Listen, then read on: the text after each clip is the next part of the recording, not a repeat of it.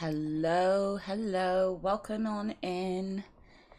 It's a random stream from us today where we're gonna just chill and play some of this game called This Bed We Made. We're gonna play as a maid and we're also gonna be a nosy bitch.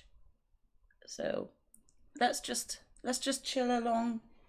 I hope everyone has a chilled Sunday. We're gonna have everything in English and we're having subtitles on. Content warnings may contain spoilers.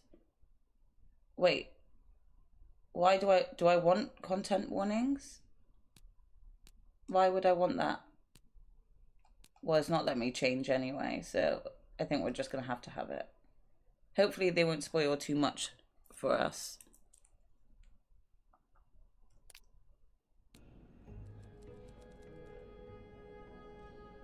Okay, I hope the sound levels are okay for people. I'm just having a look at the options.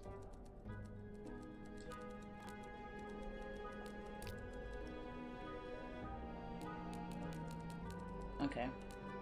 Well, if we need to change anything, we can come out and change. But yeah, let's get started on this new game. I don't think it's actually a long game, so we'll see how long it takes for us to get through it.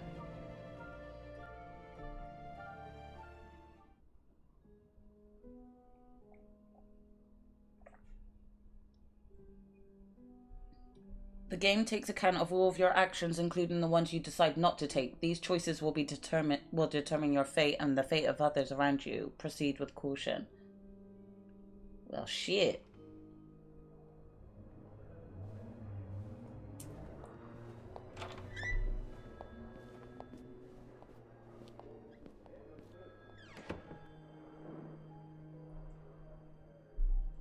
Come on now, miss. Let's keep moving. Okay. Okay, so we're playing as Sophie.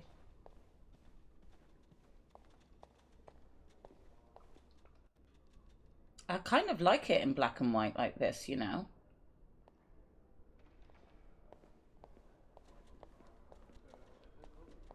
Can we go anywhere else? No, I guess I'm just following this guy. It's on your right. Here. It's on the right. Okay, so we're not going to the record room or the holding cells. That's a good sign.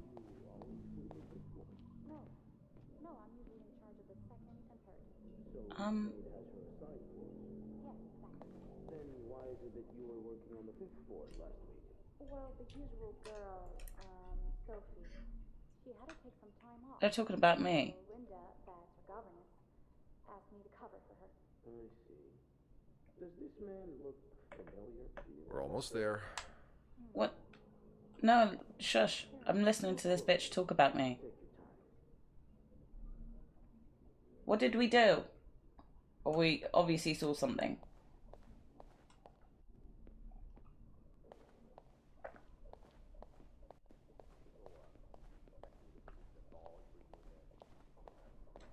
Wait.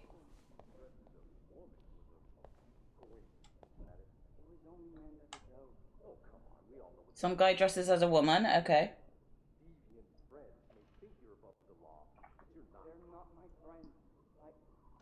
Just a little further now. Shut up. So if I take your picture and show it to the others, they won't recognize you? Well, one or two might, but... Yeah, that's what I thought. I don't know whether I need to know this information that I'm eavesdropping It's on. just down the corridor. Come on. And your friends, when they see your face in tomorrow's papers, you wouldn't like that, would you? Might lose your job. Might get kicked out of mommy's and daddy's basement. Well, We're almost there. trouble you avoided if you start writing names. Now. Okay, well, that police officer doesn't sound friendly.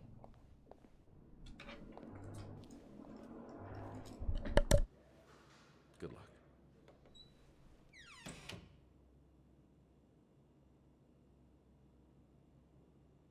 She's all yours, sir. Sophie Roy, I'm Detective Maurice Tremblay. Let's see. old, working at the Clarendon for over a year. She's 21. Husband? She's a baby. Are you married? She's 21. Not yet. I live with my mother. She's sick, so I have to take care of her. No father. No. It's always just been me and my mom. All right, Miss Roy. I need you to tell me everything that happened, starting with this morning. Okay. Oh, this is cool. I love the music.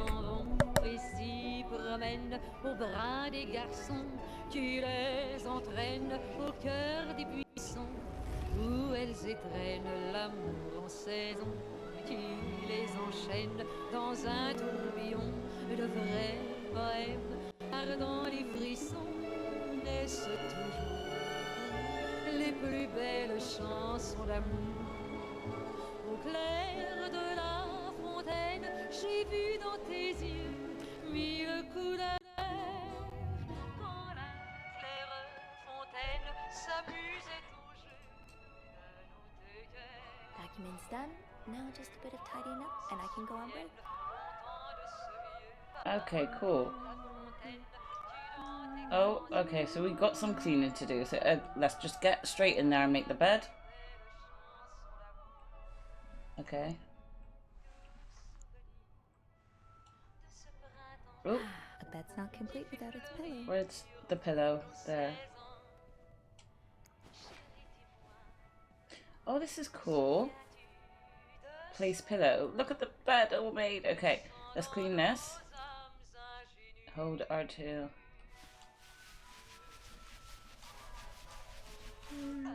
Good enough. Yeah, that's definitely good enough. That's cool. Oh, open. Nothing's in there. Inspect. Holy Bible.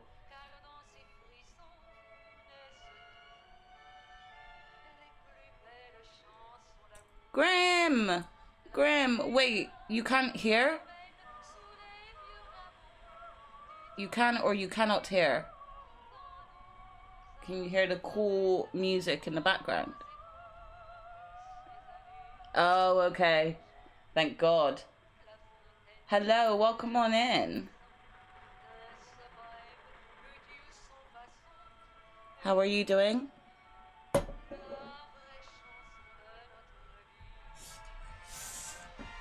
We've decided to do a random Sunday stream because we have some free time and Jax is busy, so she may stream later depending how tired she is.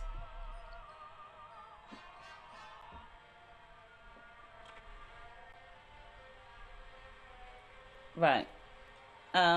So we haven't done much. No problem. I'm glad to see you jump in. Hang on, let me... Is the sound of the game okay? Is it too loud for you? Or is it okay? I'll put my little... Well, we've only just started. We have only just started. So, the only thing I have done... Hi! So the only thing we've done so far is make this bed, and the ashtray was on the floor, so we've cleaned the floor to the best of our ability. I don't think I can get that stain out, which is really going to bug me. We can make telephone calls. I can't wait to be a nosy bitch in this, so I really don't know what else is happening, but... Oh, now Grim says hi. She says hi. She's helping us make some beds today. But this game started out with us being interviewed, well, us, this character, Sophie, being interviewed by a police officer in the prison cells. And, yeah, he just said he wants to know everything that happened this morning. So then it's taken us back to this morning. Whoever sleeps there really needs to wash their fucking feet before sleeping. They do. They truly do. So, oh. I'm guessing you've seen better days. Yeah, this... You're obviously still important to someone. Oh, the teddy's a bit battered. Can we look at all of them individually? They all look burnt.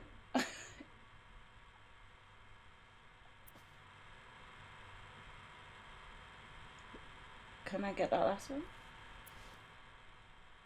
I mean, this one looks okay, just ragged a little bit and a bit dirty. But yeah. That slow droop on the head was creepy. Exactly. It does. They are a bit creepy. Anything in this drawer? Open? No. Okay. So it also said that everything I do and don't do has consequences for not only myself. That's a lot of money to owe. Just what did you get yourself involved in? Can we... Oh, there we go. Oh, so we're in like the 1950s, not 40s. Entered into agreement between something Mayhew and something. They initially took out 1,500, but they're overdue 3,500. On the date of the initial loan, the lender agreed to lend an amount of money to the sum of 1,500 to the borrower for an enduring period of 12 months, calculated from, and then date of the loan. The borrower was to be obliged to pay interest at the rate of 150% per annum. The total sum of said interest to be paid, together with the capital sum of the granted loan by the loan period end. With the loan period reaching its conclusion on the 2nd of July 57, the borrower was expected to have repaid the full amount owed. The failure to do so will prompt further action. Refer to PG3 for further details on the place and time of repayment. Refer to Section C for the expected rates of all overdue payments as they relate to the time that has passed since the end of the loan period. So basically, this guy has not paid. This guy is not paid. That was... That's some brutal interest rate. Exactly. Like, that interest rate is super high. Was it always that high in the 50s? Or have we gotten better? So, hi Storm, how are you doing? How's it going? Thank you for jumping in. Yeah, it's just you guys so far, but that's great. It's a random Sunday stream. My plans fell through, and I really fancied playing this random game called This Bed We Made, where we get to be nosy bitches. So no fighting today, I don't think. We've only just started though. Yeah, this person's in debt. Okay. Can we do anything else? Oh, you know me, you know my family. You've had a seat at our bar since we opened it in 49. You're more than a friend to us. You're practically family. And while friends are polite to each other, family deserves more. Family deserves honesty. As such, I want to be as direct as possible in letting you know that you're down to your last chance. The 8,380 you owe us plus 25% interest is now 8 months overdue. My patience has worn thin. This isn't like one of your unpaid bar tabs. You came to us for help, and help always comes at a price. We've opened our pockets to you time and again, and all you've done is taken advantage of our goodwill and generosity.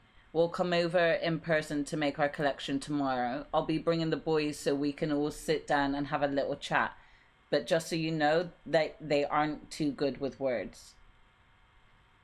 Okay, so this guy is really in debt. Whoever's in this room is really in debt, because he's like in debt with the bank and owes them like 3,500. Now this person, who is so say a friend and, you know, family member, they owe him 8,380. So this person is, yeah, fucked. Oh, you think it's a loan shark, not a bank? Okay, fair enough. Might be. This might be a loan shark. I've been struggling with wanting to do anything since I woke up over 2 hours ago. Oh, just chill. Just chill. I'm kind of glad that my plans fell through, so I could just chill. And that's why I kind of thought, do you know what, I'm going to play a new game rather than just sit on my own. I'll just stream it. So just chill, grab some food, grab a drink, and help solve whatever mystery we're about to get involved in. Lots of potential voyeurism for sure. Oh, we're going to be the top voyeur in this game. I'm going to search everything. Let's see what Beth wanted to talk about. Beth? Who the fuck's Beth? Only menswear. Are you in town for a business trip, maybe? Okay. Vacuum put away. We obviously want our maid skills to be top notch, even though we're going to be a nosy bitch. Let's clean that bin out. There's a letter on the floor.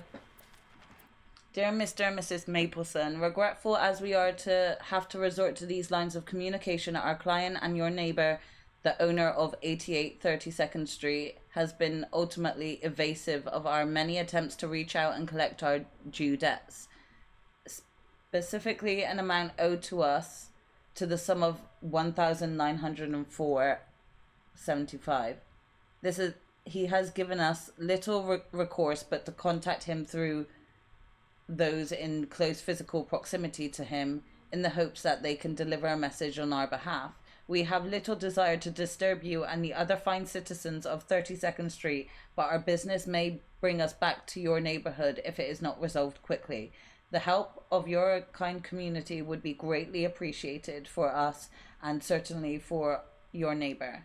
Kindly, Lucky Coin Financing.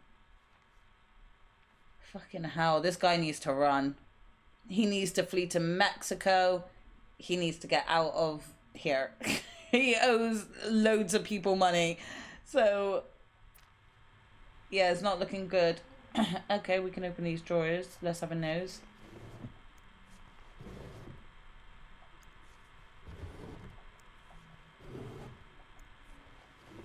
Okay, nothing in there. Oh, okay, that's just the menu. Don't know if I need to know any of this information. But I think overlooking is better than nothing.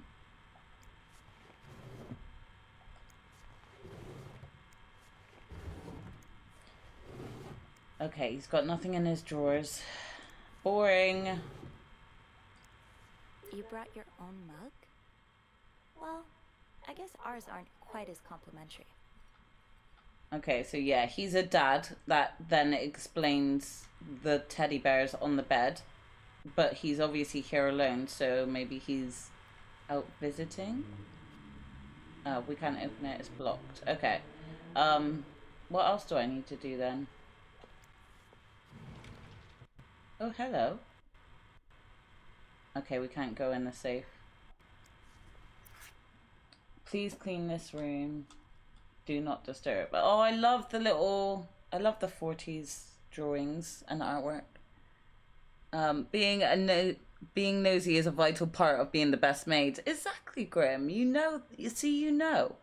Seems like a lot. He was taking them all for a ride. Yeah, but the question is, what did he need all of these different loans for? You know? Press and hold to confirm exit. Oh, so have I done everything in this room? Bathroom. Oh. Why is the mirror covered up? It wouldn't let us clean it. Why is the mirror covered up like that? That's creepy. Oh, let's clean the toilet.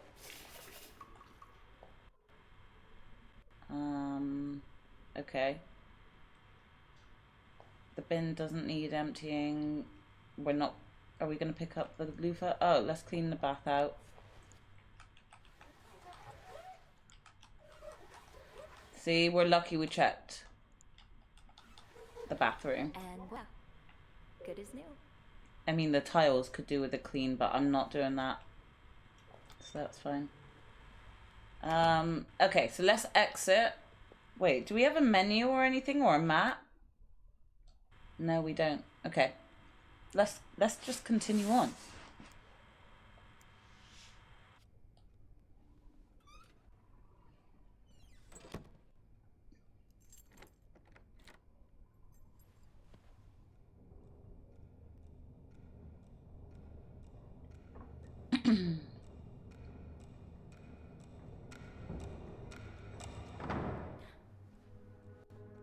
What was that? Was that a door slamming or was that a gunshot?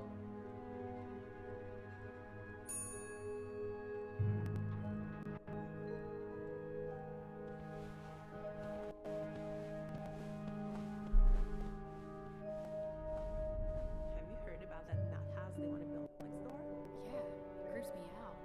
Imagine all the weirdos who'll start hanging around the hotel. I can think of someone who'll feel right at home. Look at her, always glued to that gossip magazine. Do you think she has any real friends? Why are these women being bitches about me? Well, when your own life is that dull, you need to get your excitement somewhere. Why are they being bitches about me? Her resting bitch face has serial killer vibes. I bet we are the killer. This is exactly the kind of behavior Linda warned me about. She's doing everything she can to break us apart. Oh, there's some drama going on behind the scenes here. It's Beth. Do you think you could come up real quick? Sure. I'll be right there. Okay, Beth.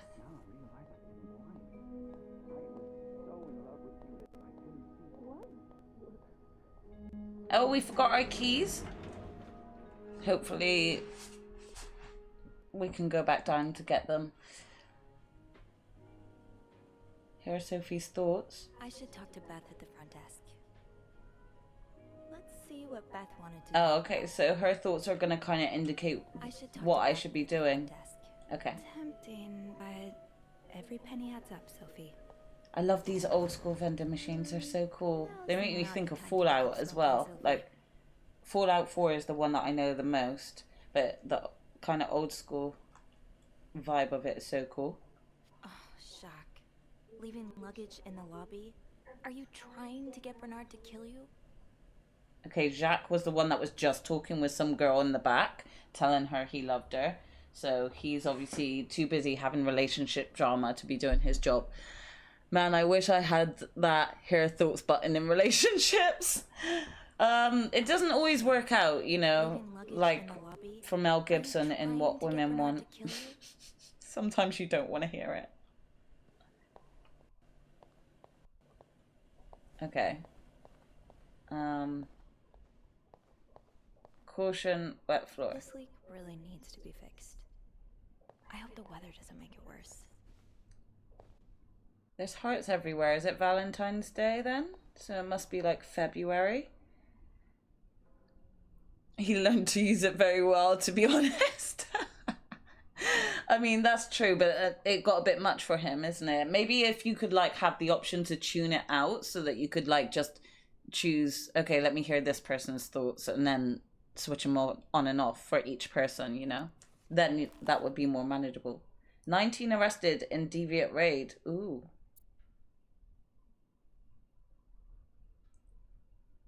School principals, parents, and fellow teachers should prevent such people from. Wait, what? Oh, I'm reading halfway through. Montreal police arrested 19 persons in an early Saturday raid at Main's Lounge, located on Stanley Street, downtown Montreal. The establishment, owned by Emmanuel Lebert, is a known hangout for sex deviants. My kind of place. A Montreal City employee, a court official, and 2 teachers were among those seized, according to official reports. Lieutenant Sylvian something says he plans to send letters to schools employing the arrested teachers. Checks flights to Montreal. Check for 2, Grim. Check for 2. School principals, parents, and fellow teachers should prevent such people from being in close contact with youngsters, he said. It is everyone's responsibility to protect our children. We'll call him Lieutenant Gilly, because I'm not going to say that whole thing. So Lieutenant Gilly also promised an investigation would be opened on Lebert, who already had a criminal record on his name. Continued on page 3. Major snowstorm paralyzes the city. So Montreal is paralyzed by this winter's 5th and most important snowstorm. 15 inches of snow are expected until the end of the day. The last major storm back in January had covered the city with 12 inches of snow. The storm started yesterday with 6 inches falling during the day and 6 more during the night. Violent winds created giant snowbanks all over the city. Many drivers ignored police warnings and decided to take their cars at their own risk, resulting in several accidents. Trains from the United States are expected to be delayed up to 3 hours. Airport, most departures have been cancelled.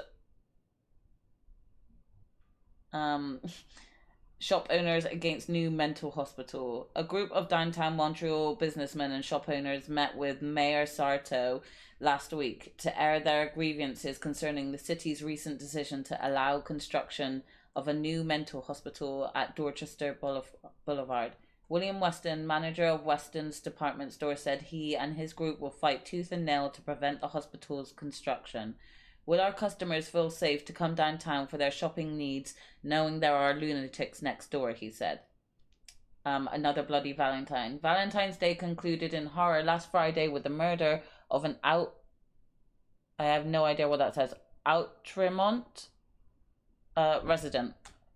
A worried neighbor called the authorities at 11:15 p.m. after hearing loud shouts from next door. When police arrived, they found the lifeless body of a 34-year-old man. Authorities have refused to identify the victim or provide any details about the circumstances of his death. No suspect has been apprehended yet, but Detective Maurice asked anyone with information to come forward as soon as possible. Does your personal hygiene worry you? No, I'm good. Are those worries bothering your husband? Honey? Don't have one, so we're good. Stop worrying and save. Your marriage with lice oil.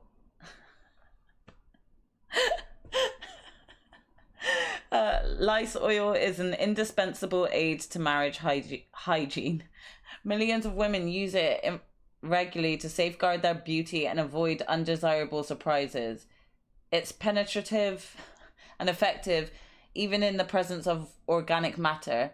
Begin to use lice oil today so you can stop worrying about your hygiene and focus on more important things such as pleasing your hardworking husband.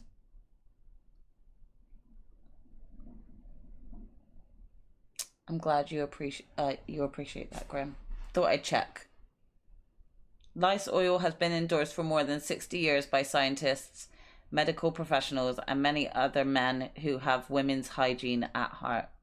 A lice oil corporation. Excuse me a minute, guys. I'm just Googling lice oil. Because my invisible husband over there would like me to celebrate his hard work.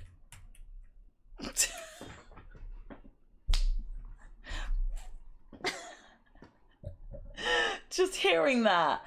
Focus on more important things such as pleasing your hardworking husband. How about my husband can come and give me a foot rub after my hardworking day? That pissed me off a little bit.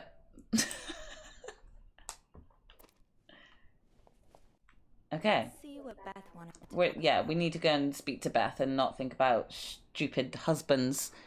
Hardly working husband, more like, there you go, Gwen. Poor Nicole.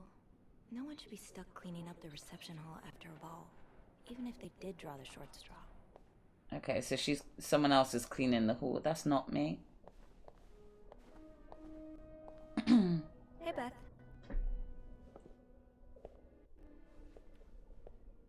Hey there.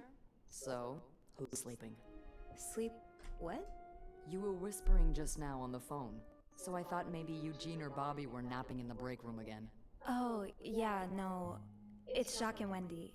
They were... Jacques and Wendy. In the middle of something. Ugh, it's so awkward when they start making out like no one's watching. Get a room. We literally work in a hotel. We literally work in a hotel. Get a room. Okay, so we can select an option. They weren't kissing. You said you needed to see me. I tried to ignore them. Well, I don't think they were kissing. I don't think I saw them kissing. I only overheard their conversation, right? I might just say I tried to ignore them. Oh, I I try not to pay attention to them. I just find the sucking noises hard to ignore, you know? But She that finds the recreation sucking today, noises of hard to course. ignore. Every They were still at the sound being foreplay drowned out stage. by the phone's constant ringing. Because of the storm? You have no idea. You're the only person I've talked to today that hasn't mentioned the blizzard. Well, I just I mean, mentioned it. Until now. Oh. Sorry. Until now. It's all right. I guess I'm just looking for something else to talk about. Anything else. Oh, we can tell her about the guy whose room we just cleaned is in debt. I can tell you about Wendy and Jack. Or we shouldn't talk too much. Nah, I'm gonna be a gossip. Because she might tell me some good information back if I tell her, you know? So, we don't know, like, the pros and cons, so we're gonna do it. We're gonna gossip. Well, I do have some gossip about Do Jacques it, and Sophie! How dare you not lead with that? Okay, she's like our bestie.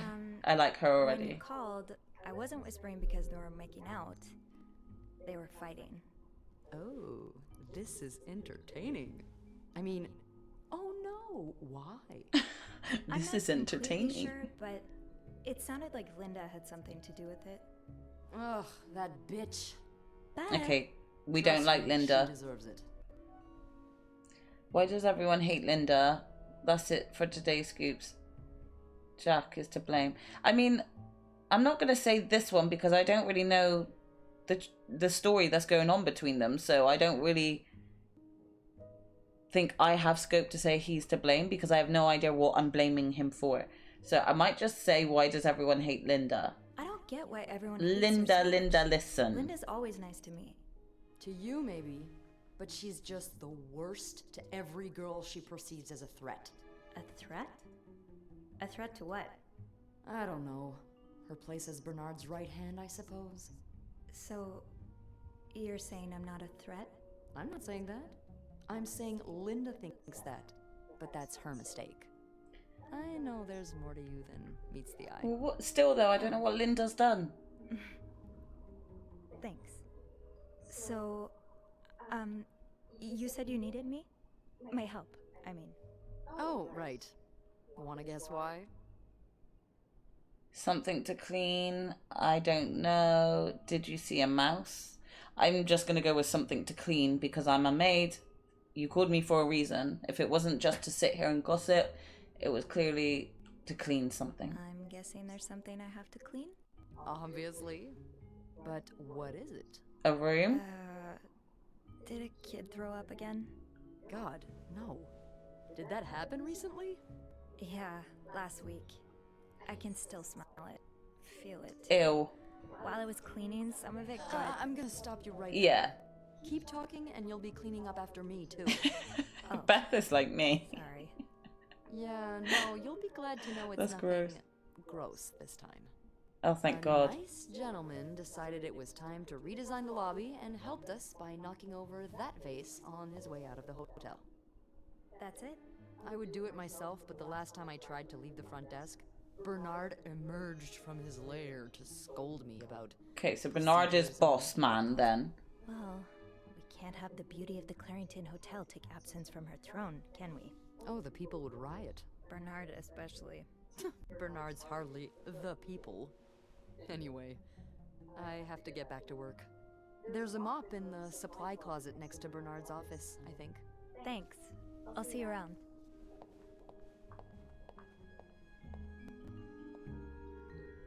Okay. Oh, we got a journal. Okay, let's have a look. Okay, let's get that mop from the supply closet. So we need to, that's our goal, to get the mop.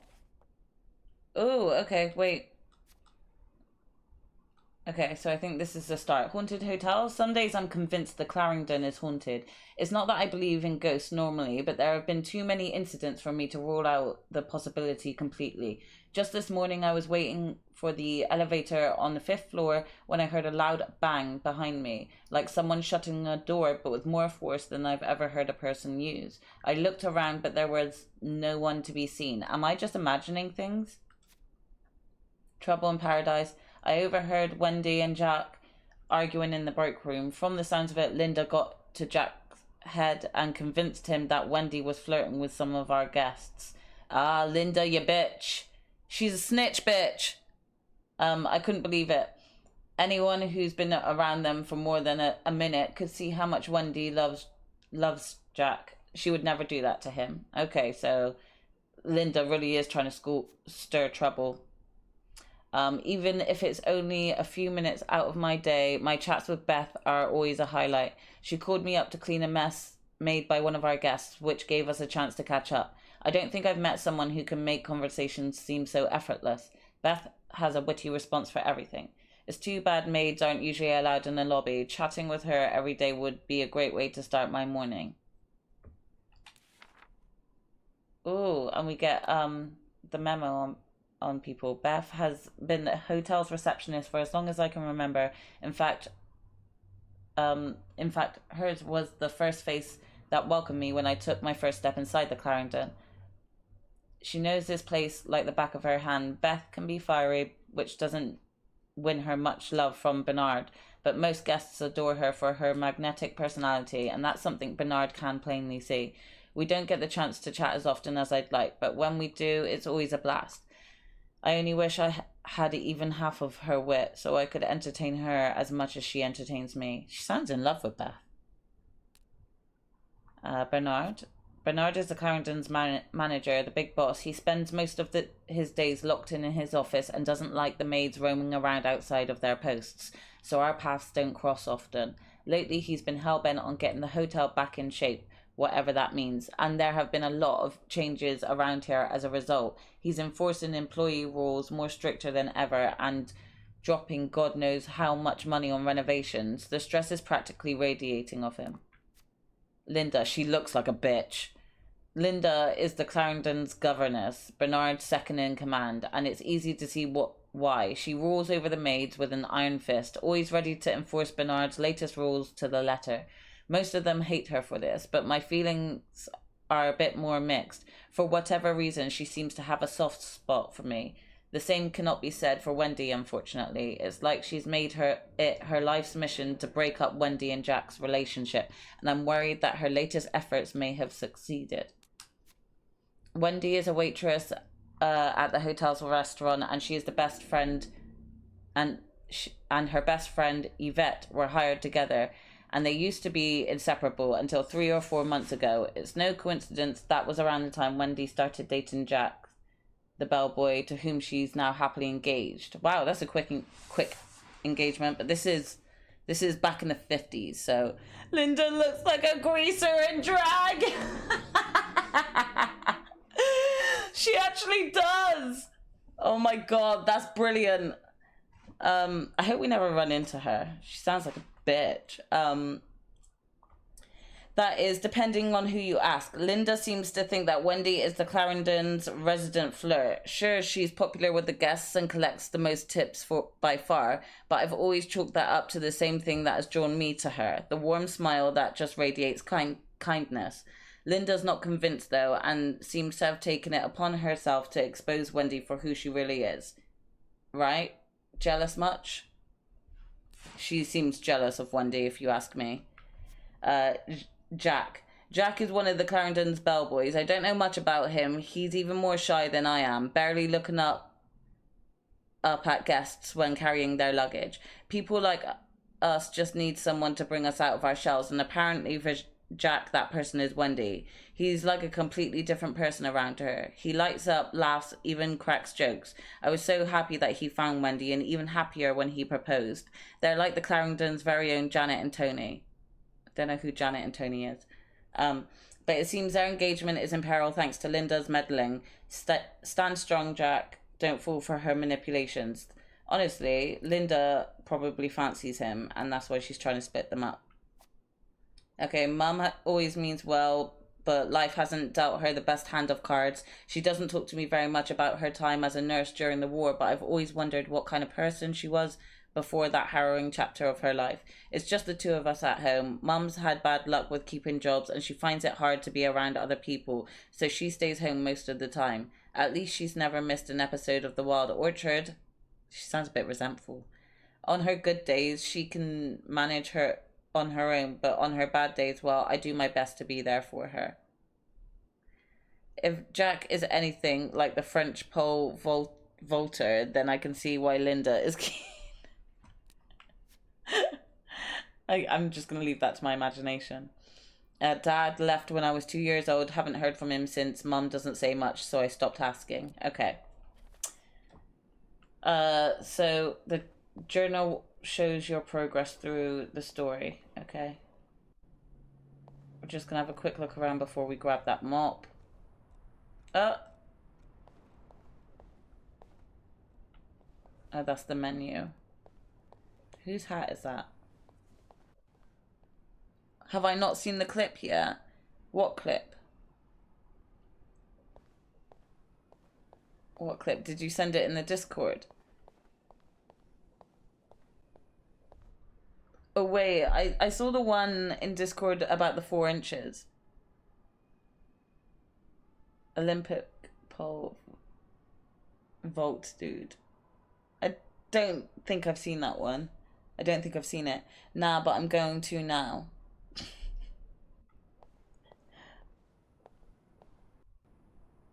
What is this? Say no to divorce. Everywhere lately. It's weird that Bernard allows it. What? What do you mean say no to divorce? You can be divorced against your will.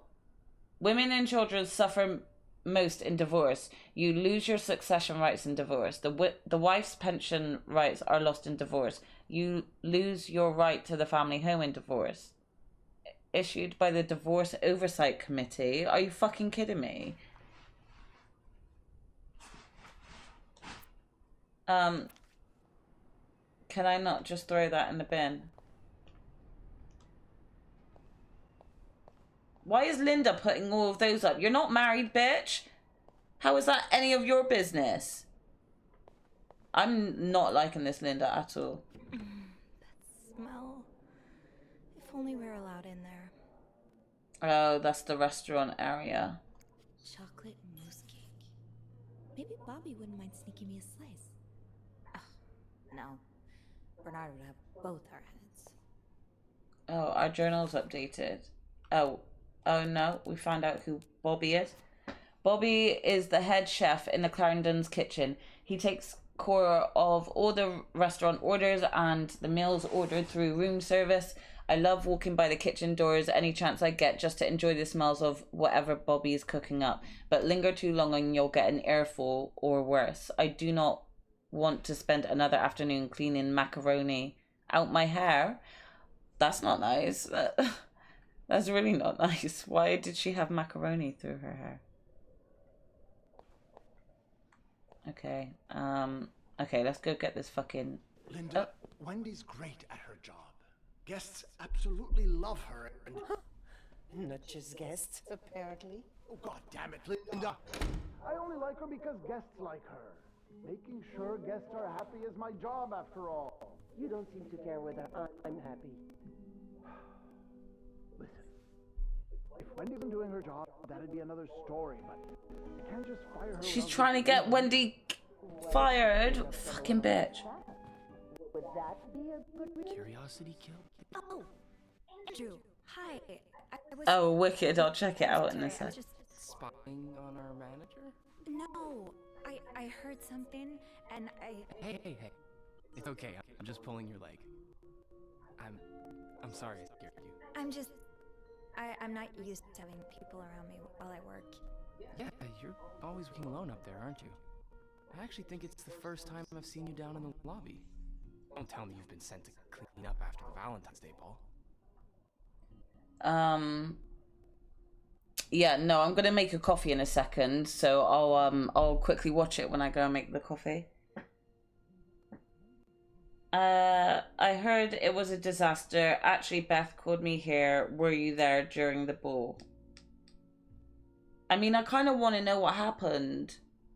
So shall I say I heard it was a disaster to see if he elaborates? Maybe. I heard the girls talking downstairs. Apparently guests went wild. More like unhinged.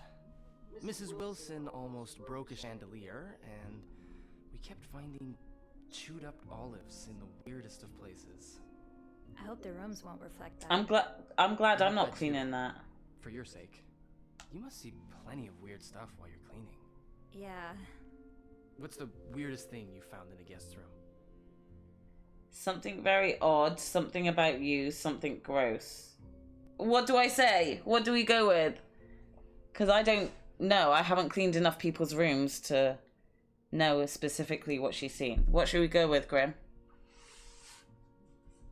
I reckon either something odd or something gross, because I think if we say like something about you, that might sketch him out. Odd or gross, yeah? I mean, should we go with gross? Yeah, because it sounds funnier and I kind of want the funnier responses. Yeah, okay, we're gonna go with something gross. It's a bit gross. Oh. I hope it's got nothing to do with bodily functions. God, I hope so too. A few weeks ago, I walked into a room and found the trash can filled with cucumbers. Like whole cucumbers. And some of them were carved, and I threw the whole trash can out that day. Don't tell Bernard. What do you reckon he was doing with those cucumbers? I better go help Beth. It's hell here with the snowstorm. It's okay. I need I bet he was like, it was me! Yeah, alright. Take care. You too.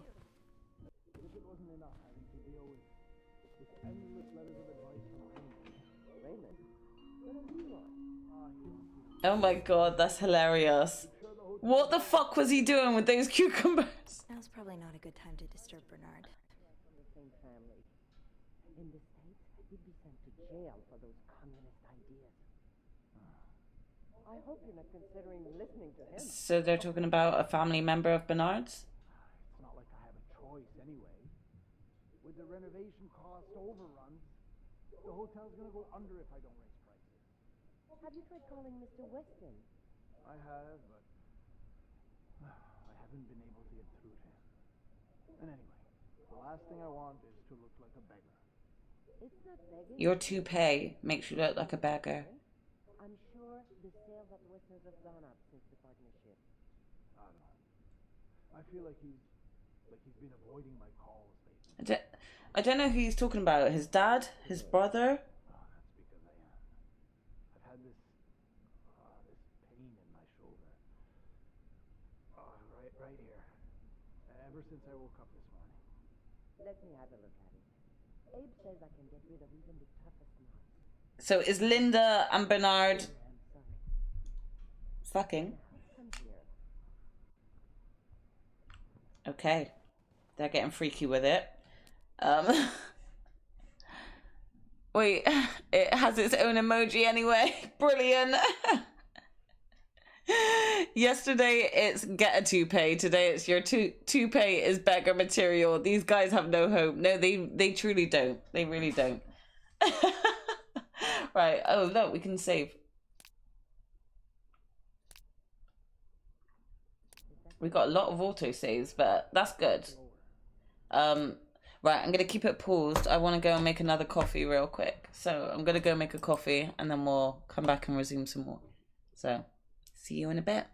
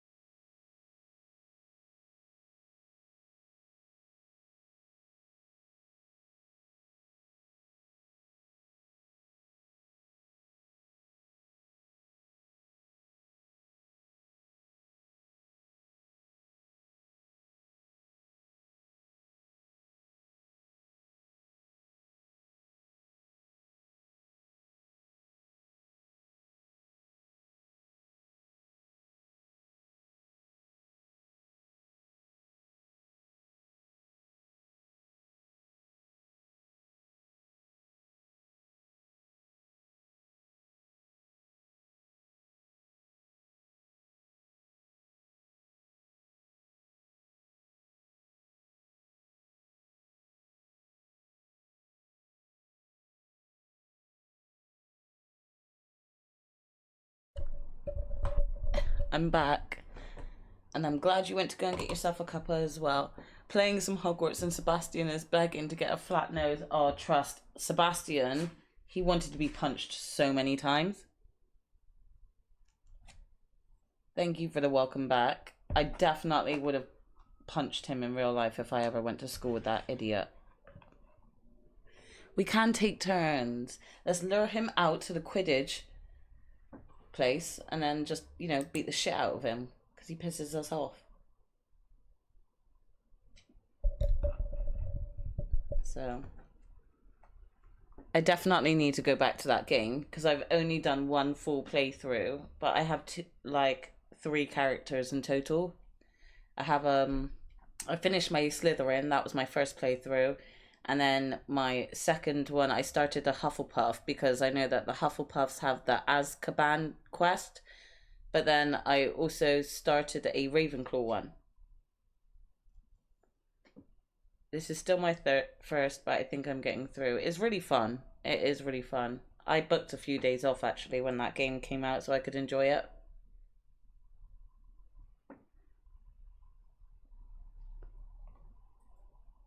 It was really cool as well because Jax took the same time off. So we were playing together. Well, obviously not together online, but we were in a party chat, so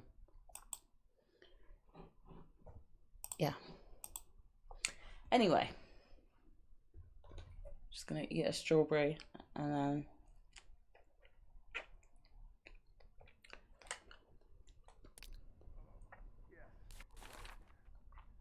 so we have now met Andrew as well.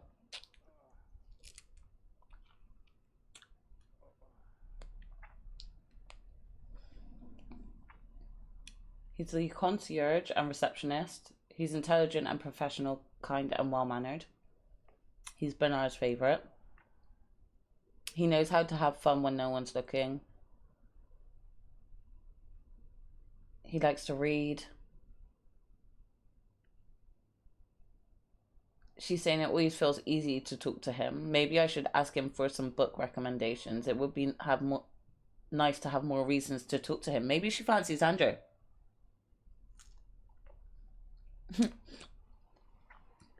Good snack choice.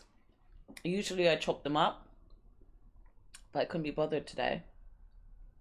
So we're just going to slowly eat them.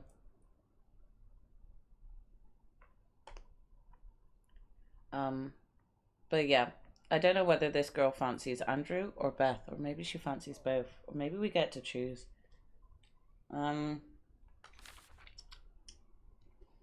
Andrew caught me eavesdropping on Bernard and Linda, who was once again complaining about Wendy. Thankfully, he didn't make a big deal out of it.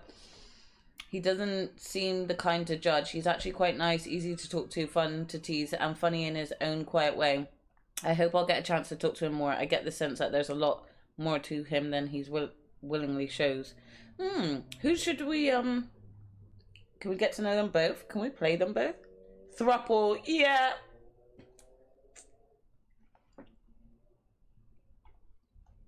Okay, let's go.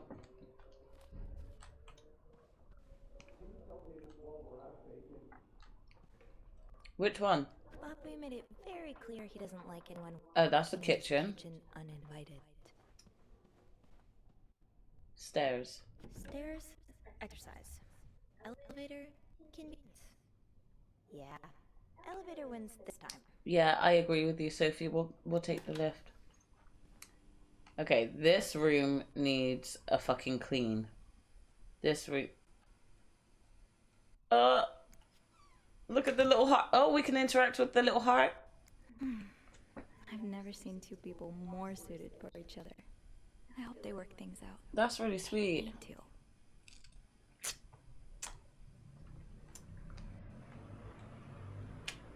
Okay.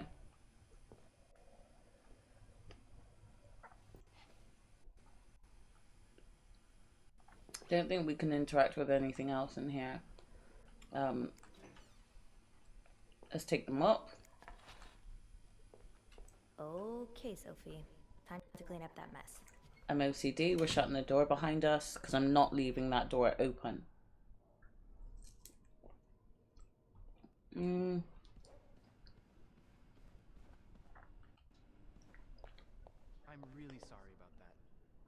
have a word with our kitchen staff to make sure it doesn't happen again. Someone else is complaining. Well, that sounds a bit excessive, don't you think? Excessive? What's he mean excessive? Of course. We're all grateful that your employer chose the Clarington for his stay, but... Alright, yes. I'll speak to my manager. God, what the hell went wrong with this person's food? Yes? Okay. Beg your pardon? You want me to...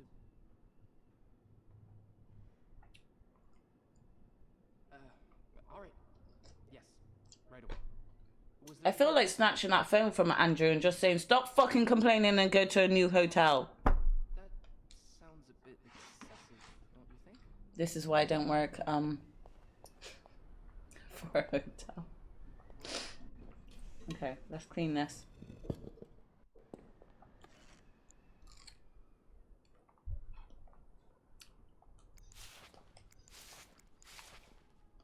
What is that?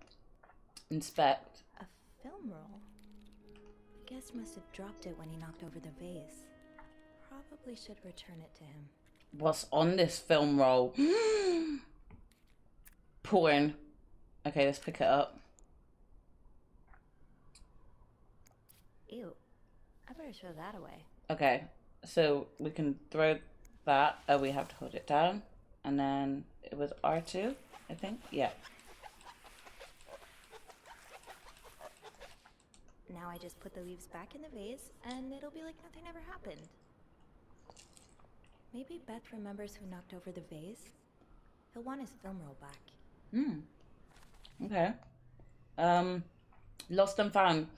While cleaning up in the mess in the lobby, I found a roll of film on the ground. I'm guessing whoever knocked over the vase must have dropped it. With Beth's help, maybe I can figure out who it belongs to and return it to their room. We usually keep lost items at the front desk, but bringing it back myself would only take a few minutes out of my day. I might put me a few steps closer to Employee of the Month. Okay. There's something so peaceful about looking out at a storm. From the inside. Where it's warm. And dry. Okay. We placed the plant. I understand, Mr. Ramsey. I wish I could make the snowstorm disappear. I really do, but sadly, that's not within my power. Beth? Sophie, she's on the phone. Mr. Spade. Mr. Spade? Well, I can check with the airport and let you know when flights resume. Until then... Yes, I know. You've said that already. But... no, that's very unlikely. So, which room are you staying in, Mr. Spade? Thrilled to talk to you. Press R2 to enter clue selection. Well, for that you'd have to talk to my manager's manager. Would you like to contact him? Sadly, he doesn't have a phone. He's a bit of a... No, that's not it. Yes? So, what do I have to do when... First I suggest finding... Beth said Mr. Spade. All right? Well, it's coming up with the little magnifying glass, so... Just how much you want the snowstorm to end. It may help to repeat his name, too. It's, Wait, look, there was another one that was here. That doesn't seem right. Okay. Well, I know we're looking for Mr. Spade, but it's not my fault when shit comes up. Making fun of you, sir. No, that's not it. I'm dead serious. If anyone can make the snowstorm... Beth said Mr. Spade. There, I see him. All right. Room 505. Great. That's on my floor. I can return that film roll without going out of my way. Okay. I suppose that's it. Okay. Look for a spade. I was, but it just kept coming up with different question marks. So I thought she was gonna comment on like other people staying in the hotel. That's the same newspaper we read before. still leaves these around the front desk? Guess he didn't hear Beth when she swore she'd burn the place to the ground next time she had to suffer through one of his sermons. Sermons?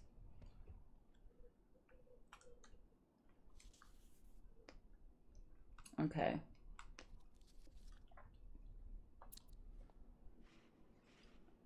Oh look, it left it open because I opened it and didn't close it. It gives me a button to press. I will press the button, definitely. I will always press the button. I've told not to. Okay, wait, what are we doing now? Go to the 5th floor to return Okay, we're going to the 5th floor, so back to the lift. I felt bad bugging Beth while she was in the middle of an important phone call, but like always, she came through. The logbook says Mr. Spade's room is 505. I was just in the middle of taking care of the 5th floor before my break. I can return the film roll and get right back to my schedule. Okay. There's water on the floor.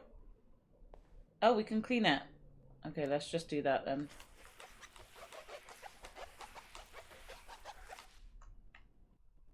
Okay. See, look at how good of a maid I am. You'd hire me, wouldn't you?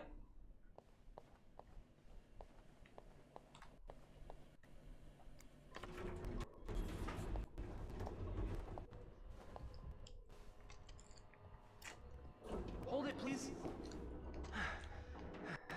Thanks, Grim. Phew. Made it. Thanks. You're welcome. Was it you who cleaned the puddle by the restrooms? Was I not supposed to? Well, oh, Eugene asked us not to touch anything until he's repaired the leak, but... You cleaned the puddle by the restrooms and prevented Andrew from getting hurt. Which floor? Oh, 6th. Thanks. Andrew could have gotten hurt if I didn't clean that puddle. See? What's the big rush? I am I the need to bring maid. this to our VIP guest, the one who rented the entire floor. Oh, is it that British man I keep hearing about?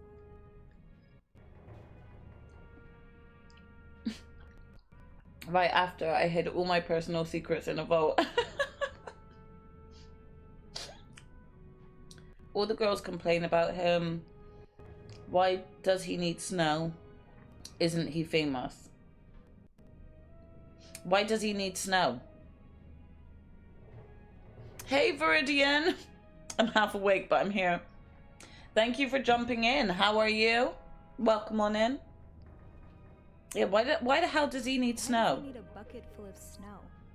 No idea. I don't even ask anymore.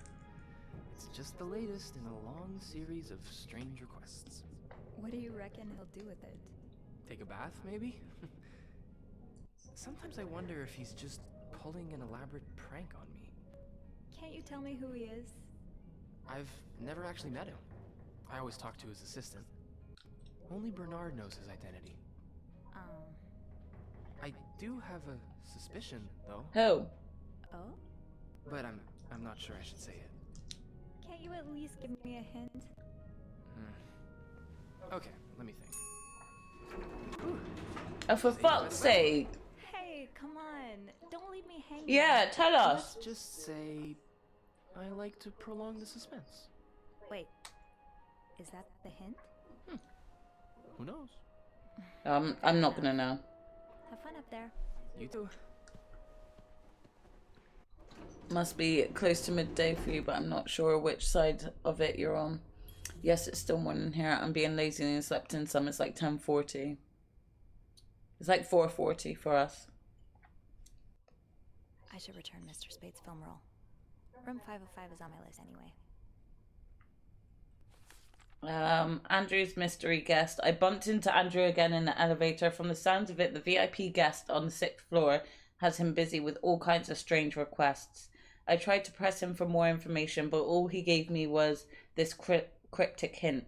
I like to prolong the suspense.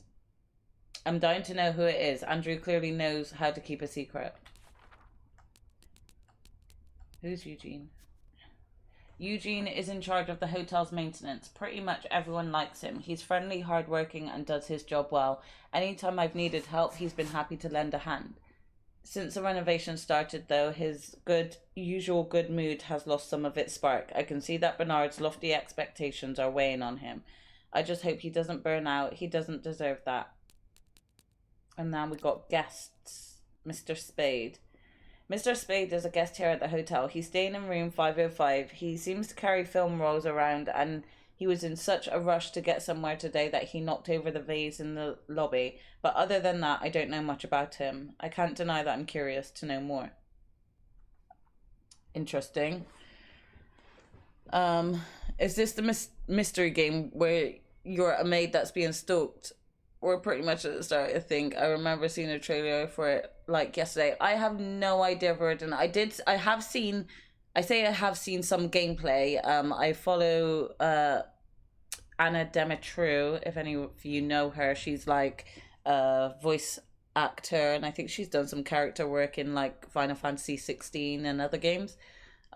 She was playing this game, and I had her up when I was working from home. But I had her on mute, so I just kind of saw what was going on, but I had it muted. So it just seemed interesting. It did seem like there's something sus about this maid, but I don't know whether she's being stalked or doing the stalking. So, Heidi! Hello, Heidi! Welcome on in! How are you? I hope you're having a good weekend so far. I hope your Sunday's going well. I've heard the name, and I think lurked once or twice. Right. Yeah, she's quite fun. She plays a lot of different types of games. So I hope you're doing well, Heidi. We're playing this random game, and I'm enjoying it so far, to be honest. We get to be a nosy bitch. Oh no, this... Can I not throw it away?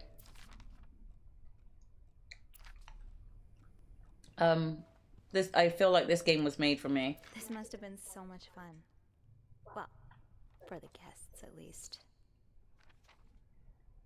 Enter selection mode. What are we looking for? I haven't danced since Grandma's 70th. She definitely upstaged me. Is there anything else? No. Okay. She's the girl in the Plague's Tale games, right? Yeah, she is. Yes, that's her, Heidi. Yeah. No, I like watching her play some games. Wait, we can enter selection mode on this paper. We've read this paper already. I'm not sure how the children are affected by what goes on at a bar on a Friday night. But I'm no lieutenant, so... my new home, according to Susanna Nivette. New mental hospital. Susanna and Nivette are bitches. Wouldn't be surprised if everyone's a little bit more on edge today. Bad weather has a way of doing that. This is horrible. I don't think I'll ever understand what pushes people to go so far as killing. Love, clearly. Yeah, she voices Amica, and yeah, she was in Final Fantasy 16. She played a character called Doris on there. And then like I kind of found her because she had Ben Starr, who's the voice actor for Clive. She had him on her stream, and they were drinking and answering questions and talking about the game, and so that's kind of how I learned who she was. And then I looked up her background of work because she was talking on that stream about some of the other characters she's played. And so, yeah, again, she's been a part of a lot of projects that I've actually played and didn't realize. So she definitely has a good voice range. And on her Instagram, she does some singing as well. It's all right. Okay. So we're actually looking for room 505, but I don't know if I can go off on my own accord and do shit. 504. And this is blocking me from going any further. Should we see what's in 504 first? Did I miss something in here? I should move on for now, but maybe I can come back later if I have a spare moment. Okay. Okay, sorry for the dodgy gameplay. I'm playing with one hand. That's room 505. Why is the door open? I don't know whether we should try and check other rooms first.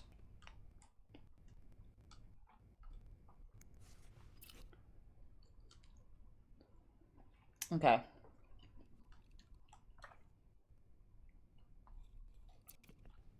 Is there a kid? You have a room order for a reason, Sophie. I have a room order. Do not disturb. Well, that's one less room to clean today. Okay, so it's not letting me go into any other room, so I think I should just continue. This fucking flyer, I want to throw it away.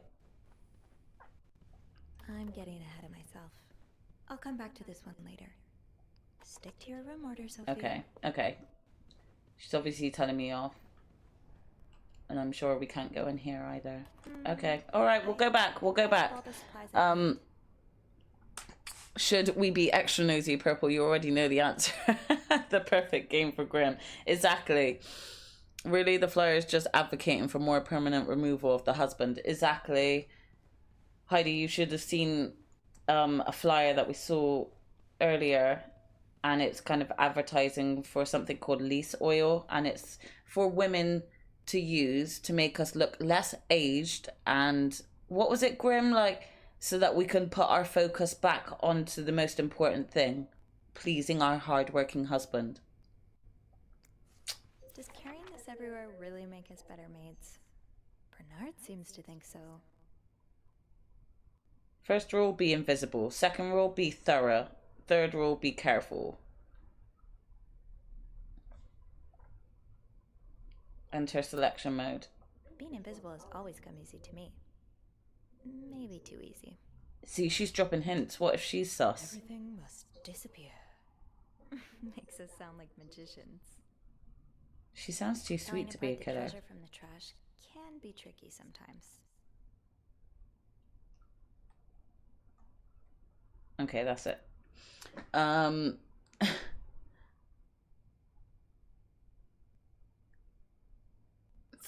Thorough equals nosy, right? Yes, Viridian.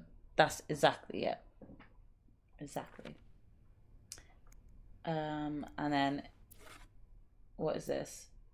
Oh, so this is my list. So we've done 501, 502, 503, and 504 we've done. So that was the room that we was in with the 3 little teddy bears and the guy who's in massive debt. So now we need to do 505, 506. It says an X on 507, but I'm definitely going to try 508 complete and 509. Okay, so we've got a few rooms to do, guys. We've got a few rooms. What's that? Pick up. Through the bathroom shelf, my friends. Place cut. Another day. Oh, so we can replace the towels and shit. That's cool. Okay, let's go into 505 and get cleaning.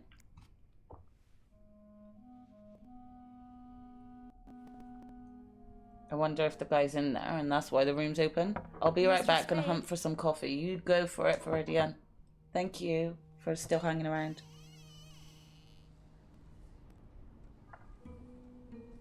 Mr. Spade? Mr. Spade, are you here? Is he a photographer? Because he has a lot of film rolls.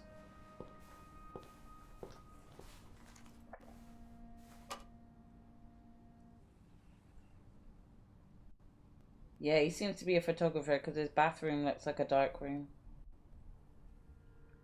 That, or he strung someone up dead.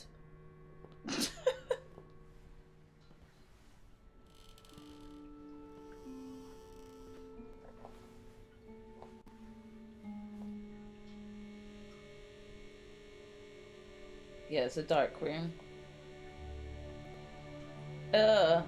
Yeah, no, actually, he'll use those to process his photos, right? It's photos, right? Yeah, it's photos. Okay.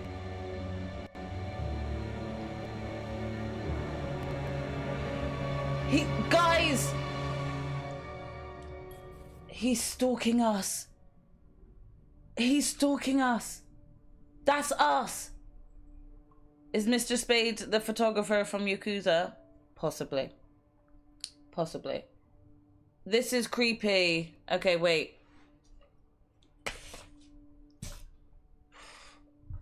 This is creepy. What is this?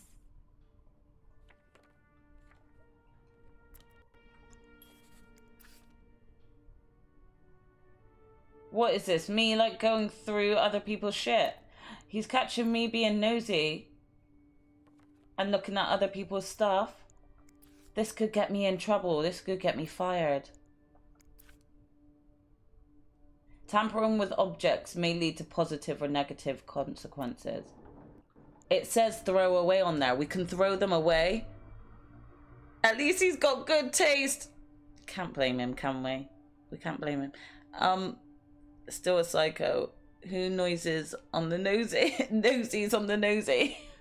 Exactly. This is my job to be like doing the stalking. Like, who's stalking me? Guys, I feel like I should throw these away because this is a lot of like, I don't know what's happened in this hotel or what's gonna happen, but this is already showing me going through people's shit. So, do you think we should like throw all these away? But do you reckon he could then come back to his room and find that the pictures have been thrown and then blame the maids? Someone else say something. Am I just speculating too much? He'll know you've touched his stuff. I don't care. He shouldn't be stalking on me. No, actually, in real life, if I saw this, I would literally take those photos and get rid of them. I'm getting rid of them.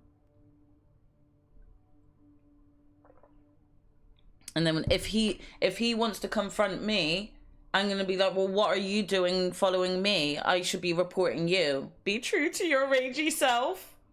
We're going to have to, aren't we? Right, no, I'm throwing them away. All of them. I'm not getting in trouble for this shit.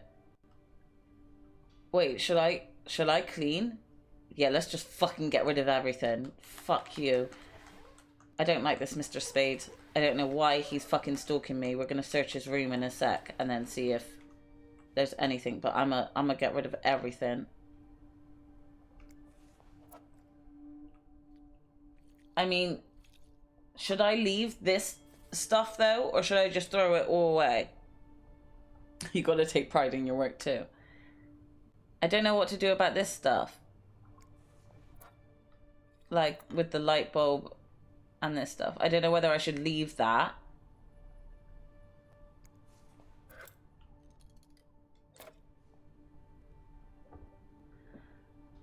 This bed we made sounds like the title of a romantic drama. It does, doesn't it?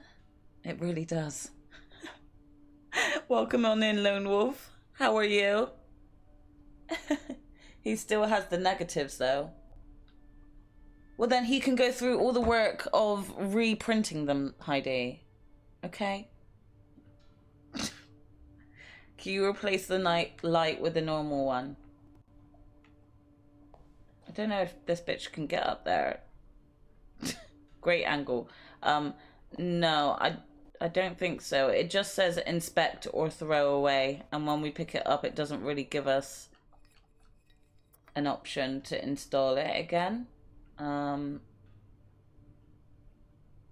I don't know whether to throw those items away or literally just get rid of the photos. Let's clean his toilet. What is this? Looks like prescription drugs. But what are they for exactly? Oh, he's got some prescription drugs.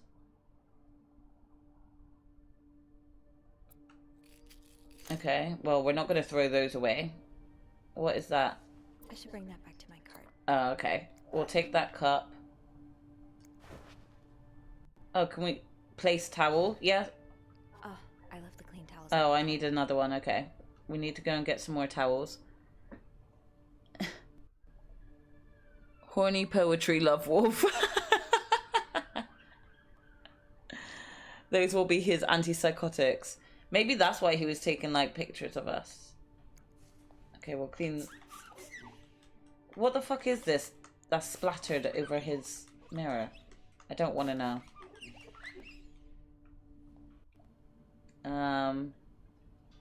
Do I throw away his gloves or do I leave his gloves?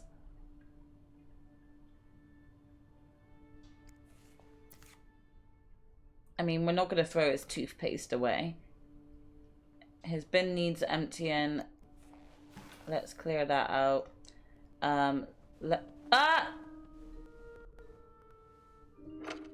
No! I didn't finish cleaning it. I'd chuck everything in for a penny, in for a pound. I don't know, I'm stressed because I know that everything I touch and clean has a consequence. Especially after cleaning up that puddle.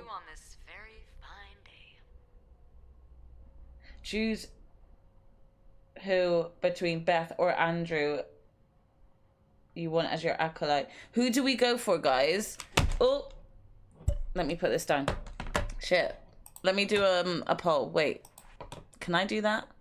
Can I set up a poll? How do I do that? Someone do a poll. Or just tell me who it is that we should have as our acolyte. Beth or Andrew? What say you people? I don't know how to set up a poll on here if I'm being truly honest. True, Heidi, you don't really know who they are. Grim?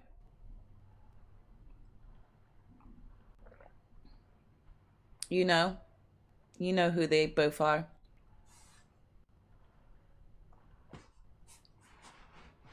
You're voting? What, as in you're setting up a vote for me? Oh, nice one! Graham, thank you. What's the choice that will cause the maximum amount of shenanigans? I'm not sure because I don't know too much about both of them. Beth seems to be like a good gossip.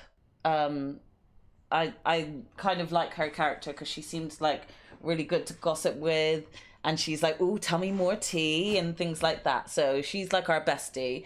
But then this Andrew, he caught me eavesdropping on our big boss, but then he was quite cool about it, like he wasn't gonna give us up. I don't know, maybe I really am not sure on which one to choose. They both seem pretty cool, but I don't know any of their stories, so I guess that we'll learn about their stories just depending on whichever one we pick.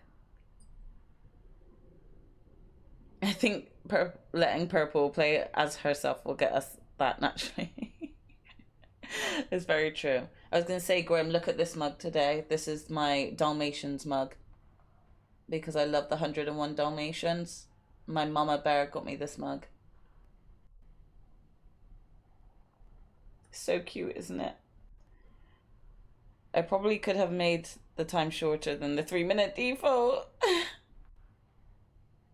I mean, to be fair, you've probably seen my most favorite mugs. There are a couple of others that are quite cute, so maybe I'll show you those ones in other streams. But yeah, this one is the one that I use when I'm like on work calls because it's quite deep actually, this one, so it's bigger. Okay, so it's like 50-50 right now in terms of Andrew and Beth, which really doesn't help me. I feel like it's kind of either Beth with a bestie or Andrew who possibly could turn romantic.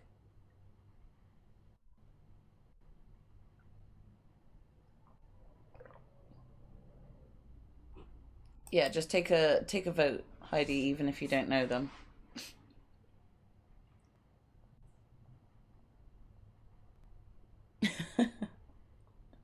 Great. I'm literally okay.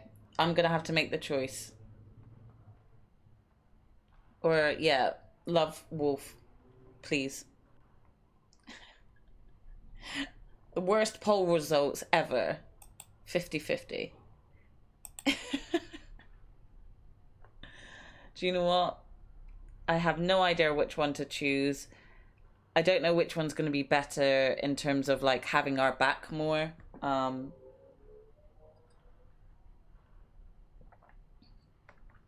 Except for the French voter. He had a tricky poll result. He did.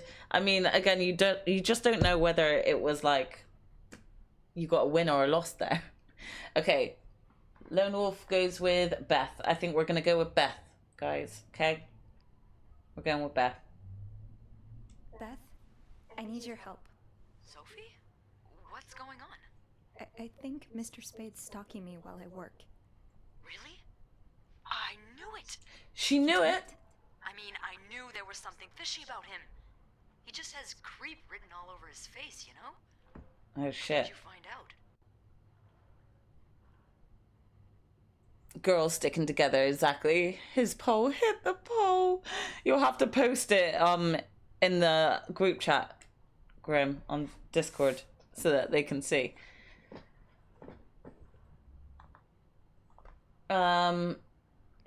He caught me snooping. I'm gonna say I found a dark room. He took pictures of me. I found them hanging over the bathtub. He set up a kind of dark room. Pictures of you? Doing what? I can't believe I'm about to say this. I but go through the sometimes people's things. when I clean rooms, I'm just curious. get a little curious. Yeah. Snoop through our stuff. And Mr. caught you in the expo? He did indeed. I just told you that. Yep. I think we should call No, Sophie. That's a terrible idea. Exactly. That man has pictures of you running your hands through people's stuff. But I didn't steal anything. I was just snooping. Doesn't matter. I know, but say a client reports something missing, those pictures would put a big red target on your back. I threw the pictures out, so I do nothing. I'm gonna tell her I threw the pictures out, because she seems to like have a good head on her shoulders. Well, I threw them out. Yeah, not your worst idea, but you found the pictures drying over the bath, right? Yeah? I'm no photographer, but I've been in one of those dark rooms before. You have? Yeah, I modeled for a while. Anyway, what I'm getting at is, those pictures were developed recently, but it doesn't mean there aren't more elsewhere. Fuck.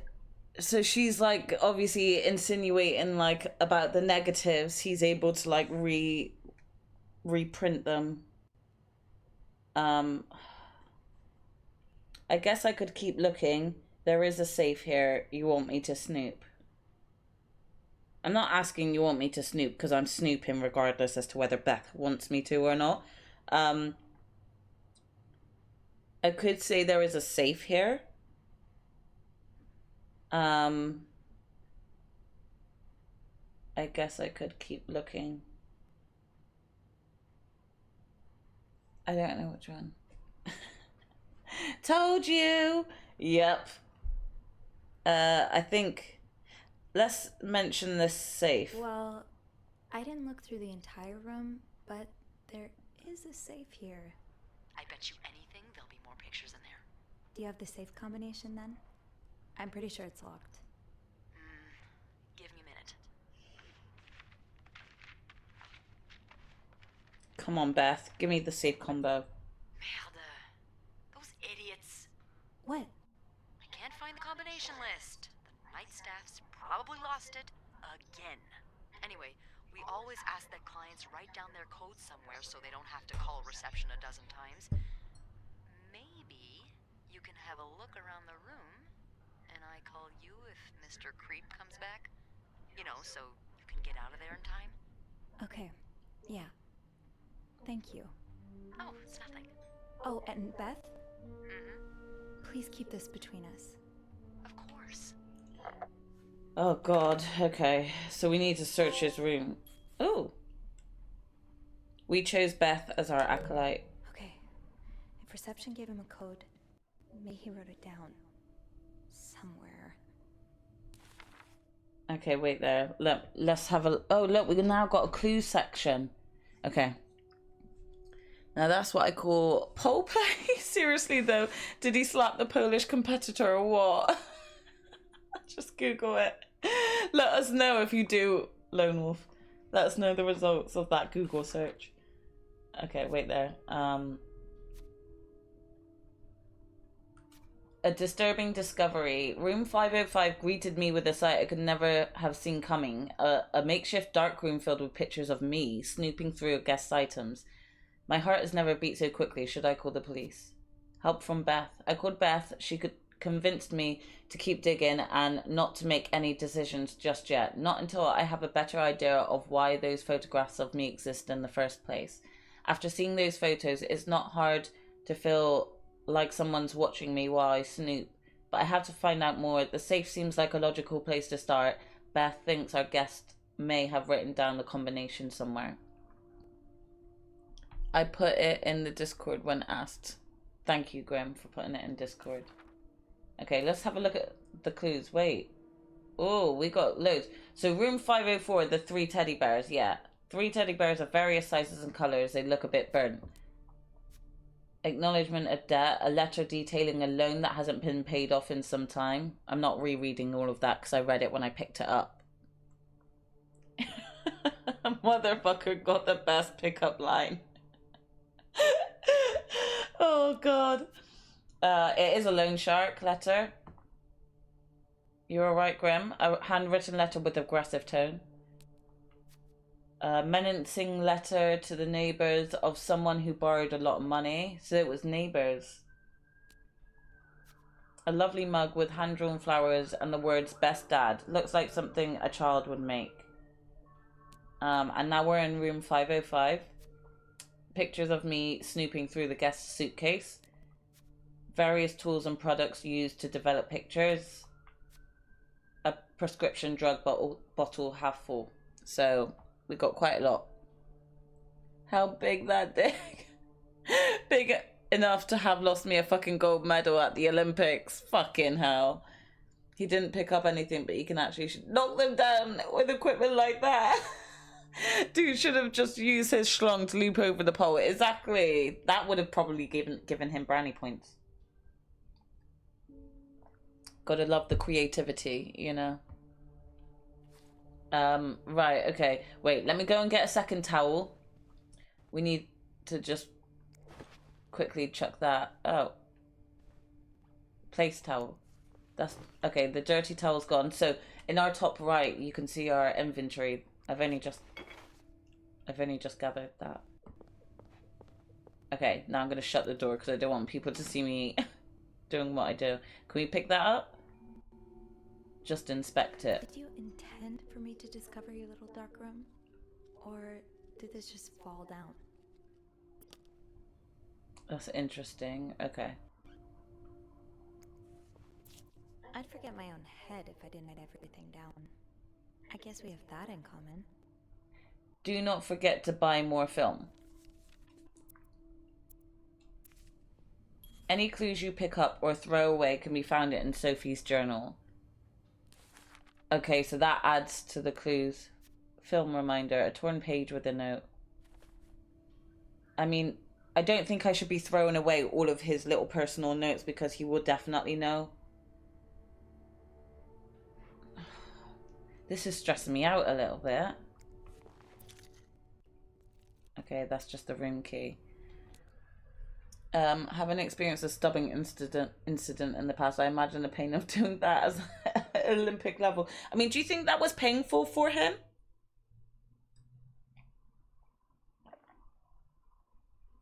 Like, do you think that hurt him when it flicked it?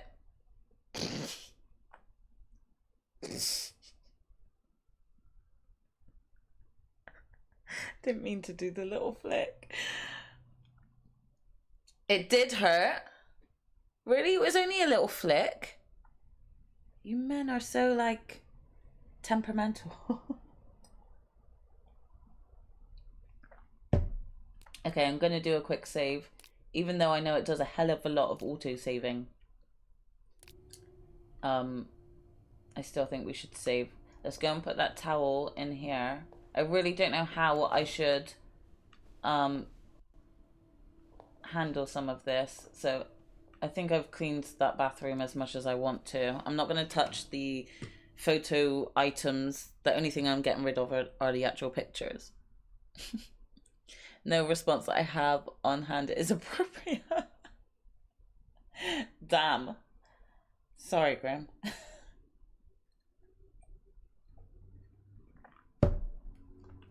Okay, we do have some cleaning to do, but I feel like we should...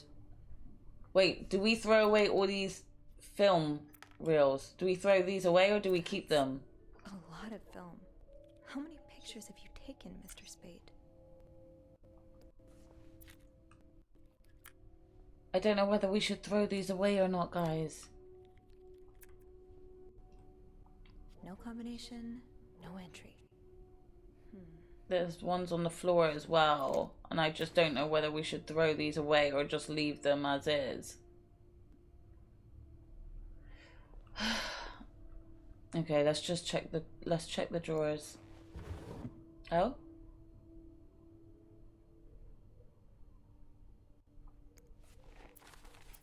Dear Mr. Wait. How are you supposed to support yourself when no one will give you a job or a place to live?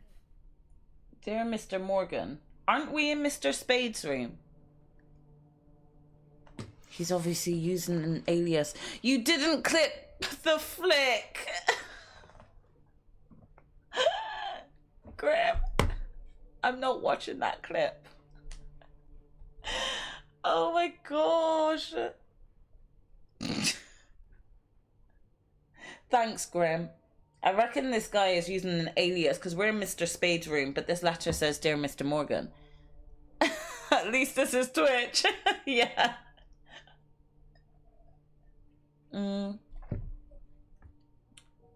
I understand your situation, and I'm sorry that you had to spend so many years in the hospital.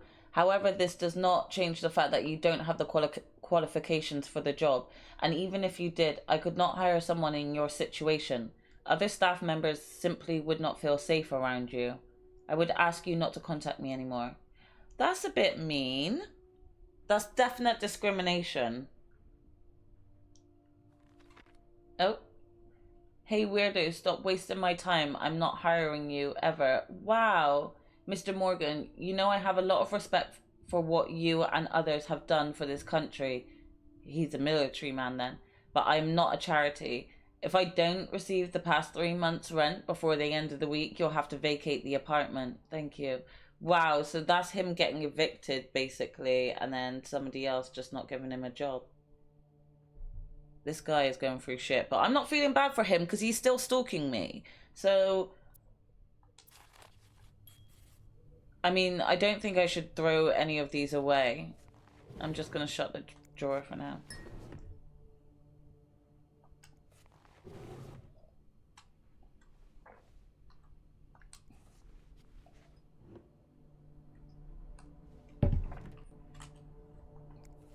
Okay. Can we look at anything on here that's sus?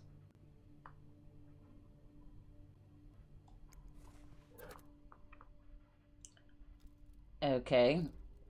Maybe he's bald and he shaves his head.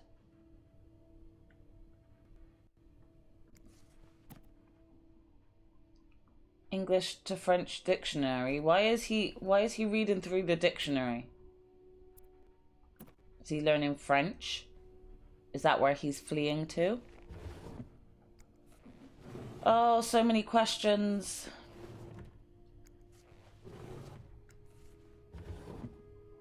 Nope. You're pawning off your possessions? What do you need the money for? So wait, matey in room 504 is broke. Mr. Spade in here is like selling his World War II victory medal. Amount of loan $15. He sold it for $15. His war medal. Paul Morgan. So is that Mr. Spade's real name? Paul Morgan.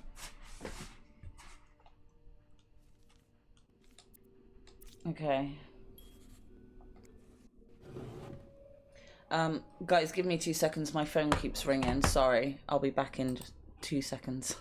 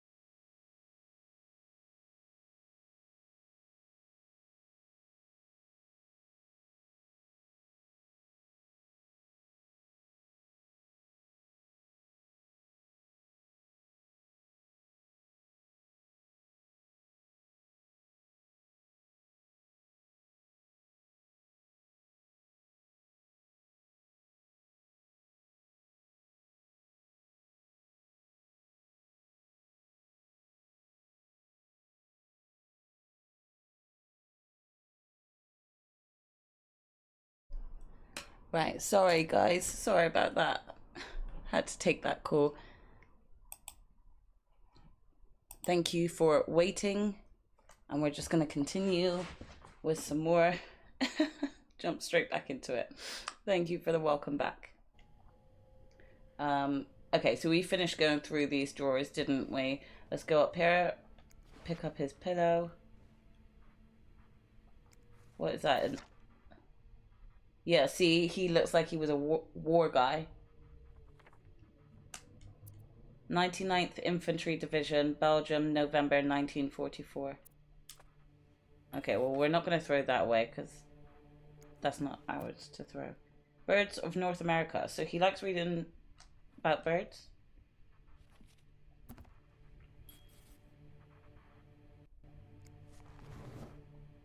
Okay, there's nothing in here.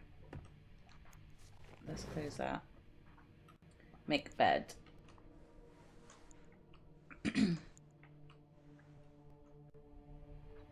Place pillow. Where's the other pillow? Oh, it's over there. Let's just finish making. The fuck is this on his wall? Who's he looking for? Okay, we're about to get our detective hats on.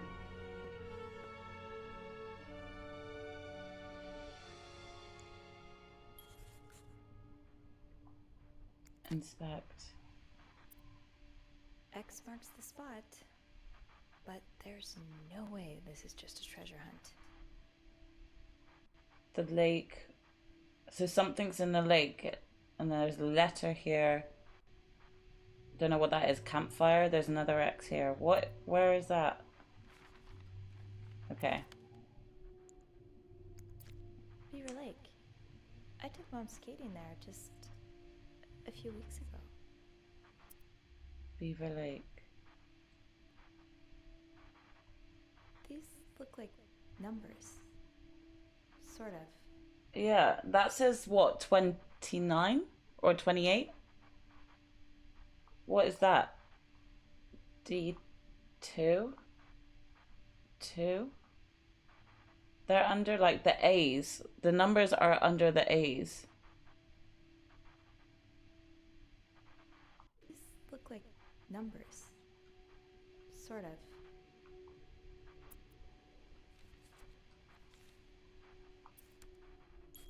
Okay. This is special occasion, wedding, funeral.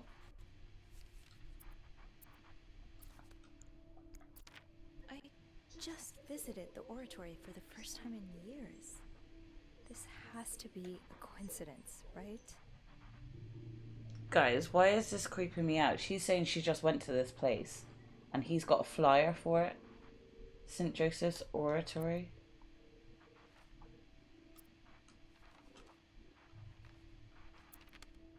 Could we search that? No. Okay. Where's A2 on the map? Can we go to the map? Hang on. These are train tickets, I guess?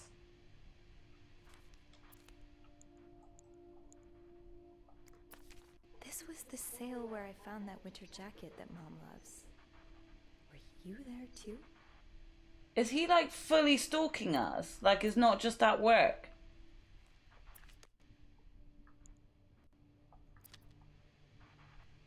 Why Harry's? Lots of burger places closer to the hotel.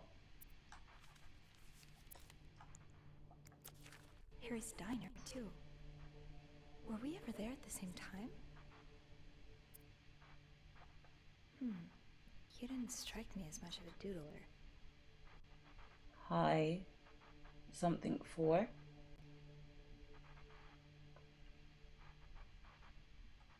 This is creepy. Harry's got that good meat. Well done, Harry.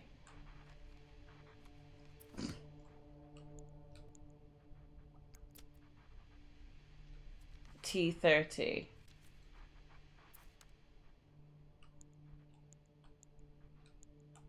I can't actually select the map. I don't get it then. Wait, it says throw away on some of these things. again, it's making me think, like, do I need to... I can only click throw away on the actual post-it notes. Okay, okay, I need to search all of his table a minute. Let me just put that pillow there, because my OCD is killing me. What is that? Cigarettes? Yeah. And that looks like a mirror. Okay, yeah, we're finding like hella... Literally, I'm like, there's so much info to take here. Okay, that was rejection letters from employer and notes from the employers and landlord. Pawn shop, a slip from a nearby pawn shop.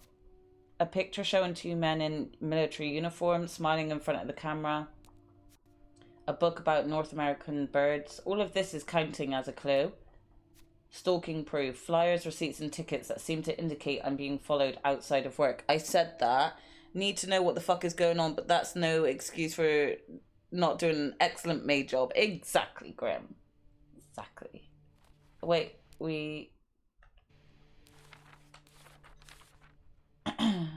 that map on his wall just makes everything weirder. Every thread points to a place I've visited lately. But what does that mean? Is this a series of wild coincidences, or am I being stalked? And if I am, why me of all people? Okay, Sophie, just stay calm. There has to be a rational explanation here. I just need to find it. I mean, do you think this is our dad? Because we said that, like, he left when we were 2. I don't know how old this Mr. Spade is, but he was in the military in the 40s. Sophie's only 21, and I think we're in, like, 1958 or something. Clean out the bin. What is this? Oh, he's got an erotic novel. And they were roommates. 1 room, 2 women, and so many secrets. Bridget Booswell. No one at school suspected what took place once their door was locked. Why did they mention the school? Oh, we got a synopsis. Ready, guys? She was alone in a town she barely knew, hundreds of miles away from home. She was desperate for comfort and found it in the arms of the most unexpected person. You got to think, this is back in the day where, like,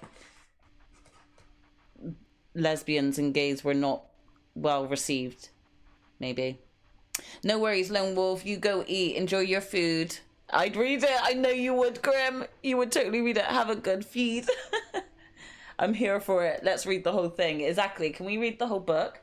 What first started as a normal friendship between 2 women soon blossomed into something much more passionate and disturbing. Why disturbing? It's nothing disturbing about 2 women wanting to get it on. This is a tale of love and desire like you have never read before.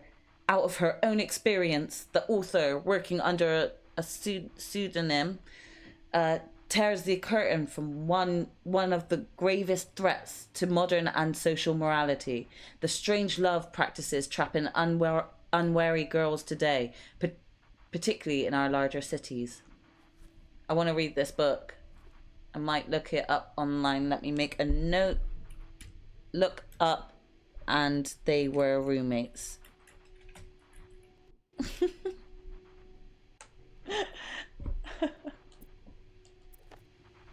I mean, it says I can throw it away as well. Why would I throw his book away? One man's trash is another man's scam. Trash. Instead of spam, it's scam. Okay, we're throwing that away because that is rubbish. It looks like all of these cans. Something tells me you won't be missing this. Yeah, let's get rid of these. Frank's beans. I hope you aren't eating those beans. Okay, let's look at all of this. Is this a floor of the Clarington? That's my schedule. Just how long have you been watching me? This is super creepy. He's fully stalking you, girl. Room service night mostly. Okay. This is really creepy. Morgan. Is that your real name? Why did you check in under Mr. Spade? Dear Mr. Morgan, you have to stop writing to this address. Lindsay died 2 years ago. I do not know what happened between the two of you, but please let us grieve in peace. Thank you, Lindsay's mother. Who the fuck is Lindsay? Lindsay. Did something happen between the two of you before she died? Again, I don't know if I should be throwing this shit away or just leaving it. Lindsay Franklin. And look, his name is Paul Morgan, so that's definitely his real name.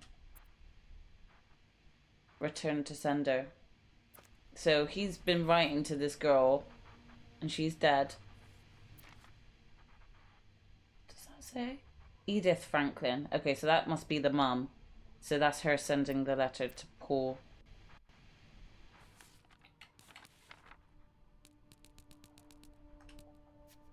A novel with 2 undressed women on the cover. A plan of the hotel's 5th floor. A letter from Lindsay's mother addressed to Mr. Morgan. A pile of envelopes tied together with a rope. Okay, again, I don't know if I should chuck any of this, so... Request to move to 507. Why did you want to change rooms? Dear Mr. Spade, the present letter is to confirm the reception of your transfer request from 507. Regrettably, the room in question is currently occupied by an extended stay guest. We are therefore unable to grant your request. Thank you for understanding. Please contact us should you have any other requests. And that's from our boss, Bernard. Number 1, Lindsay's address. Number 2, infantry division. Number 3, year of hospital discharge. Yeah, no surprise Bernard denied the request. Mrs. Beaumont's been here so long, we could probably just put her name on the door at this point.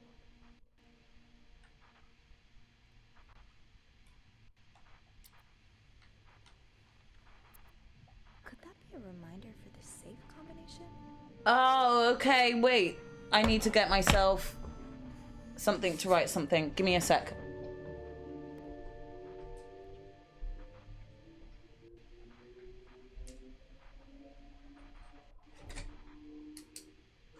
Okay. This is the safe combination shit we need to know. I need to write it down. I'm not going to remember. So number 1 is Lind address. Number 2 is, what was it? Infantry division.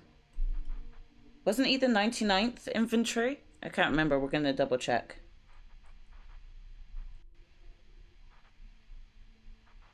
And then the 3rd of the year of hospital discharge, which I don't know if we've found that yet.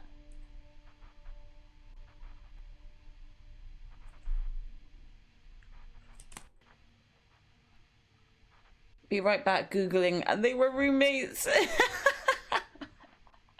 Let me know if you find the link to it and send it to me. Yeah, we're just making notes because I know that we need to find the safe combination. Okay, can we switch that off? Getting worse. I hope Mom's not too bored without her TV shows. Okay, let's just take these cups. Does he use these to spy on me? Definitely. Let's clean that ashtray out. There. What do we have here? Yeah. Okay, well, let's pick up that key. I need to find some clues to decipher that code reminder. What, we found some? We found some. We're just gonna have a look.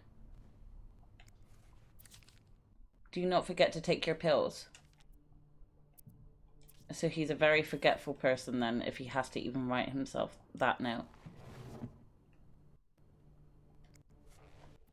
Oh, just the Bible, okay. Okay, so what's this key for? Letter from Bernard, a simple pair of binoculars, a note seemingly torn from a notebook.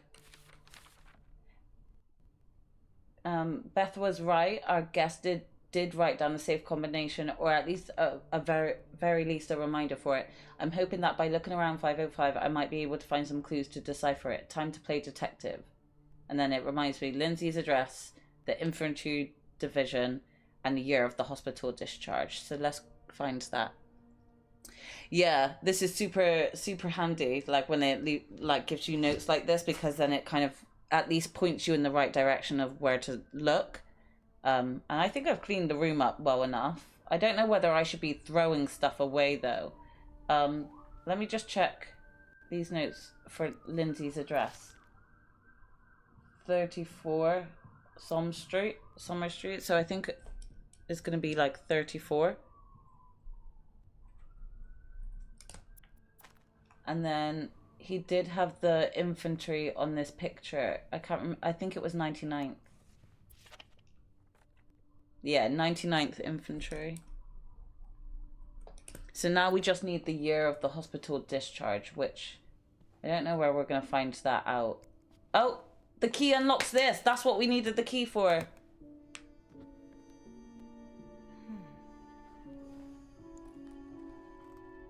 Oh. You spent 10 years in a psychiatric hospital. The third. Long list of diagnoses and prescriptions. Yeah, next level snooping for sure. Paul Morgan, psychiatric hospital in New York. See, he was born in 1924, so he could potentially be... I mean, is he her dad? Is that why he's talking to her? 57. What is that the next number? How do you know that? Oh wait, is that on here? Wait, what is it? The year of the hospital discharge. Date of discharge, 23rd of August 1957. Nice one, Grim. Right, we've got the safe combination, but let's read. He had anxiety neurosis, character disorder, chronic insomnia, short-term memory loss. That's why he's got the notes. I'm not going to throw them then, because that's a bit out of order. It makes you think of that. What's that movie with the guy and he's got short-term memory and he's trying to find out what happened to his wife because she got killed? What was it called? Is it Memento? Thank you. Yep, Jinx Grim. Memento. Yeah, it makes me think of that. Such a great movie. If no one's seen it before, go and watch Memento. It's so good. Honestly. Yeah, Jinx. Okay, so hospital course. Patient initially admitted for nervous breakdown. Patient displayed erratic behavior and mood swings, occasionally aggressive. Patient non-responsive to shock treatment. Shit. Neither insulin nor electric. This guy's mental because you fucking electrocuted him. Patient condition improved after new medication. And I'm not pronouncing the medication names there. Date of discharge 1957. Oh, she points it out. 57.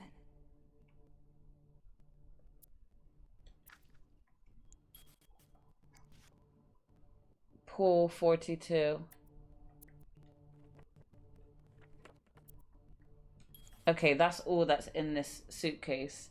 No, let's close it because we don't want him thinking that... Ah! I'm gonna put the key back. Yeah, no, place the key, bitch! Bitch, place the key! I'm freaking out. Beth was right. Wait, no, we got more clues, but I'll look at that in a minute. I'm stressing out. I didn't get to open the safe. I didn't get to open the safe. Well, shit, guys, we tortured him as much as possible and he's not getting better. You said you'd call if Mr. Spade was coming back to his room. Oh, yeah, I did. Oh, she fucking freaked me out. Oh my god, I nearly Stressing. heard the phone ring. I didn't mean for it. I was just so caught up in the thrill of it all. I had to check in. Did you find more pictures of you?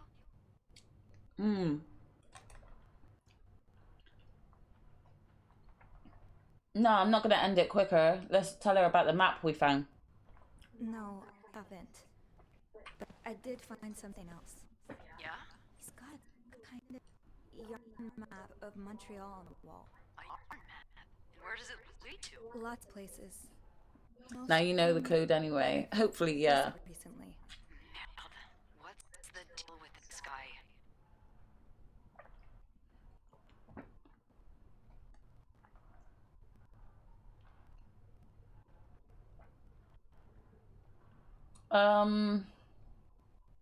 I might say Mr. Spade isn't his real name.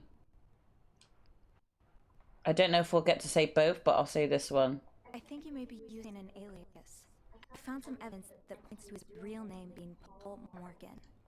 Well, he's certainly not the first man to check into a hotel under a fake name. Is it really common practice? It is, when the man in question is married, but the woman accompanying him isn't. Or at least, not to him. Considering the state of his room, I doubt Mr. Morgan was expecting any visitors. Did you find anything else? Oh, we can say that. Let's say it. He seems to be in love with this woman who doesn't love him back. She's dead. You mean you? No, someone else. You mean you? I found lots of letters addressed to a woman named Lindsay, but She sounds like my bestie. unopened.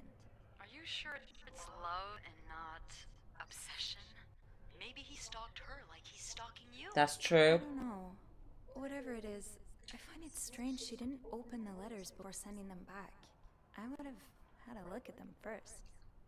Of course you would have. So, is that all you found then?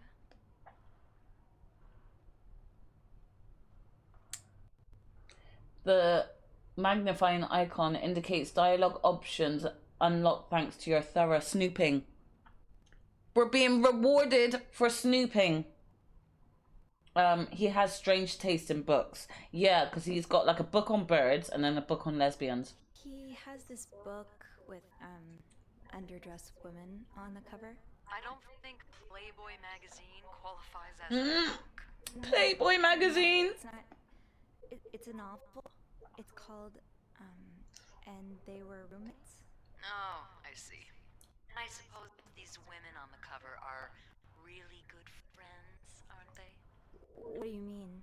Well, if it's what I think it is, it's probably one of those trashy books for men who secretly fantasize about women getting real cozy with each other. Grim, I did not know that we were in your room. It's a dream come true. Great literature, by the way. Playboy! Welcome back, Lone Wolf. Yeah, we're getting the Playboy magazines.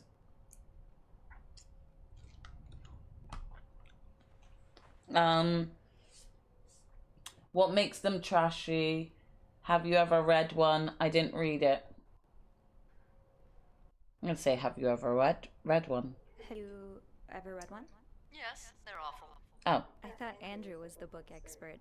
Oh, he definitely is an expert on everything you'll find in a nice little bookstore. As for me, I'm more the every weird thing you'll find at a train station expert.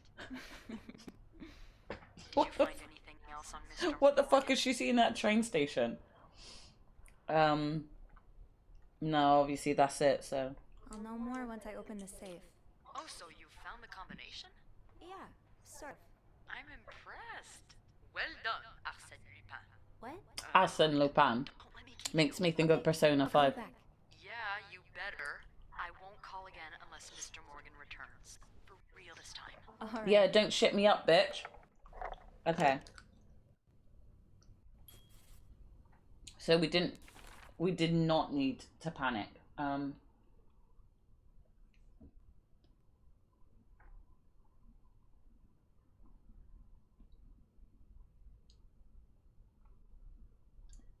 Don't know if I've read this one out.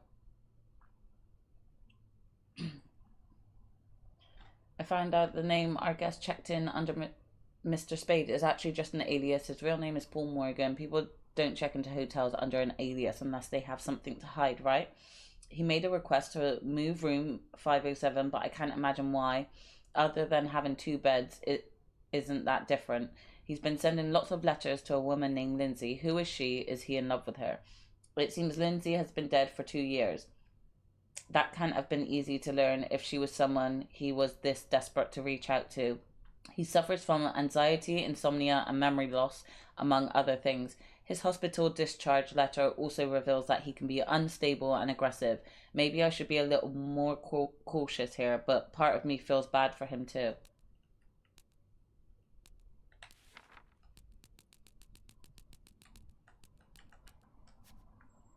Discharge letter.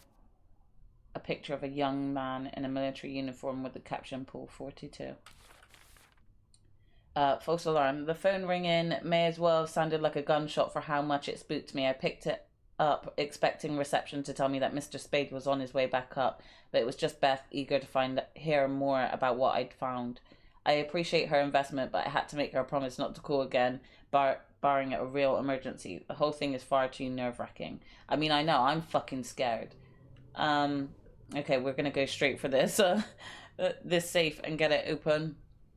Hey, I love a good trashy erotica. Me too, Grim. Me too. Okay, so it's 34. Whoa.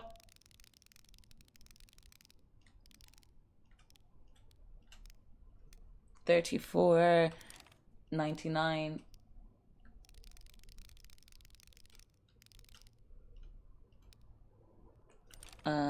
$57.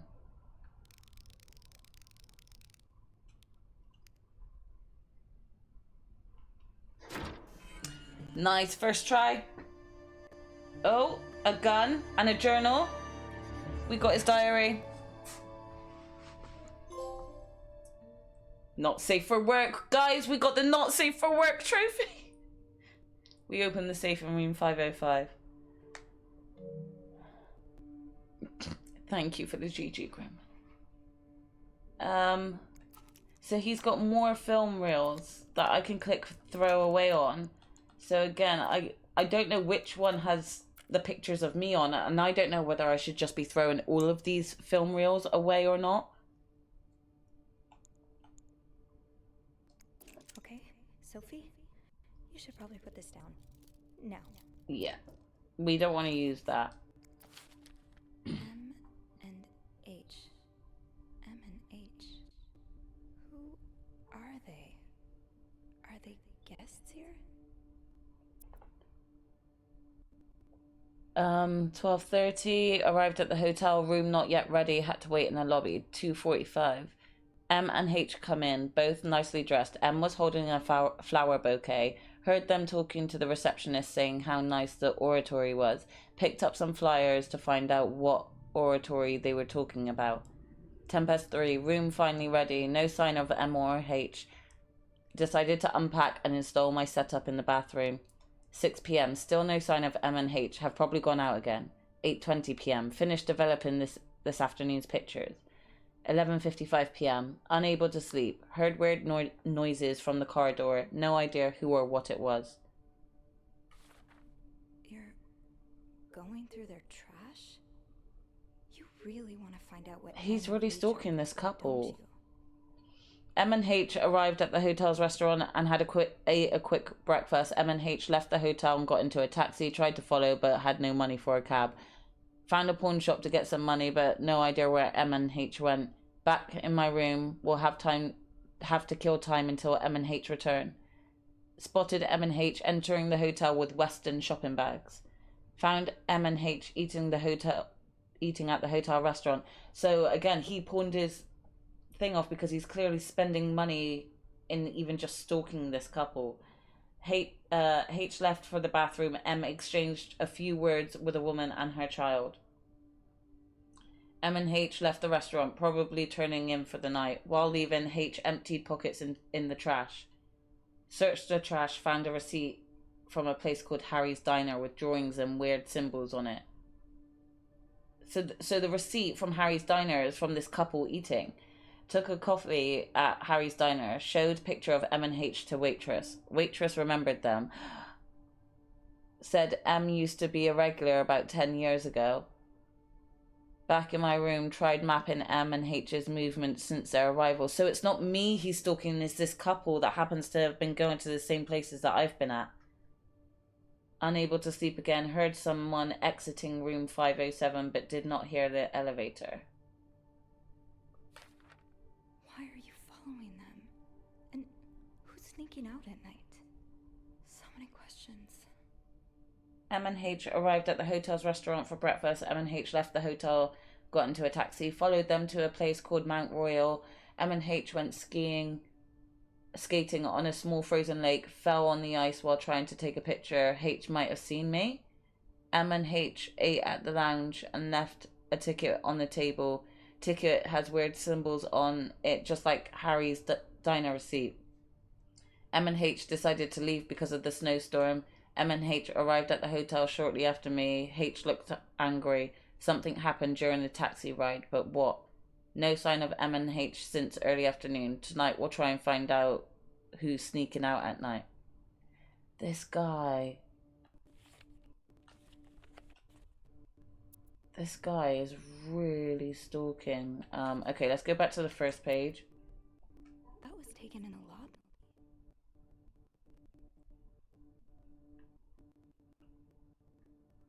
Don't know if there's any on this page. Oh.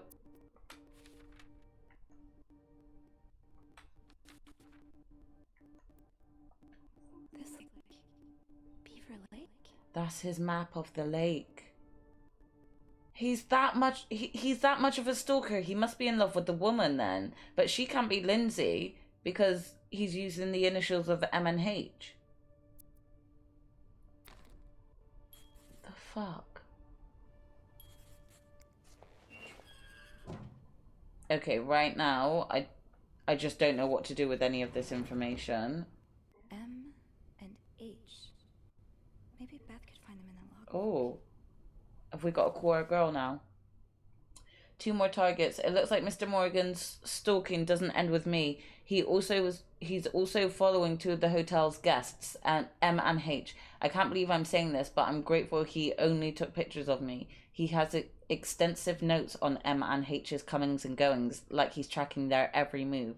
I need to find out who they are and what we have in common. Maybe that will tell me why I'm caught up in all this. Hopefully Beth can help, or at least reassure me that men like this get what's coming to them. This is quite creepy, you know, guys. This is really creepy. A gun with a European look. Stalking journal. A journal detailing the comings and goings of Emma and H. I'm glad like it writes it all down here so you don't actually have to go back to the actual clue itself in case you don't have access to it. Okay, let's call our girl.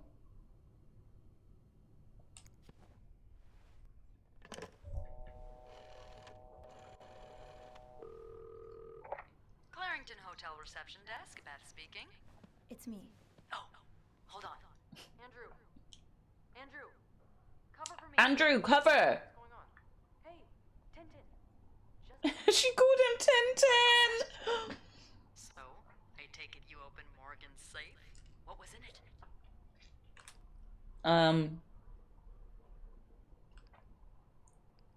I found his journal.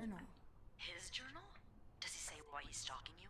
No, but it seems he's stalking 2 other people as well. Oh, who are they? They're guests. I don't know their names though. I was hoping you could find them in the logbook. Well, Snoopy, although it may seem like it, I'm not actually clairvoyant, so I'll need something to narrow the search. Do you know anything about them? Their initials. Mr. Morgan refers to them as H and M.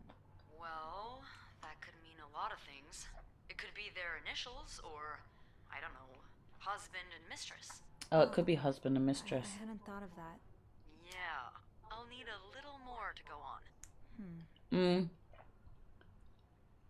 They're a couple. From what I can gather, it seems they're together. Okay, so they must be staying in the same room. Do Yeah. you have a lot of couples at the moment? Well, yes. It was Valentine's Day last Friday, remember? Shit. Oh. Oh, indeed. Would you look at that? There's a couple staying in room 509, Hector and Marcella Cruz. Hector and Marcella. H and M. Yeah, that's what I'm thinking.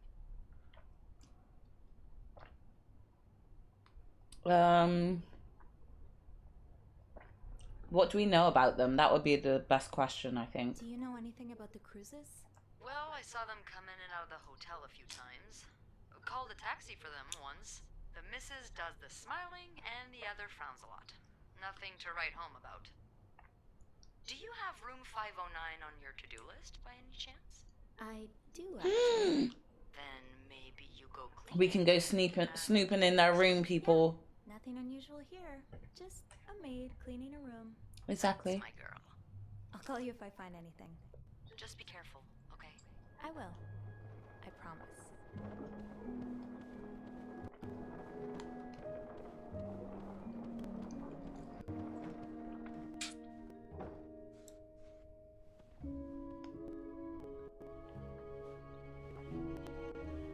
Oh wait, we left our keys downstairs on the table, didn't we? We're gonna have to go back down and fucking get those keys.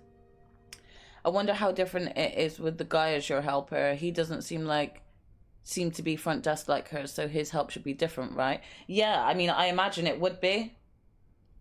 So I think it would be really good to do another playthrough, and I see how his help affects us.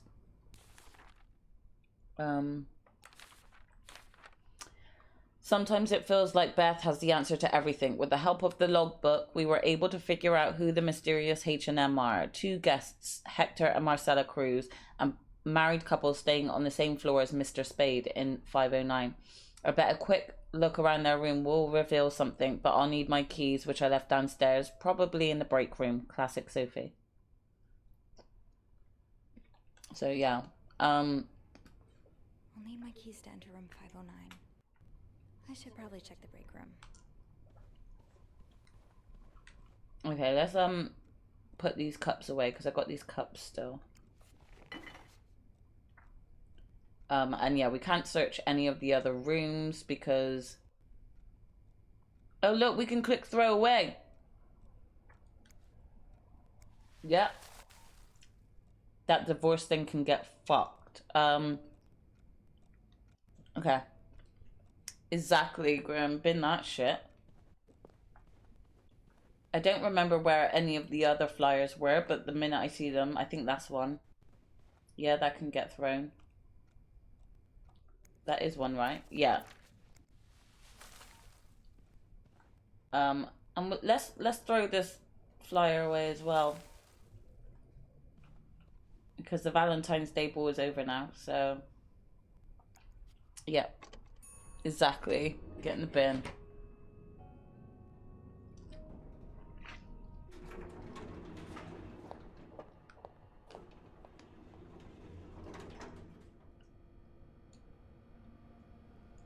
I had my keys with me during break.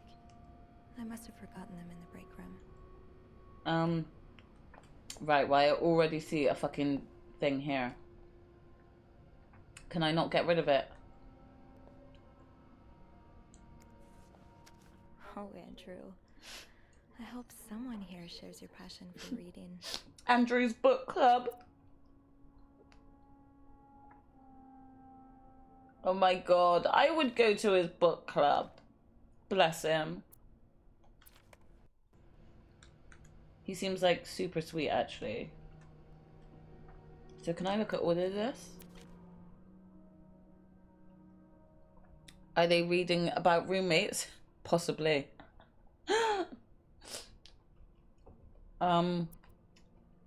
Do not forget to tell guests to avoid blocking corridors with their luggage. This is an accident waiting to happen, Bernard. Yes, Bernard. Carol seems sweet. If I wasn't so bad around new people, maybe we could be friends. Hi everyone, my name is Carol and I just started as the new maid. This is my first job and I'm really grateful to be given a chance to work in such a nice hotel. I can't wait to meet all of you. Welcome to the team. I hope you will enjoy it here. Nice to meet you. You have the same name as my aunt. Welcome, Carol. Nobody cares about your aunt. Reb? No one cares about your aunt. Yeah, get lost, Reb. Oh wait, it says selection mode? Welcome to our big, happy family, Carol. Lots of passive aggressiveness in here. The way things go missing around here. Sometimes it feels like the hotel just gobbles things up. Lost gold bracelet. Great sentimental value. If found, please return to Yvette. Okay. Well, I haven't found a bracelet yet. Can I look at that thing behind Andrew's? To all employees, as you are probably aware, Valentine's Day is upon us and we are almost completely booked for the weekend. I know this is the time for colds, but I will not accept anyone missing a work shift in the next few days. I want the rooms cleaner than ever. I also wish to remind you of our continued partnership with Weston's department store. Take every opportunity you have to suggest this store for our guests' shopping needs. No, fuck that department store, because they actually are complaining about a mental hospital being built in their complex and trying to stop that from being built. So fuck this department store. I'm not recommending them for shit. Thanks to this partnership, special prizes from Weston's will once again be awarded to our best employee at the end of the month. Thank you, Bernard. Fuck off, Bernard.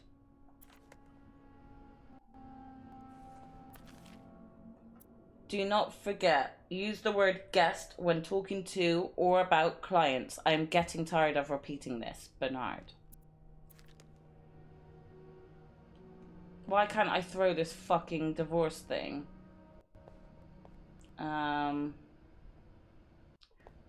What is that?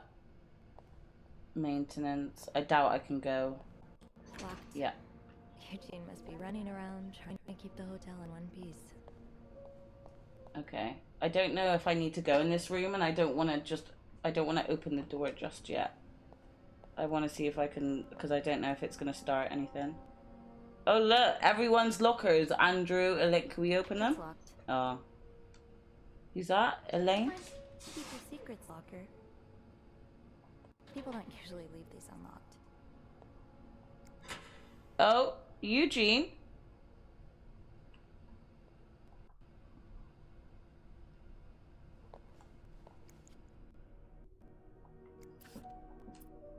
Eugene, half the washing machines are out of order. Because of this, I won't be able to finish our current load in time, and Beth will be forced to offer guests an apology discount.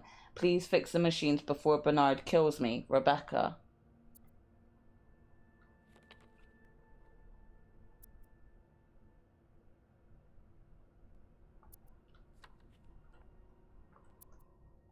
Beth definitely doesn't want more reasons to have to talk to guests, especially if it involves apologizing. Okay. Okay, so I think that's the only thing that I can view in here. I don't think I should throw it away, because it kind of indicates that I've snooped. Open sesame? Nope, no luck. Wait, there is loads of... The break room's up there. Okay, wait, I am going to go back and check that other room before I continue being a snoopy bitch. Yeah. Oh. Linda's not exactly, my door's always open, come on in, kind of boss. Oh, that's Linda's office. Nah, fuck that. Okay, more lockers. Oh, hers opens. The way they look at each other. Oh, you can tell. This is Jack's locker. They look in love, bless them. Okay, that's it. Well, that was boring, Jax. Off limits. Okay. Did I remember to punch in this morning?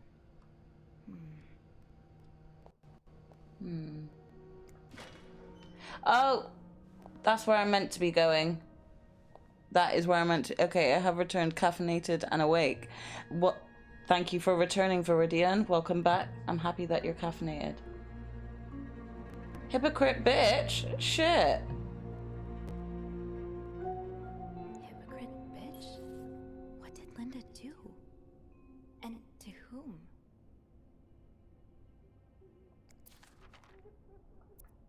Linda, my wife will be at her parents' tonight. So come by my house at 8 p.m. and make sure you bring the new lingerie I bought you. Who the... Is that Bernard? Because he's put B. Linda, you're sleeping with Big Boss Man. You scat. There aren't that many people whose names start with a B around here. Homewrecker. She's a homewrecker. Well, that was boring, Jax. It was. Well, that wasn't a nice thing to write on someone's door. I mean, to be fair, Linda has been described as being a bitch, so she probably earned it. That's not even a tiny bit subtle, it's not. I reckon we should throw that away before Linda sees this. Because I have a feeling like Linda's going to be proper pissed. Let's wash this off. And I think I'm going to throw that letter as well.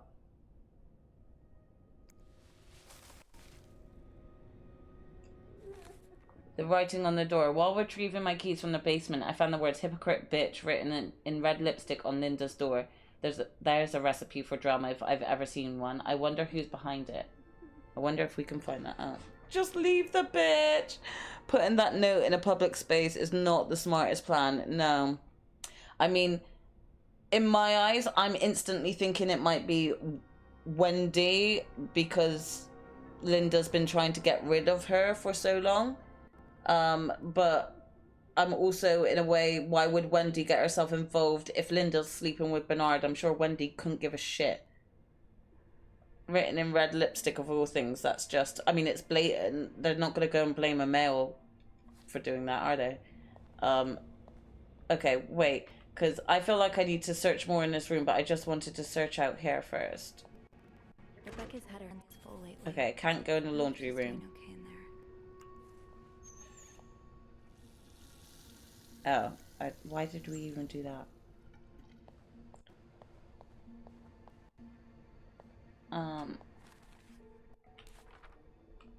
Oh, we got a new character in the colleagues, Rebecca.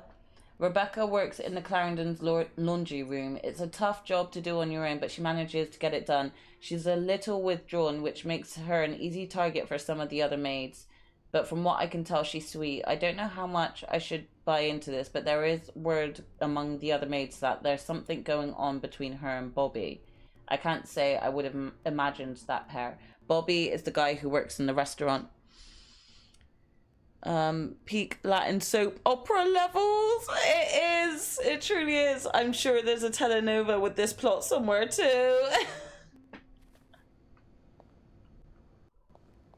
I mean, I don't think we can interact with any of these things on the shelves. Oh look, there's another love heart. Oh, another one. Wendy and Jack have really gotten around. Wendy and Jack have really got around. Shoot, it's locked. I guess I'll have to get Linda's master key instead. Okay, so let's continue going around here and just looking. A message from Bernard. For Valentine's Day, please leave chocolates on the beds of rooms occupied by married couples only. Linda. I would have eaten the chocolates.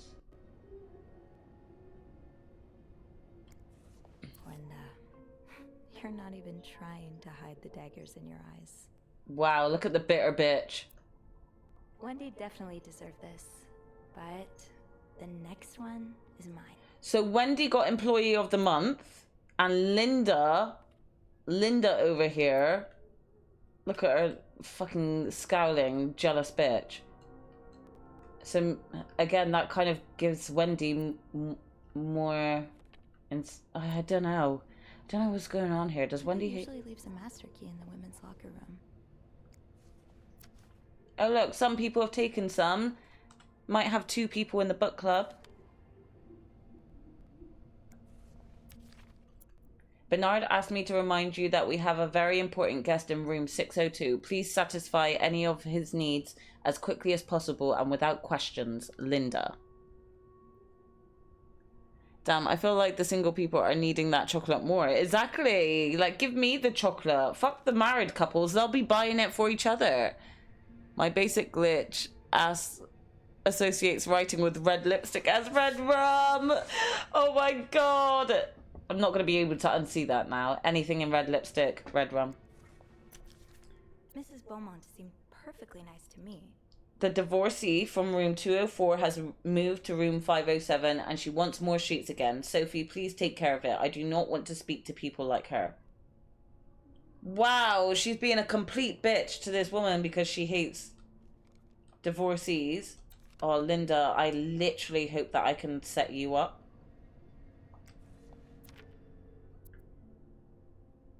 I think we read this one out in the back. Yeah, we've already read this one. So it's a duplicated one. And what's this? If you see the freak from 505 loitering around the hotel, please tell him to stop. Bernard says he's scaring some of our guests, Linda. So they're talking about Mr. Spade there. She called him a freak. That's not very nice. Okay. Excuse me. Let's see if we can, if there's more lockers that we can open. Tempting, but every penny adds up, Sophie. Red rum, red rum. Okay, this one opened. I don't. Whose locker is this? Yvette's. This is Yvette's.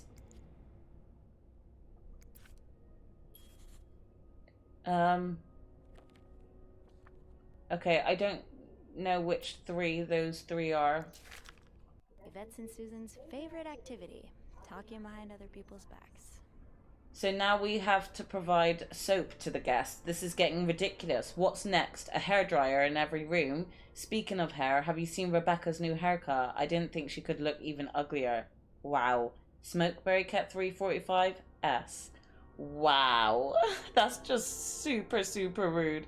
Anyone Linda doesn't like is probably cool, but Spade is digging for info he shouldn't. I'm conflicted. I know, I'm feeling really conflicted with Spade because he really is doing stuff that he shouldn't, but after reading kind of like the fact that he's been in a mental hospital for 10 years, is an army veteran, is like, can you really like blame him because he sounds like he's messed up in the head?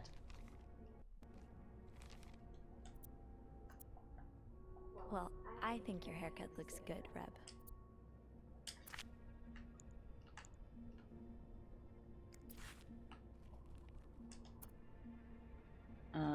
Okay. Well, that was boring, Yvette. He's been in a tough hole, gotta dig his way out. Yeah, but he's also still not doing it right. Whose one is this? Susan. Yvette and Susan. Okay, Susan, what have you got in here? I can't believe Miss Perfect got Employee of the Month reward again. I'm sure she won't even use the mixer she won. She's too dumb to understand how it works. Poor Jack. He deserves so much better than that stupid whore. Wow! Yvette and Susan, you two are also bitches. You two need to join Linda in the trash. And did you see that look on Sophie's face when Bernard first showed the mixer? You'd swear that weirdo had never seen one in her life. Anyway, join me at 11:15 for a smoke break. What a bitch. What can I say? It was a very nice mixer.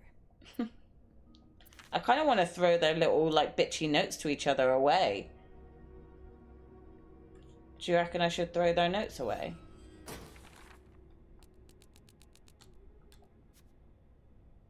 Okay, so that's Yvette. So she was the one on the very left in the picture. Yvette is one of Clarendon's maids. She and Wendy used to be friends, but now she's just awful to her. She and Susan have teamed up to ensure that no one at the hotel goes ungossiped about. And then Susan's the little black lady.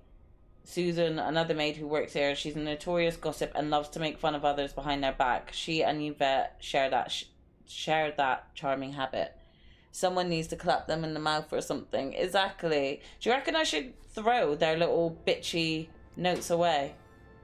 I don't know if that will have any form of impact, but it says I can throw them away. Do you reckon I should?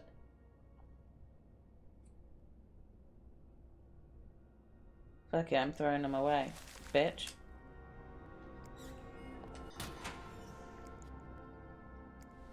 Bitch. Wish you could add extra notes in it. Fuck you kindly. Oh, okay, Wendy.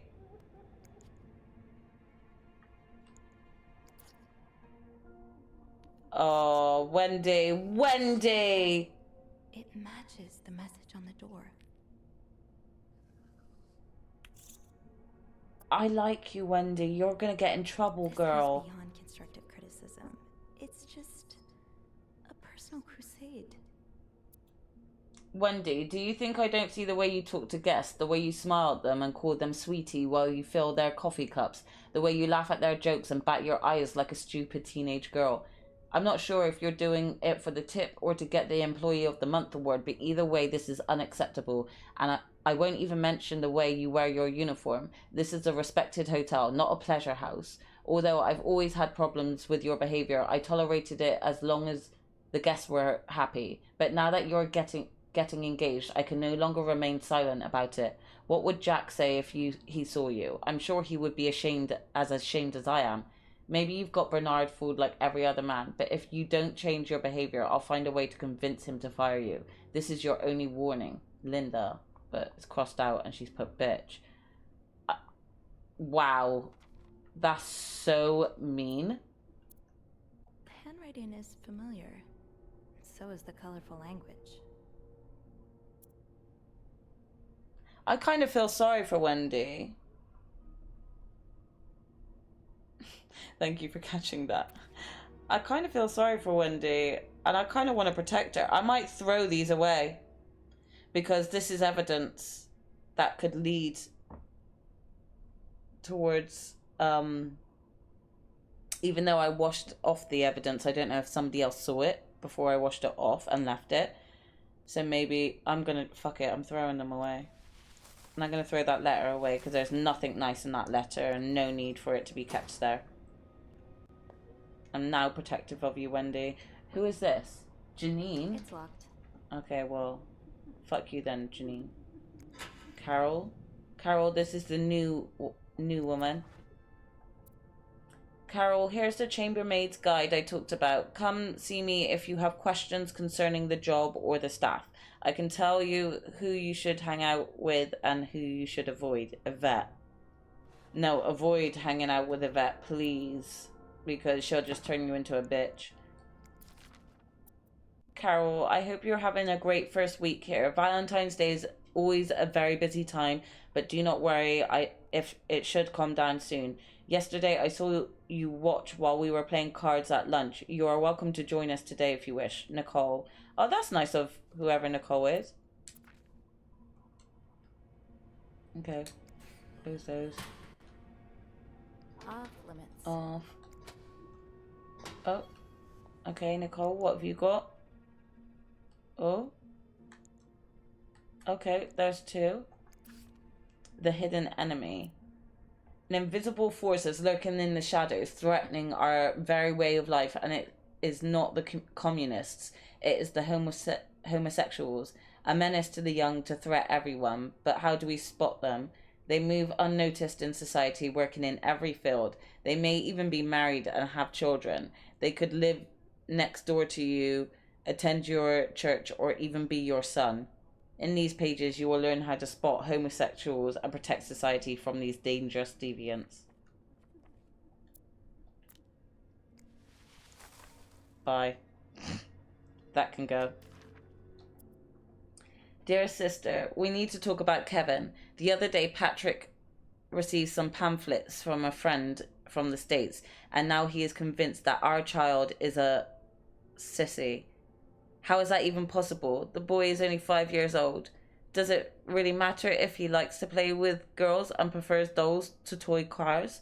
Still, I cannot help but think, if Patrick's right, if Kevin indeed is like that, what kind of a future awaits him? will he ever be able to get a job, to have a family, to live a normal life? Every time I look at him now, I feel like crying. I just want my little boy to be happy. Is that too much to ask? Love, Nicole.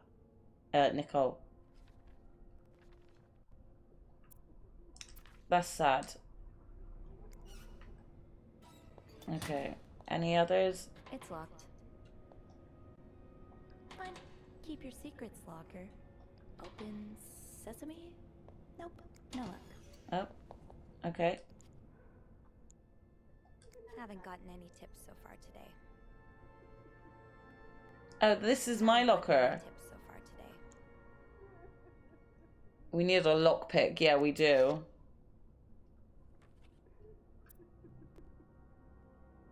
Ariadne's legacy. Being recognized for doing a good job. That feeling never gets old. Sophie, I noticed a real improvement in the quality of your work lately. I've heard a few guests saying how clean their rooms are after you go through them. Who knows, maybe you'll manage to steal the Employee of the Month reward from Wendy. Linda. Well, Linda likes me. But still, I don't like her. Off limits. Fine. Okay. Your secrets locker. Anything here to pick up? To be tossed aside by your best friend like that? Oh, Wendy, that's a special brand of heartbreak. So this is from the picture that was in the locker that Susan's got. Put an Assassin's Creed on it, exactly. That's really upsetting. I'm gonna throw that away. She don't need to see her picture dash on the floor like that. Toilet.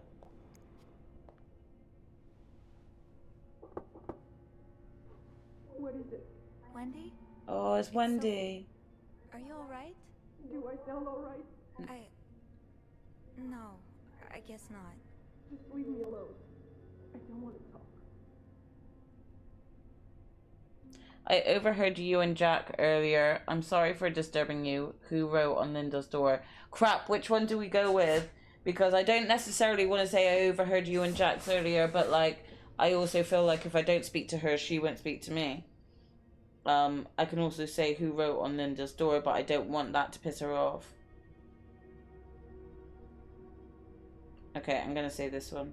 I was in the break room earlier and, This might get us in I trouble. couldn't help but overhear your argument with Jacques. I'm sorry he let Linda get to his head. He should be trusting you, not her. Yeah, well. I know I wouldn't be your first pick, but I'm here if you need to talk. Maybe later. I just can't talk about it. I can't talk about it right now. Okay.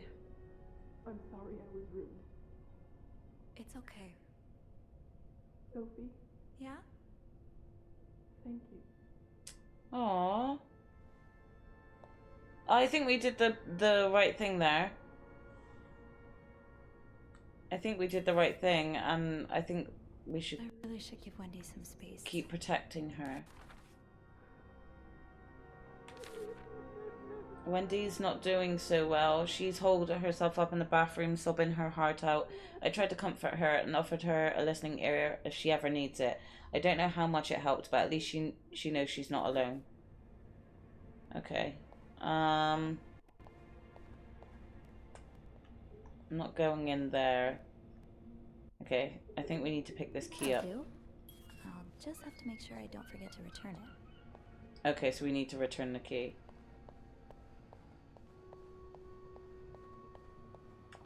Right, the master key only unlocks the guests' rooms. I'll have to get my keys later. At least I can get into 509 now. Right, so what? I've got to go back I should up. be able to open 509 now. Back to the 5th floor. Okay, so we're going to have to go up, but then we're going to have to remember to come back down to bring the master key back down. Thank goodness Linda keeps a master key in the locker room in case any of us ever misplace our own set. I can now unlock 509. Hopefully I'll find some answers in there. That's fine. We'll go up. We'll go back up, but I'm not going straight to 509 because I'm going to want to... I'm going to want to check the other rooms. On break already? More nosying. Yes, 100%. Isn't that this job? Well, they're both with, so... What about you? I thought you'd be in 509. I'm heading now. Damn, Beth. I just had to Want to be this roommates? before I could continue our Innit? investigation. Oh, I see. Well, this has been quite the day so far, hasn't it? I can't remember the last time work was interesting. Yeah, that's definitely one way to put it. That's not all, though. Yeah, the sirens in real life. Again, I don't live in the ghetto, but I do live in the center of my town, which leads to the hospital. So, it's always sirens going off. I just saw something on Linda's door. I spoke to Wendy in the bathroom. I might tell her about Linda's door, because that's quite gossipy, you know? I had a moment there, thinking they were coming for me. I hear the siren too. Sorry, guys. I should have muted the mic. I was sure I put, like, the sound suppression on it, so it shouldn't have picked it up, but... While I was looking for my keys, I'm still a basic bitch. I found some graffiti on Linda's door. What kind of graffiti are we talking about?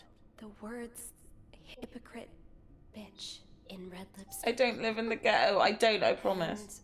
And, I found a red lipstick inside Wendy's locker, so... No, it's better this way. They're coming to take me away.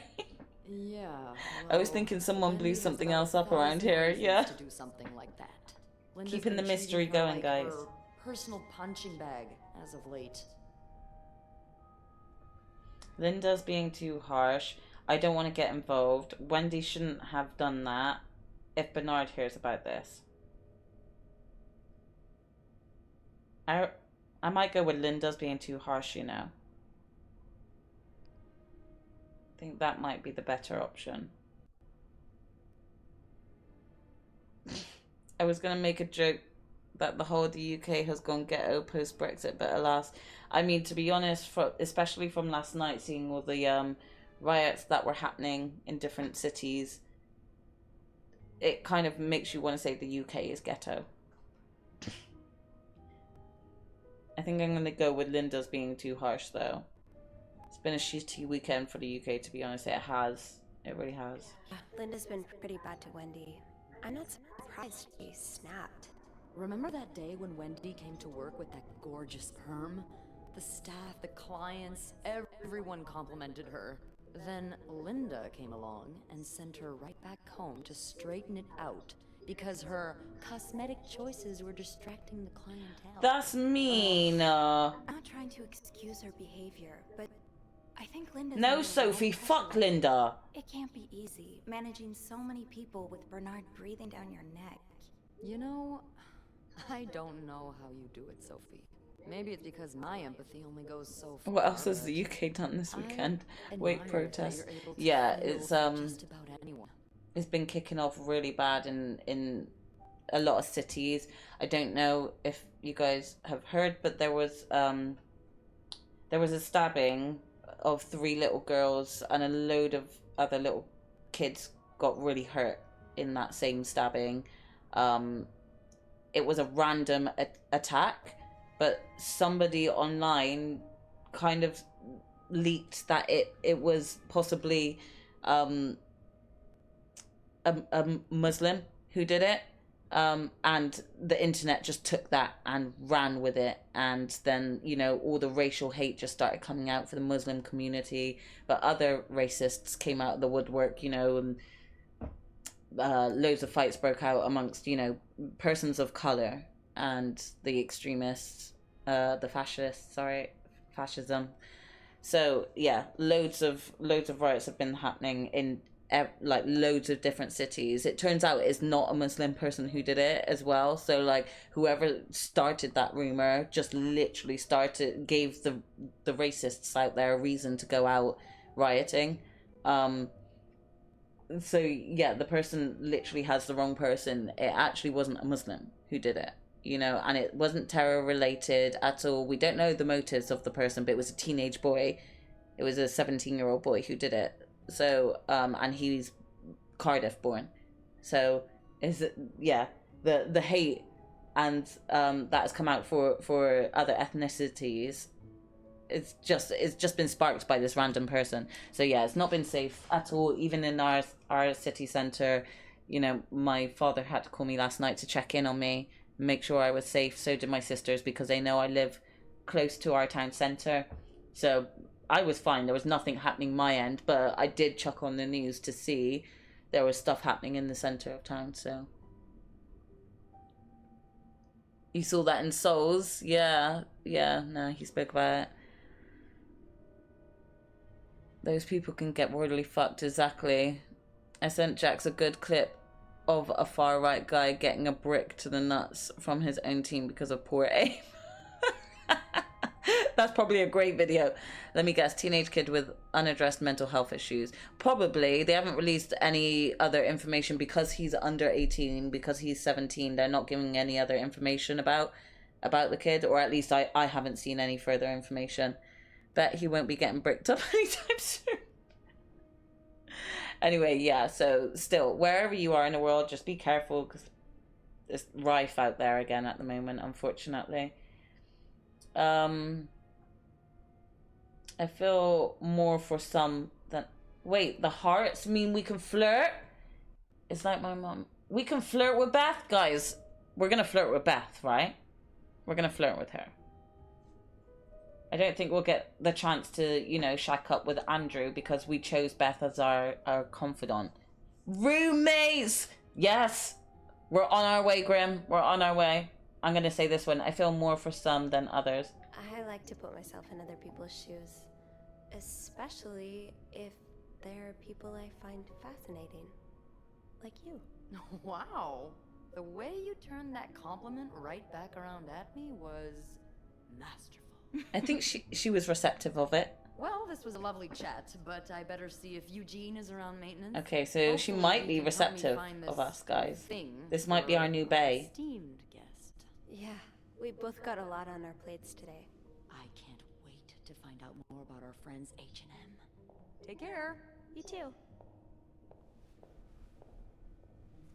Okay. Let's head back upstairs and get our nosying on. I don't think I need to stay a bit longer. Let's just leave. Woo! Lesbians! Yep, we're literally going for the lesbian run. So again, I'm gonna assume that, like, if you had chosen Andrew as your confidant, you obviously get a romance option with him as well. They made this bed alright. Hey, I am making my beds really well. With the master key. Let's get to the bottom of all this. Beth and I agreed that the graffiti left at Linda's door, hypocrite bitch, was most likely Wendy's doing. I hate to say it, but Linda's given her enough calls after all. Well, don't worry, because we protected Wendy and we got rid of the evidence to point it to being her. And I washed it off, so... So we're trying to go to room 509, but I'm wondering whether that was... We've done that room already, and then this is Mr. Spade's room. I wonder if we can do these other two rooms first. Oh, I do have 506 next on my list. Should I pop in before checking out 509? Guys, I am such a good maid already. I was thinking of that before she even said it. Nell's proud of me. I don't know if 507 will let me do it, but let's go into 506 and clean this room. Okay, they have a safe too. Oh boy. Someone's been living it up. Whoa, okay. Let's get cleaning, guys. I might need to get some fresh towels. Let's check the bathroom. Oh, look at that. Sorry for the mess. They left us a little message with the little kisses and the hearts. Time to lay in it. Yes, for sure, Viridian. Okay, thank you for your apology. I accept it just because of the cute message. Why are the champagne bottles in the fucking toilet? Okay. I don't think I need to replace towels, actually. So that's good. Why is there a random fucking shoe? What's the story behind this? We're throwing it away. They've left the room now. Okay, we can't. Let's clean the bath.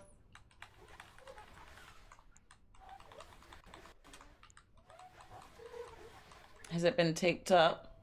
No idea, but I got rid of it anyway. Why are the champagne bottles in the toilet? Today in sentences I never believe I'll ever hear. Exactly. It's like, why? Like, they left a pile of bottles down here, so why not leave the rest there? Why were they all piled up in the toilet bowl? It just doesn't make sense, does it? Or just dipped in shit. Probably. Right, I think that's the bathroom clean. Yeah. Okay, so let's just close that door. Another fan of The Gossiper. I never did finish that article from this morning. That feels like so long ago now. Dean knew he had a date with death, the gossiper. A peek into the lives of the rich and famous.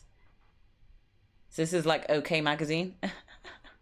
Lone Wolf, are you a beard wearer? My face is grown hairy, and once again I feel conflicted over whether I want it or not.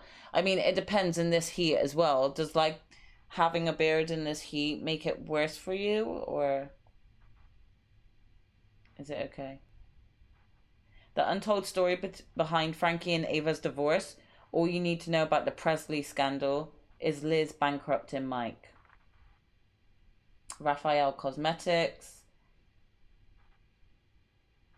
A lipstick that lasts all the way down to the red carpet. Worried about smudges? Fear not. Raffaella has Boost, a kiss-proof formula, ensuring your enchanted allure lasts from dusk till dawn. We ensure your lips are always camera ready. Snap breathtaking photographs that immortalize your beauty and be just like the glamorous Hollywood starlets. Give your lips the Hollywood treatment. With this new shade, he'll wish he stayed. What a quote. He'll never deny you a kiss with lips as red as this. Get ready to pucker up with Raffaella's lipstick collection. In vivid hues of scarlet reds and blushing pinks, these magical lipsticks exude an aura of irresistible allure that will leave hearts throbbing. Gonna have to get me some lipstick.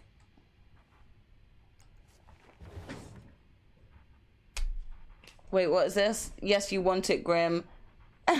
Heidi straight in with the answers, always. Heidi's always there with the answers when it's needed. No purple he wants. Just hearts. Yeah, just hearts. Wait. Oh, okay, sorry. It flipped out on me for a sec there. Nothing in the drawers.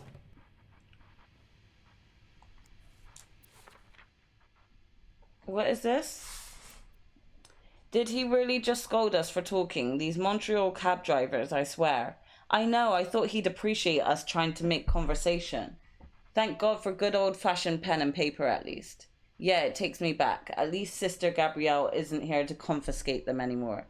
So like I was saying, are you ready for your week-long bridal shower, Mrs. Hubert? Stop it, Simone. I'm not Mrs. until we walk down the aisle, and this week is for thinking about anything but that.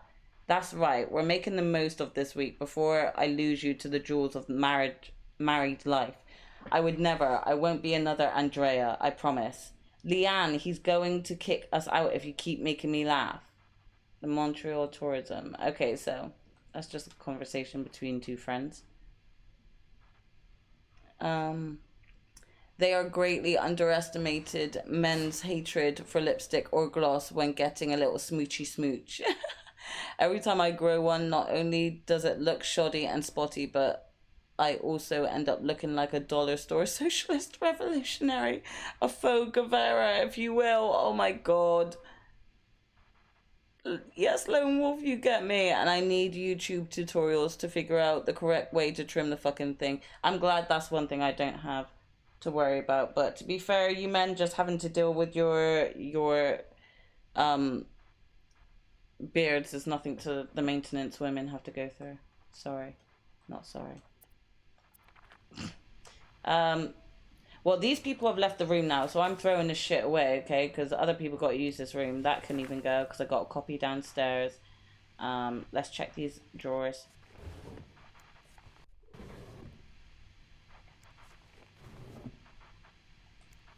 Hey, I've shaved my legs once or twice, too. Not recently, though. I doubt.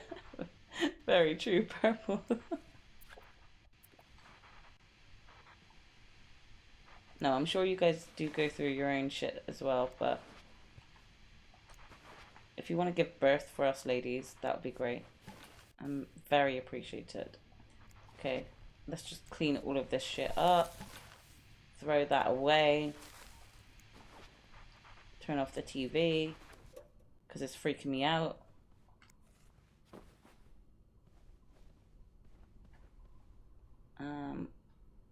Why have they got the caution wet floor sign in their room? Like, how hard did these people party? Maybe I should start with a beard and shave right down to my toes. That might take you a while, Grim. Hard pass on that one. Why start at the beard? Go top to bottom. Exactly, top to bottom. You know why? Look like a shiny Cubert. Hey, everyone likes a Cubert, a body. Not exactly a gift. Just left it behind like. This Valentine's Day, I'm on the hunt. And I'm not going home without a prize. Ew. What a gross, cheesy message. Dear my beloved Leanne, much as I would have loved to spend this Valentine's Day with the woman who's about to become my Mrs. Hubert, I'll happily make do with the lifetime of Valentine's Day awaiting us.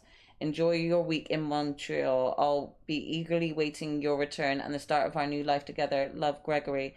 P.S. Don't let Simone rope you into anything crazy. Tell her I need my bride back in one piece. Okay.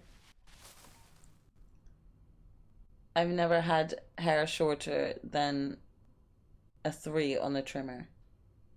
So you've always had long hair, Grim. Interesting. You do not know the horror of having sensitive face, skin, and beard. That socialist revolutionary joke was because my face turns red with irritation like nothing else. Oh no, that sucks, Lone Wolf. I'm sorry about that. That definitely sucks. Is that the Bible again? Yeah. Tempted to try the cue ball look, but knowing I'll need a hat for a few weeks while it recovers if at all goes wrong is daunting. Now 3 is fairly short, but it sure as hell isn't bold. I couldn't pass for rude. No, the thing is, like, my brother-in-law, he always tells me, like, the story of, like, when he was younger, he lost a bet with his mates and had to shave his hair off, but his hair never grew back. Oh, we can adjust the picture. That's good. See, look how thorough I am being. I am the best maid ever. Can we get that? Yeah. Are these all empty? I assume they are.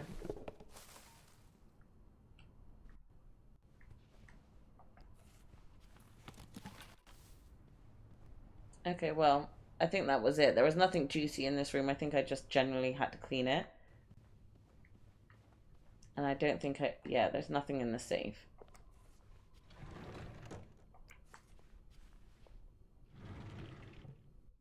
Okay, nothing in there. This must be pretty damn satisfying. It does feel a little bit satisfying, I'm not gonna lie. Knowing that I did a good job at cleaning. Nothing juicy except the sheets. Oh my god, after that night for sure. I bet it was absolutely gross. Sticky sheets, everything. Okay, let's try 507. Do not disturb.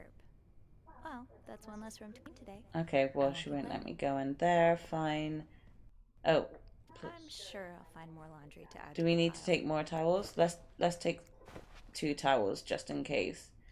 We're supposed to be going in room 509, but I want to try 508. I do have 508 on my list, but disturb I won't. For now. Oh. Maybe we do these rooms later then. You know? Maybe we do these later.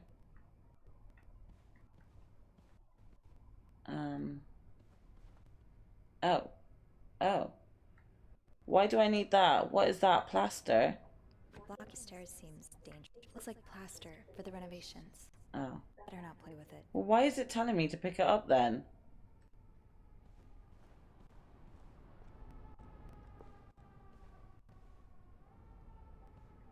Can we open this? I think I have all the supplies I need. Okay. I think all we can do now is go to 509. So let's get our nose on.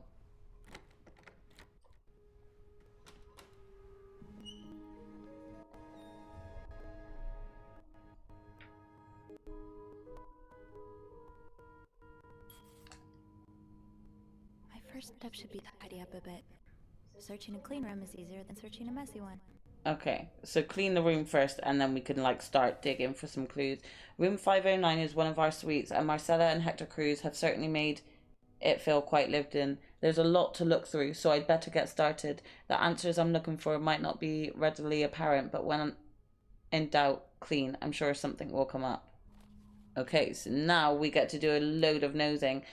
Give me 2 seconds, guys. I just need to run to the bathroom and then we can continue to search the shit out of this room. So, yeah, I'll be 2 seconds and I'll be right back. Thank you, guys.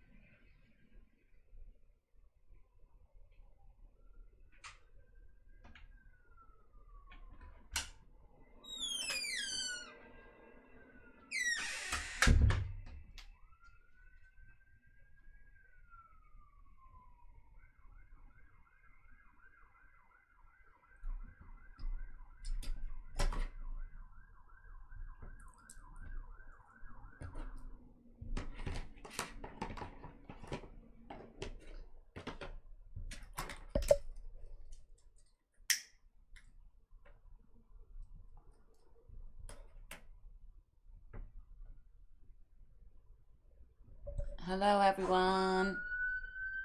Oh my god, and the sirens are going. Jesus Christ. Check if there's any champagne bottles. Oh my god. Definitely wasn't from me. But, let's just continue. Do I need to... Looks like someone had quite the shopping spree. More work for poor Rebecca. Hang in there, Reb.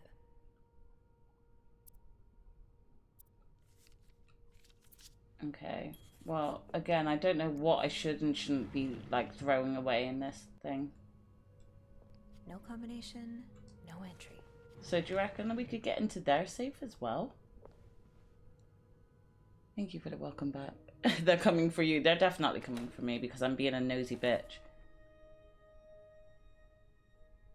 I think it's our clues that have updated.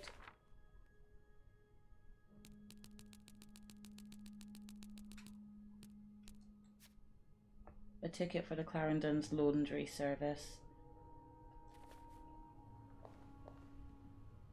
Okay, let's clean up because she said we may as well clean first and then we can find stuff.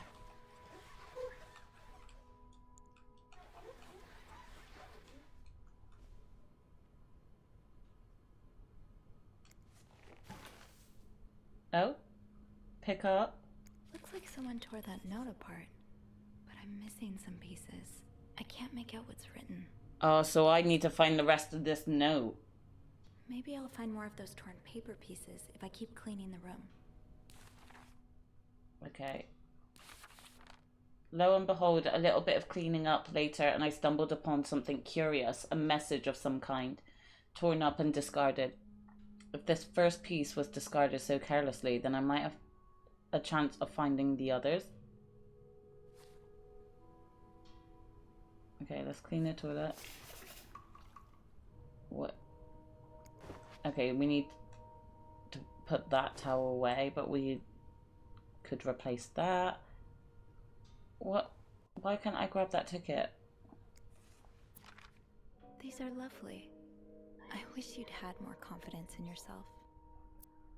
I still love you as much as I did on the day I met you. I will always remember the first time I saw you in that beautiful blue-red dress on the... It seems like only yesterday when I first... 10 years ago, I promised I would always love you, and today I pledge again what I pledged 10 years ago. Everything changed the day you came into my life. I hope it will change again when a new member enters our fam. I hope we can soon expand our family with a... You know how important family is to me. So this person was clearly trying to write down something for their loved one, but they just didn't like the sound of any of these. I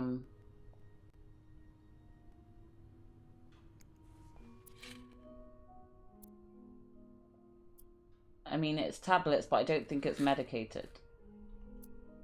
Oh, aspirin. Okay, well, that's not surprising. Everyone has aspirin or something. We're not going to throw away their toothpaste. Let's clean this.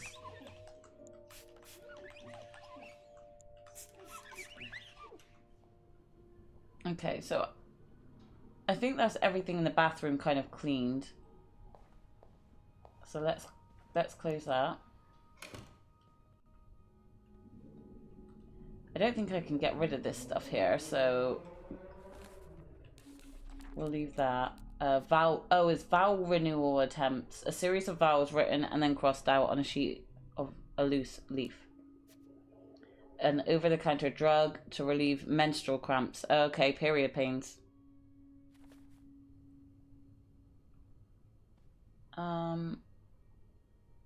I'll hold off on throwing this out just yet. The food's practically untouched.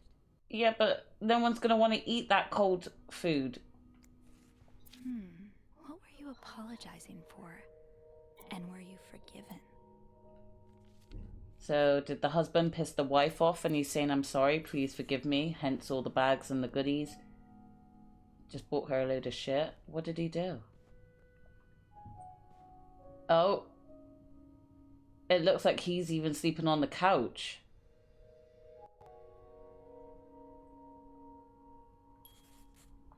This is not a good look.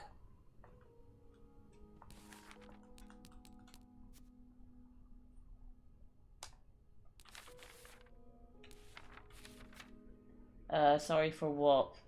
Somebody left a note on the table apologizing for something. One of the cruisers clearly wronged the other, or thinks they did, but I don't know anything more than that. I'm sorry, please forgive me. 5 little words can only say so much. Just realized I didn't switch my cam back on. Hello. Sleeping solo. One of the cruisers seems to have made their own sleeping arrangements on the room's couch. Whether that was voluntary or at the demands of the other is unclear. Probably both. What is this? Mr. Hector Cruz. Fire and life insurance.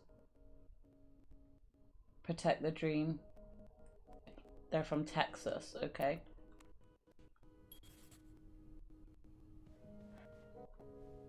I mean, I don't want to switch the TV on.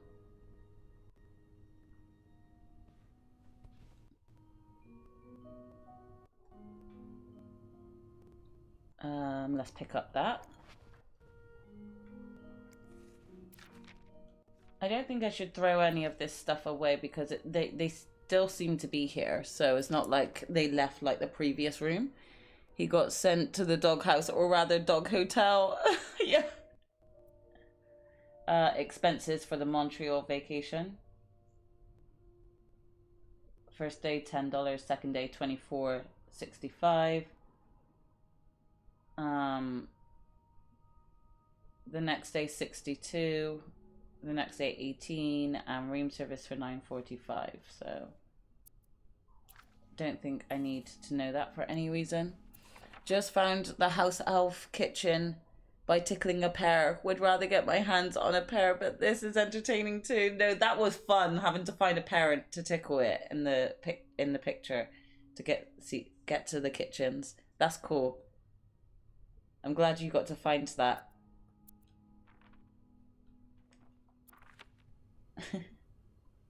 Okay, I don't think I can look at anything on this chair. I'm not going to throw any of that away. Let's inspect in here.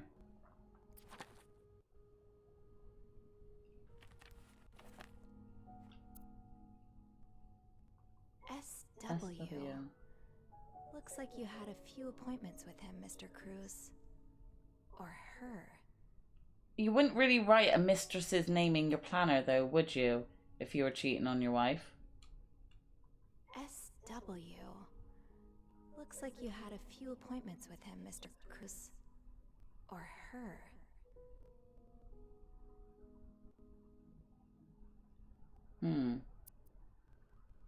That's interesting. So he could possibly have been cheating. Person looking for you. I wish we could go into other houses' common rooms, but you win some, you lose some. Yeah, that's true.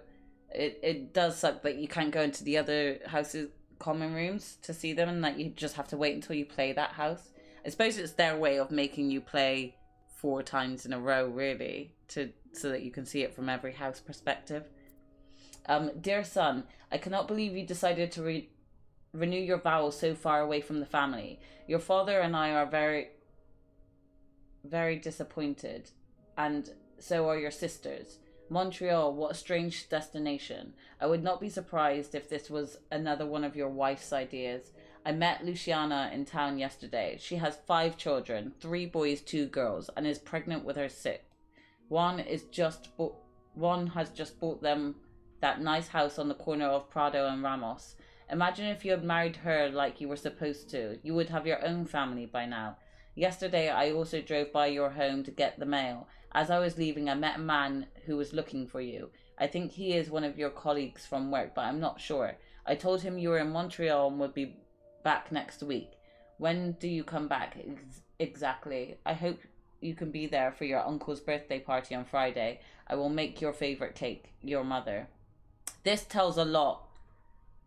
This tells a lot. Okay, so A, it seems like Hector's family don't really like his wife, Marcella, because she's like, she saw some other girl in town and she's got 5 kids and that could be you by now. And she seems quite bitter that they don't have children themselves. I was hoping there might be an endgame free roam that removes that restriction. Yeah, no, I don't think there is, Grim. Sorry to tell you that already. But I don't think there is because I'm not able to go in. I've had to obviously start my own gameplays for different houses to be able to see it and get it.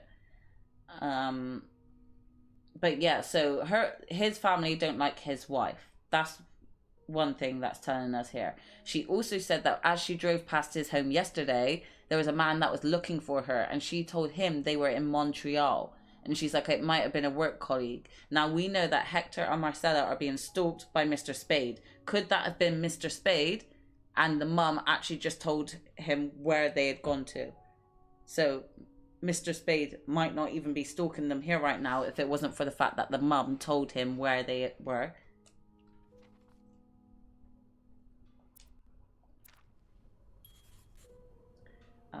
Okay. Mans has a Bible down here, so he's obviously praying, probably for the healing of his marriage. Wow, you look like a couple out of a magazine. Yeah, she's beautiful. February 14th. They got married on Valentine's Day in 1948. How romantic. These pearls, they look absolutely gorgeous on you. Though, I bet you could make anything look good. Yeah, she's probably super beautiful. What is this? Rosary beads. Okay, well, we're not going to throw that. I don't think... Someone's been sleeping here. I should leave it as it is. Yeah. I can't clean up the table. Phone call. That's got to be... Yeah, the same paper and the menu. Bin. Is there anything in the bottom of this bin? Yes.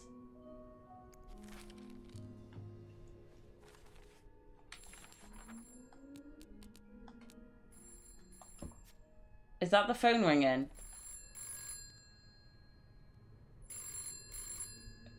Beth?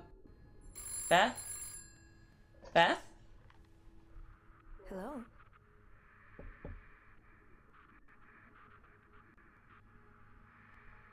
Hello? Beth? Is that you?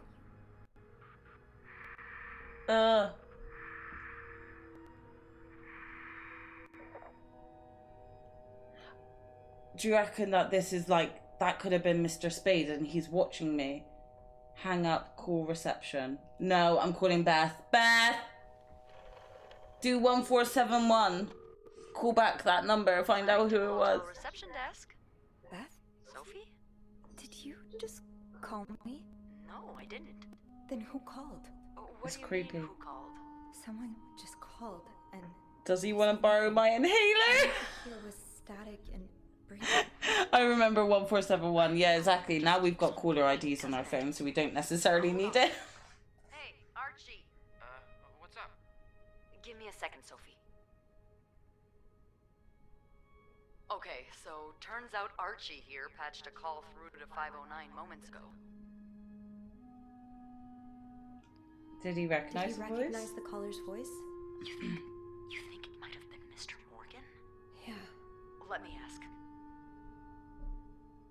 Okay, so it was a man's voice, but he can't be sure if it was our creep.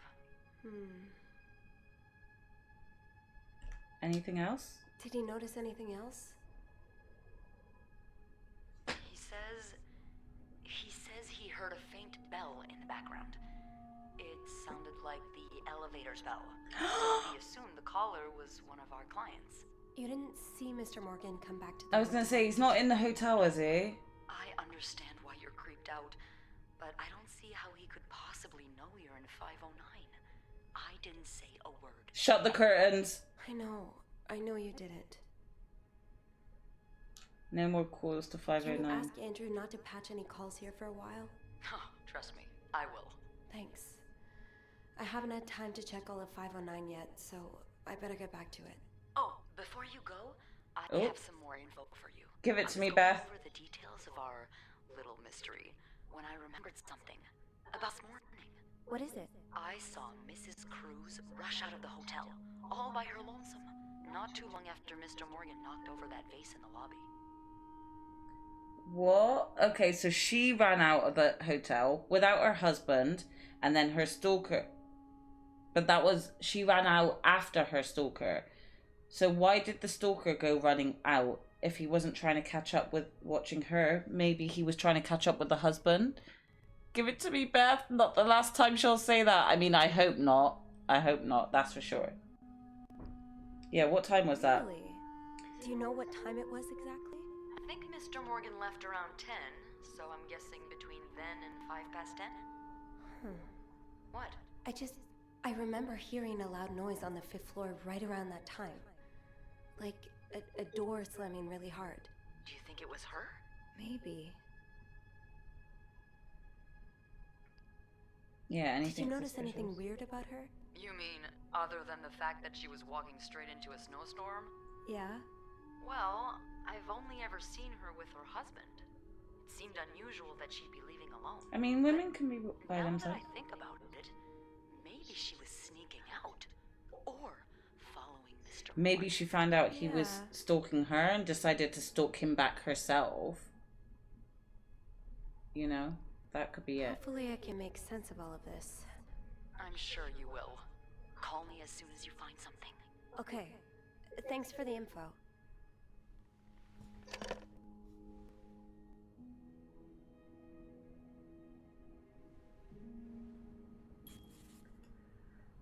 Okay.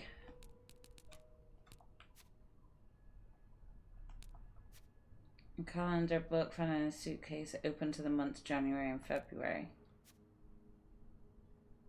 A letter found on a couch addressed to Hector Cruz from his mother. What did that say? Okay. Mr. and Mrs. Cruz wedding picture. A small leather bag with a rosary hanging out of it. Hello? The phone rang while I was tidying up room 509.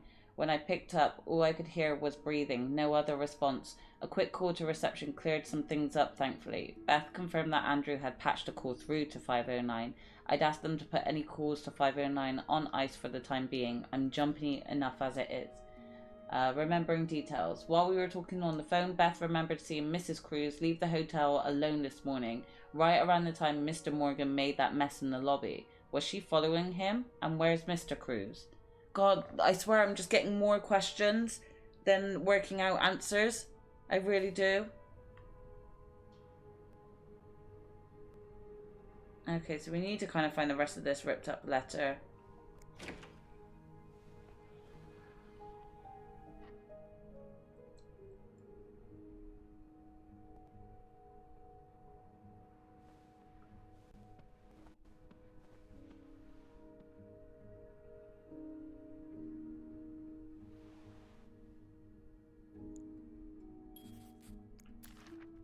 Mrs. Cruz got her personal information stolen. Is Mr. Morgan behind it? Oh, shoot, yeah. Dear Mrs. Cruz, we wish to apologize on behalf of our company for the privacy breach that occurred on the 25th of September and thank you for calling it to our attention. We are currently investigating the breach and trying to understand how this individual was able to obtain your personal information. Rest assured that we will put measures in place to make sure the situation does not repeat itself. Your privacy is and always will be one of our top priorities. So yeah. Did Mr. Spade or aka Mr. Morgan steal her information? SOS. Who could blame you for seeking help? I'd do the same in your shoes. Look at these. So it's got a number underneath the O and another number underneath the W. These scribbles don't look random, but I can't figure out what they mean. Who could blame you for seeking help? I'd do the same in your shoes. Locked. It looks like the code is made up of 4 letters. The code is made up of 4 letters. I'm just gonna write down like O with a 5 and a W with an 8.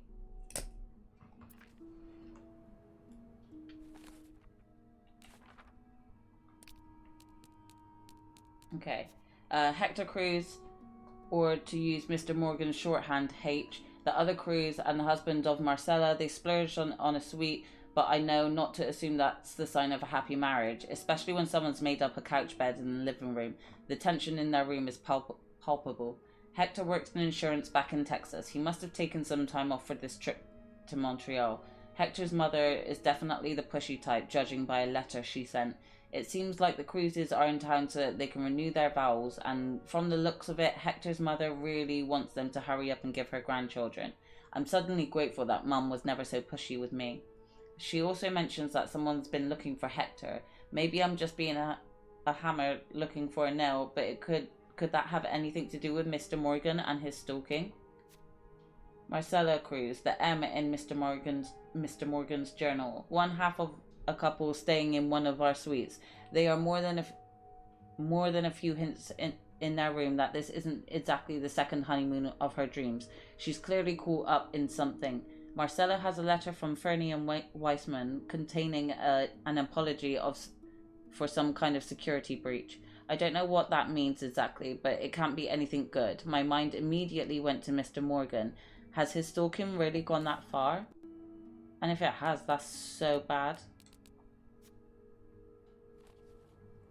Is a typewriter case. Okay. Let's keep our nosying. And we'll also make the bed. I don't know where the other pillow is though. Oh, unless that's the one that's outside on the couch. So we'll just leave that there.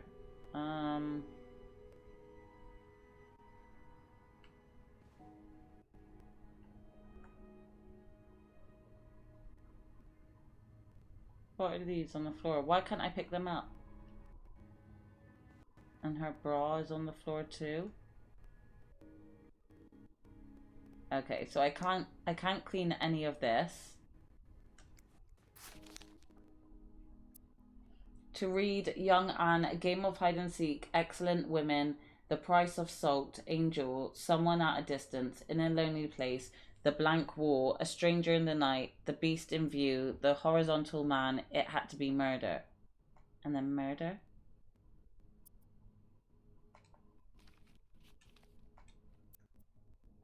Whoever wrote this is as much a reader as they are a doodler.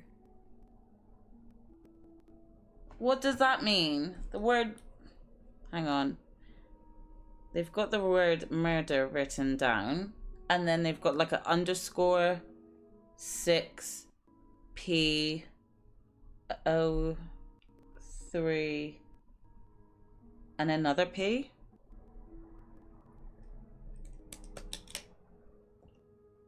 Is this like spelling something out? It doesn't have to be murder. Oh my gosh. Her voice is so annoying in that movie. Well, anywhere really. Okay, we can open that. Hang on, let's look in her drawers really quick.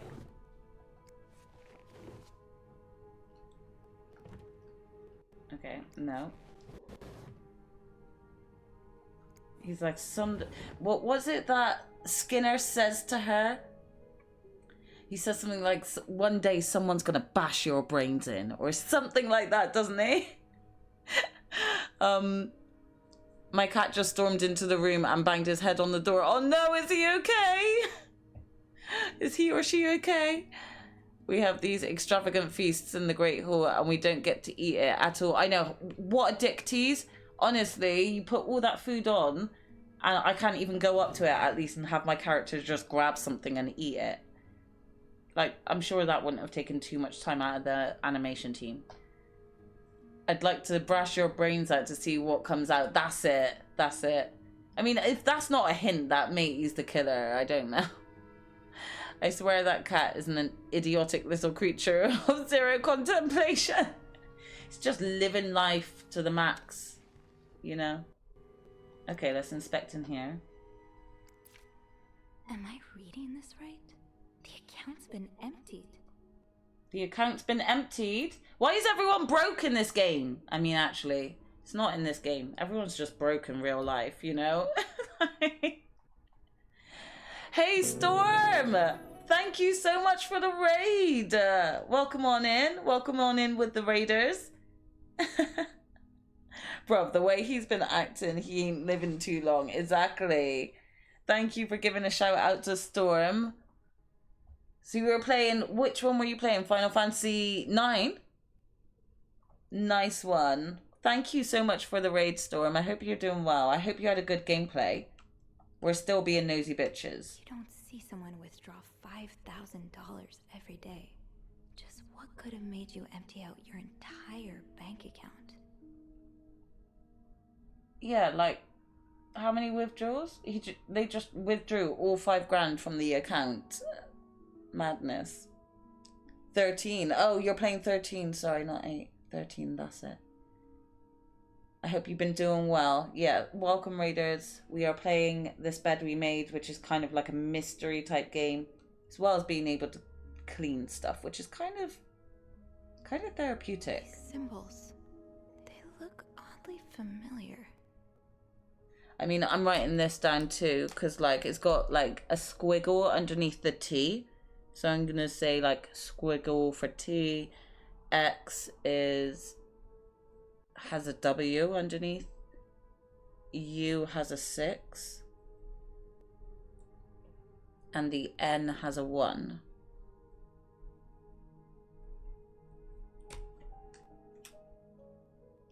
I really don't know if this all means something, but yeah. Anything else to inspect? No. Okay. So we can close that. Let me eat some lamb or something. Damn you, Hogwarts. Exactly. Like, it's such a tease.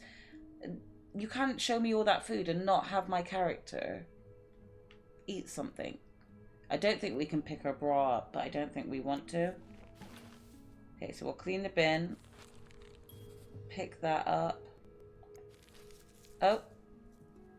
Okay, so I think we must have all of the note. Oh, I didn't see her bedside table, Sophie.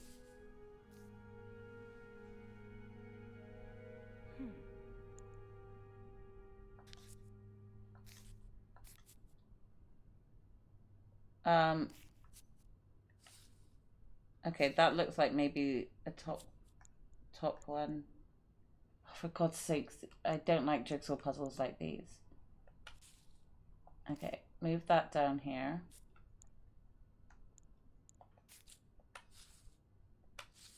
I think that might be like this corner, maybe.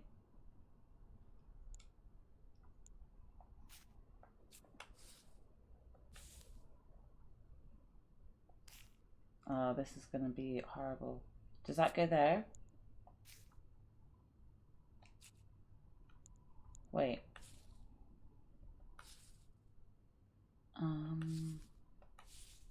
That looks like that. Maybe?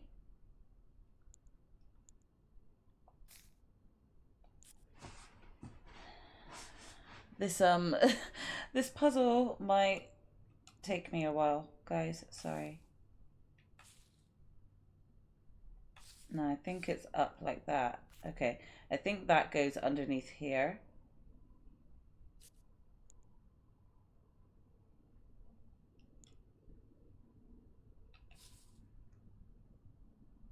Is that at the top?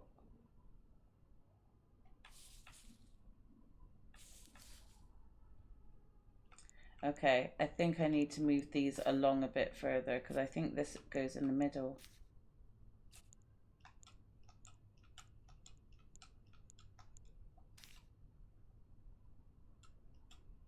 Yeah, I think that goes there. Okay, we're not doing too bad. This one maybe? No, that's too thin. Does that go there?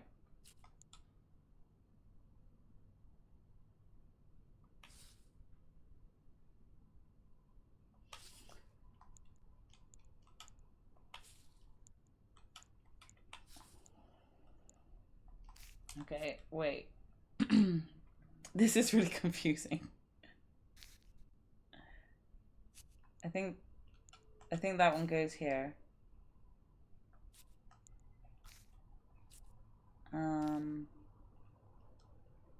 Okay, there we go. Nice. Like that. We did it. It's Thanks, Grim. some kind of code. Could I break it? Wait a minute, but I don't think I feel like we solved the torn note puzzle in room 509. Thank you for the GG. I feel like I need more, because there's loads of symbols on there that I know I don't have the thing for. That yarn map Mr. Morgan has on the wall of 505. Weren't there some peculiar doodles? Symbols, maybe. We got to go back to 505 because, you know, on Matey's, in the other guy, the stalker guy's room, he's got like a map with yarn attached to it, and it had symbols in there. We didn't write those down, so we need to go back to that room. But I just want to finish checking this room because I didn't get to finish it.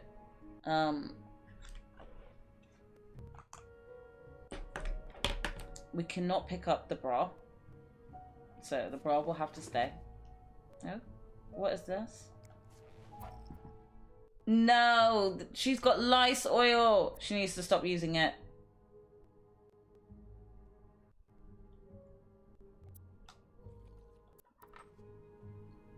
I'm gonna throw it away. Okay, I don't know what that is in the middle. Looks right up Andrew's alley. I wonder if he's read this one. Is it another erotic book? Margot B. Thompson's Stranger in the Night. She thought she was tracking a killer, but the killer was tracking her instead. Grim, add this to our list of books to look up to read. Okay. A novel by Margot B. Thompson, San Francisco, 1953. Gloria Gray is an aspiring writer who works in a diner by day and writes crime fiction by night. When a series of murders occur across the city, she decides to pursue the killer in the hope of turning her story into a best-selling novel. She meets Hugh, a mysterious young man who offers her his help in finding the murder, but as soon as Gloria starts to wonder if he is the killer. Read the story that's on everyone's lips before seeing the major motion picture. 50 cents. Oh, does she have a stalker kink? She might do, you know. But the thing is, she's being stalked, so she's getting it. Pills provide birth control. Oh, wait, look. B and C have symbols. I'm writing that down. So B is the open bracket and C is the closed bracket.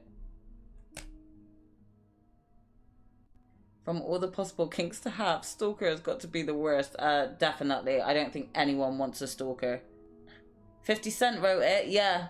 Yeah, Heidi. He did. So I think I'll reach out to him and be like, can I get an exclusive copy of your book? Development of a contraceptive pill believed to be the ultimate form of birth control was reported yesterday to a group of journalists. The pill was tested among 218 women. Despite reports of some undesirable effects, Dr. Tenenbaum said the pill shows greater promise for future. Yes, these are part of the same set. I think I can use this. I was going to say there's this one as well. More of these symbols. Just what I was looking for. So G is N and P is a plus.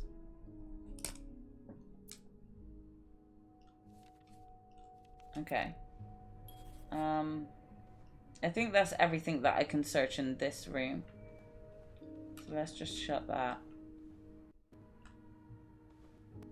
Wait, could I clean that up? Yeah. Almost missed. I almost did a bad job of cleaning then, guys. The panic. The panic. Okay. I should keep an eye out for those symbols. I don't think there was anything else in this room that we could have found symbols on. Yeah, that's the bank statement. A novel with a cover depicting a woman touching a cracked mirror with the silhouette of a mysterious figure behind her. Newspaper article. A newspaper clipping most likely used as a bookmark. Okay. Emptying the coffers. There's a bank statement tucked away in Mrs. Cruz's jewelry box. From the looks of it, she withdrew every last cent to her name, but there were a lot of cents, enough to add up to around 5,000. Why make such a big withdrawal? It's odd enough that the statement is in her name too. With married couples, I've only ever seen bank accounts in the husband's name. Maybe they are just different in Texas. There is worse kinks. There is worse, but I also just don't understand anyone who would want to have a stalker. Can the flower vase be tidied? Oh, the one on the table? I'll check that now. Yeah, serial killer kink would be worse. And yet Bundy, etc. have fan clubs. Exactly. It literally doesn't make sense. Oh my god, hi Z. I'm so sorry that I missed you jumping in then. I'm super in detective mode. So hello and welcome Z. I hope you're doing well. Thank you for jumping in. Treasure among trash. Yes, it took some digging, but I've got all the parts of a secret message now. I'm glad I didn't throw away any of out with the trash. Now is a matter of finding out what it says. Those symbols are strange and strangely familiar. Okay. No, I don't think I can clean this up. No. So let's save. Because I'm scared.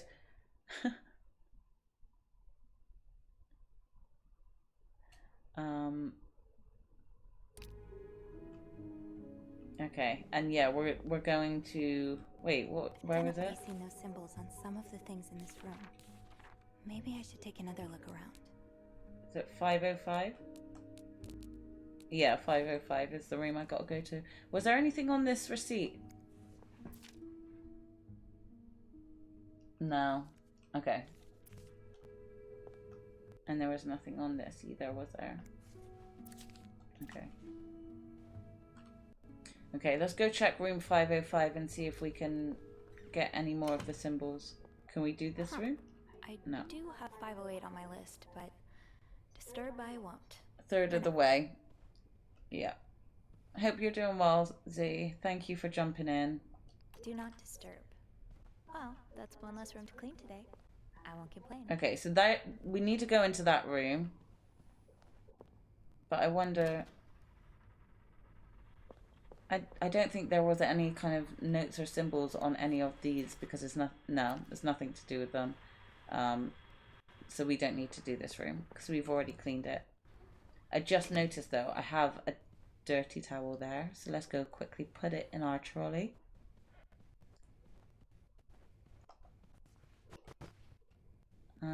And can we place the cup? Yeah.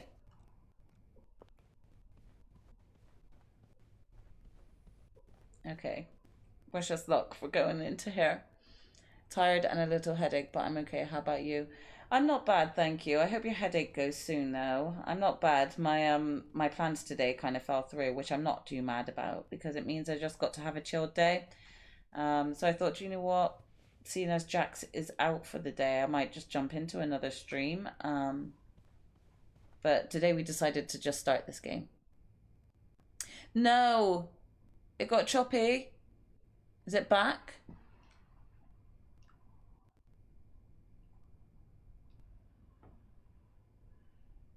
Is it back? I don't want to go into that room if it's starting to get choppy. Sometimes having a chill day at home is Gucci. Exactly, Z. Exactly. Means I don't spend money as well. Staying home means I don't spend money, and that's more ideal. It seems to be better again. Yeah? Okay, well let me know if it does start getting choppy again, because I don't want to keep continuing the game if you can't really enjoy it well. Okay. Let's go see what this freak has in terms of clues. Seems okay right now, yeah? Okay, great. Okay, yeah, there's nothing on this. I don't think there was anything in his creepy dark room. Again, I don't know whether to just throw those away or not.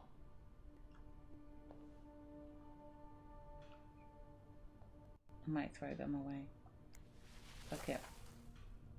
Okay. Anything in his journal, actually? And I still don't know whether to throw away these film reels or not.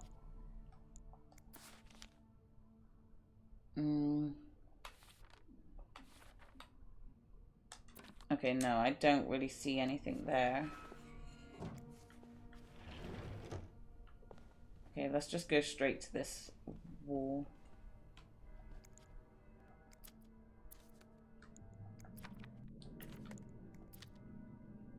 Okay, yeah. Yes, these are part of the same set. I think I can use this. My god, A is 2. V is a 9. No, that's a G. That's a G. L. D. Oh, I've already written A2. So yeah, it's got 2. So it's the same. Okay. And then, is there any more?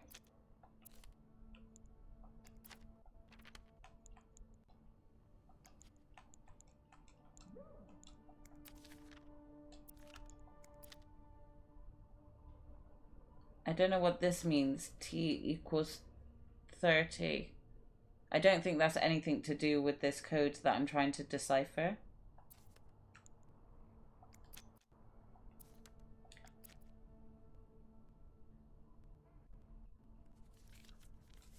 Why is he questioning why this couple is eating at a different...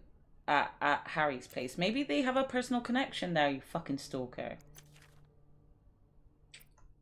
More of these symbols. Just what I was looking for.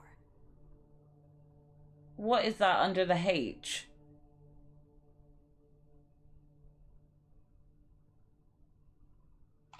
I have no idea what that is under the H. Looks like a deformed W. And then I equals 4. A squiggle, yeah. That's why it looks like a squiggle. I think that's all of it.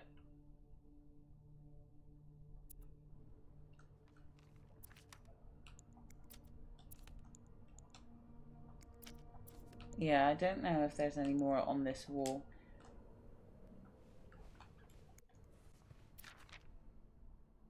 Yeah, and there was nothing on these. So I think it's just from the items that he's clearly stolen. Lindsay. Oh, okay, yeah, we've... Did something happen between the two of you before she died? Don't think there was anything here.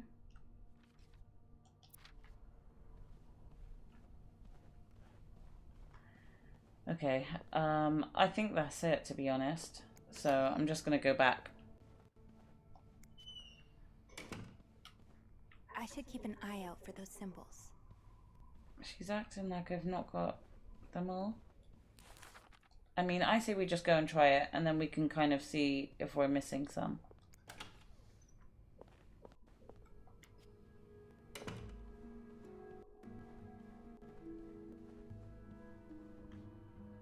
Let's just give it a go. We'll do another save just in case, but there's no harm in giving it a go.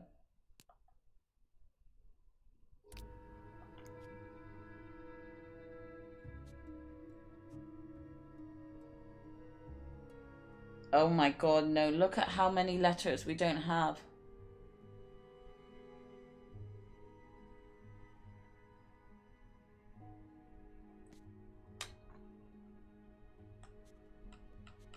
We still don't have loads of them, so I kind of feel that is pathetic. Let's just try and fill in what we can for now. What is 8? We can't even do that. No, we definitely need to get some more. Let's click reset letter and come out of this. Mr. Morgan has on the wall of 505. Maybe there's some more Aren't there symbols? some peculiar doodles? Okay, we definitely need to go and find some more. I mean, yeah, it does feel like some might become evident, but let me just go and double check 505 again, make sure I'm not missing anything.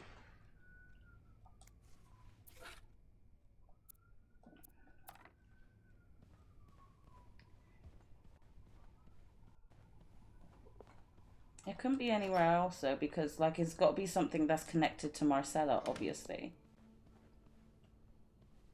Unless I've got to search their room again.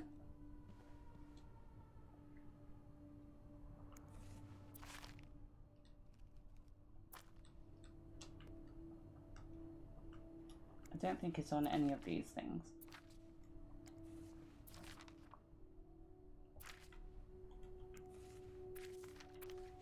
No, okay, let's just double check everything on the wall again.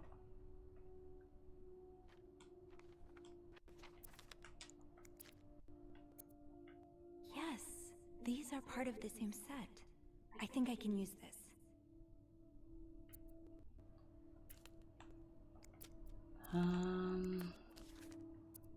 More of these symbols. Just what I was looking for. There's nothing on the back. No.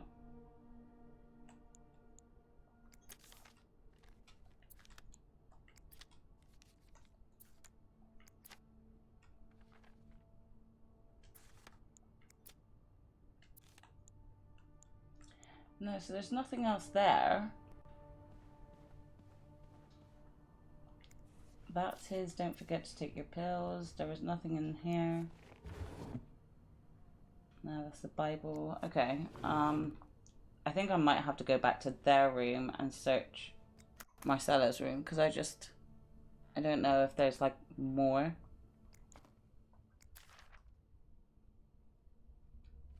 It's not going to be on his hospital letter either. Okay.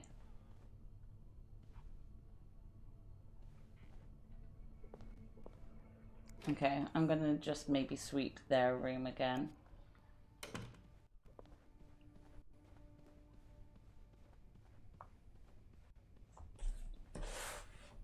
Okay, we're just gonna give it another go.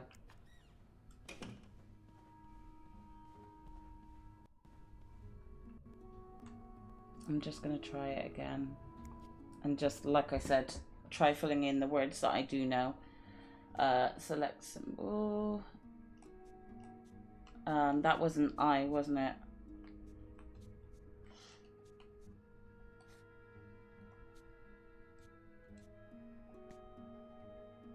Eight is a W. We do have it. I just realized. I thought that the letters that I found were already saved there. But I just realized I've made obviously my own little list. What was this little D symbol? L. I will. Okay, guys, we're gonna do this. It's fine. I had a blonde moment. Sorry to the blondes in the chat. I had a silly moment. We're gonna do this. 3 is... I think 3 is an E. I think it's an E. Are you a Malteser?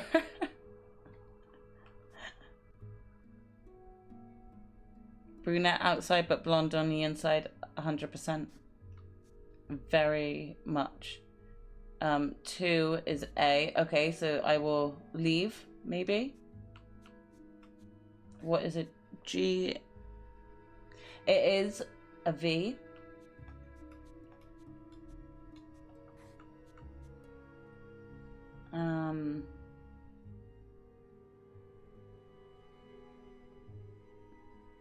That's an N.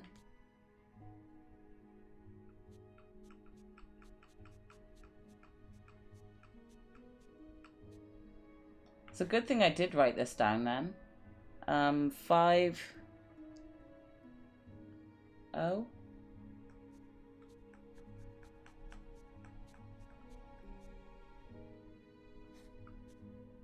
Squiggle is a T.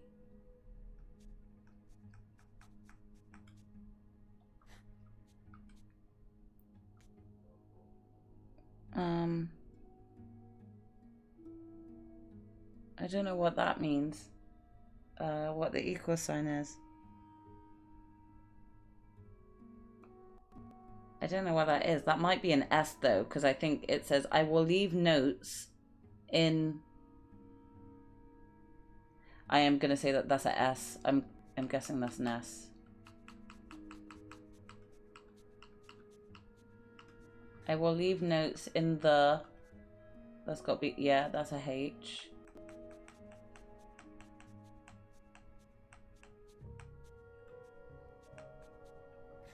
Vent.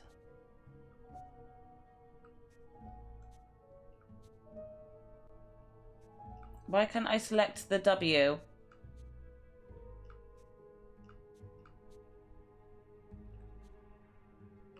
Why can't I select the other symbols? Oh, wait. Okay, do you know what? Just ignore that W because it's not working for me. So what is the 7? Do I have a 7?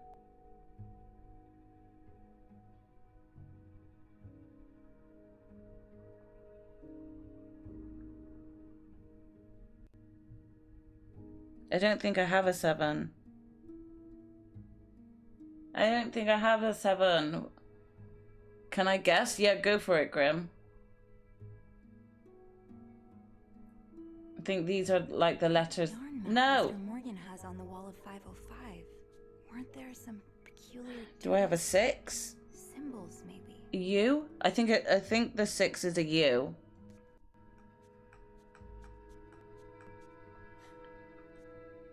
P. P is an R. So 7 could be Y for your, next to your.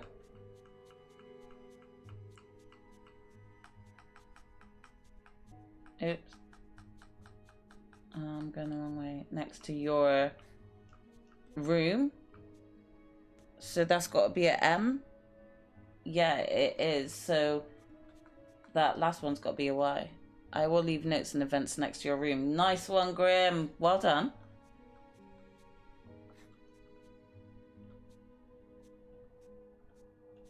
Okay, so then that one's got to be the Y. That yarn map Mr. Morgan has on the wall of 505. Weren't there some peculiar doodles? I just realized I haven't done the W over here. I obviously went past it. So that's got to be an X. I will leave notes in the vent.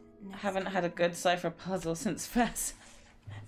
I truly haven't done something like that in a long time. But I'm glad we got it done, you know? So... Clarrington Hotel reception desk, Beth speaking. There's notes being left in a vent. Hey, so how did the snooping go? You nailed it. Thank you, Graham. I found a message written in strange symbols. A kind of secret code. A secret code? Well, spill the beans. What did it say? I will leave notes in the vent next to your room. In the vent? Who the hell does that? I don't know. But whoever the message was intended for went through a lot of trouble to hide it. Yeah. It was torn in a dozen pieces and scattered in 3 different trash cans. And we are nosy bitches that worked that out. Keeping secrets from each other. Do you think one of them's having an affair? Yes. So yes, it could be an affair. No, I think it's blackmail. No, I'm more on the lines that it's going to be an affair. Well, that's possible. It's quite obvious they're having marital problems. What makes you say that? Couch bed apology message. Okay, let's say the apology message because we I found found an that. apology note, neatly folded next to a room service tray. I think Mr. Cruz wrote it. It doesn't mean he's cheating on her, though. Maybe he forgot their anniversary or something like that. I doubt that when they're out here to renew their vows. Is that all you've got? I'm pretty sure the husband was sentenced to sleeping in the living room. I found a pillow and some sheets on the couch. Oh, yeah. Then he's definitely having an affair.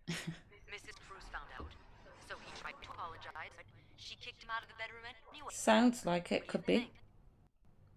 Maybe Mrs. Cruz hired Morgan as a PI.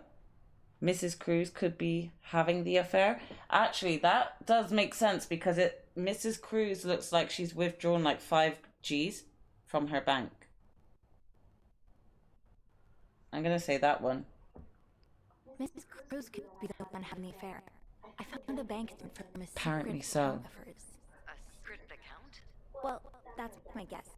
It's in her own name and hidden in her jewelry box. But how could she open her own account or withdraw money from it without her good old husband's approval? Why does she need his fucking approval? Maybe she had help from a friend or a lover.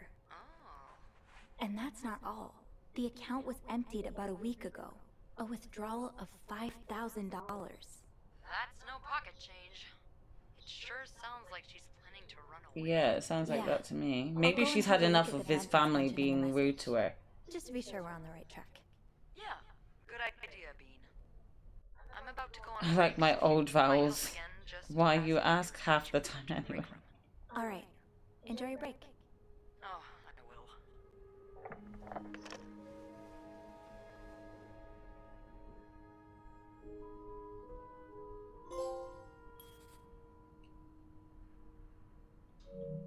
Nice. I also think we should now throw this code away because now we know what it says. It doesn't need to be seen again. And I don't know. Part of me doesn't know if I'm on... I might be on her side. I might help her have this I affair. will leave notes in the vent next to your room. But which vent? I don't think it's going to be this one. The message said next to your room. So it has to be a vent in the corridor. Okay. A note torn apart and scattered in 3 different trash cans. The message was written in secret code, but I managed to decipher it. I did it. I cracked the code. I will leave notes in the vent next to your room. Not too bad for one hotel maid, if I say so myself. As for what it all means, well, I might need some extra help with that. Theories. I called up Beth and she put forth the idea that one of the Cruzes may be involved in an affair. It's an ugly truth, but I can see it. 509 is not the room of a happy couple. I'm going to see if I can figure out which vent they were talking about. Maybe I'll be lucky enough to find some of those notes and see just how much water Beth's theory holds.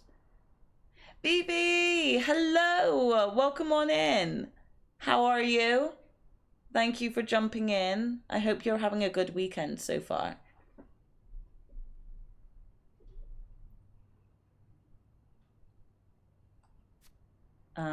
We just deciphered a code and I actually thought it was going to be so much more difficult, so I'm quite proud of us.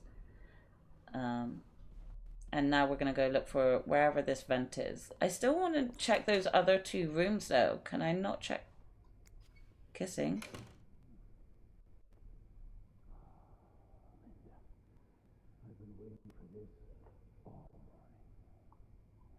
Bernard and Linda are having their fucking affair in one of these rooms that I have to clean. What do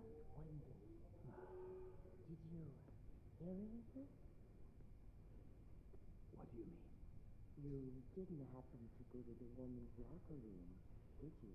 No. Why on earth would I go there? She's still trying to get Wendy fired. Oh? Oh, Wendy could have gotten her ass fired then if I didn't clean up the hypocrite bitch note. Now's probably not a good time to disturb Bernard. Ew, why is she mentioning her toes? Why is she mentioning her toes? Go in and clean while they're at it. Ew, no thank you. Established dominance. Don't take a black light in there. Just don't. Oh my god. It's get, like, haunting the shit out of me. Okay. Oh, wait, there's one. Oh, is this it? Wait, it is next to the room, actually. How the fuck she get the note in there? Unscrew. Can't open these. Oh, we need a screwdriver. Okay. I'll probably drop out soon. The connection is once again atrocious. Oh, no worries, Vivi. We'll be finishing up soon anyway, 'cause I'm getting hungry. Isn't this... We can go in here now. I might be able to find a screwdriver in the janitor's closet. I was hoping that whoever was leaving these notes had left the vent grid open, but no such luck. I'll need to find a screwdriver to get it open, which shouldn't be too difficult a task, I think. The janitor's closet is right nearby after all.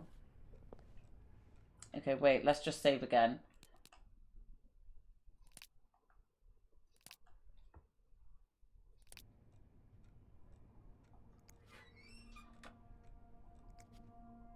Shoot, no screwdriver. What's life without a little challenge? Of course there's no screwdriver in there. What is this? Wait, Sophie, you don't need these. Be careful. It's a slippery slope towards becoming a hoarder. What is it? Wait, Sophie, you don't need these. I have no idea what they are. Careful. It's a slippery slope towards becoming a hoarder. Huh, this must be Eugene with his daughter. He looks like a caring father. Hey, Eugene. He sounds like a nice guy. He's also got a ripped up letter. We also have another Wendy thing here. Wendy and Jax. Guys. Oh! Where in this hotel haven't you made out? We found all three of Wendy and Jack's kissing spots. Woo! Okay, let's have a look at these letters. Oh, I thought they have proper Wi-Fi in this house, but it's more of an attempt. It really sucks, Vivi. I really wish that the Wi-Fi would sort itself out for you just once. Dear Eugene, a friend of mine has heard from her hairdresser, who's heard from her sister-in-law, who works as a secretary to the mayor, that the city plans on building a new mental hospital right next to the Clarendon. Imagine, Denise could get all the care she needs while staying close to home. It's almost too good to be true. I don't dare get my hopes up, but still, I'll keep my ear to the ground and keep you posted as soon as I have more news. Warm wishes, Joyce. So they want the mental hospital because it's going to help a family member of them. You're in the UK, Vivi. Yeah, I really hope the rest of your trip goes well, Vivi.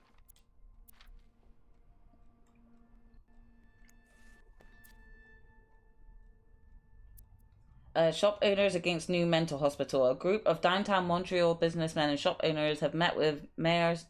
So, oh, we read this earlier. This is the shop owners not wanting us to, not wanting the mental health clinic to be built. Yep, can't do roads, Wi-Fi, or mobile phone receptions. You can't get good help these days at all, can you? You really can't, so...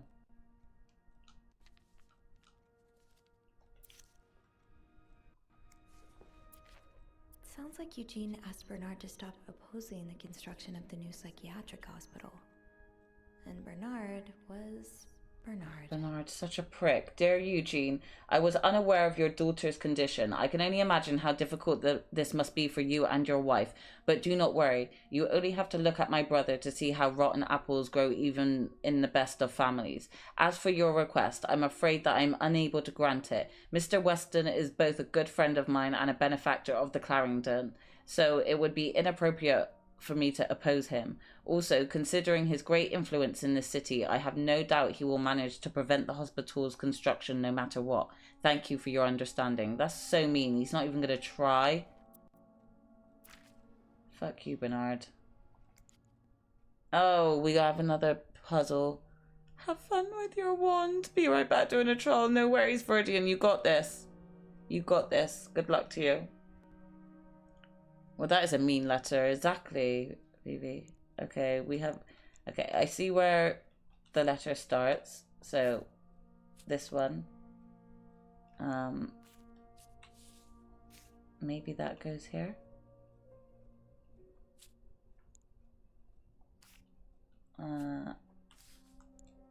Okay, that looks like the bottom of the note.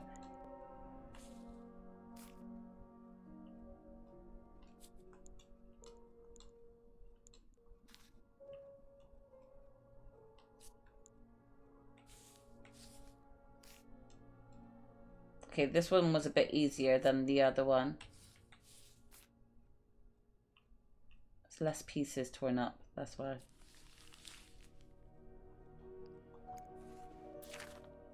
Highest priority, huh? That means Eugene's probably working in Bernard's office right now.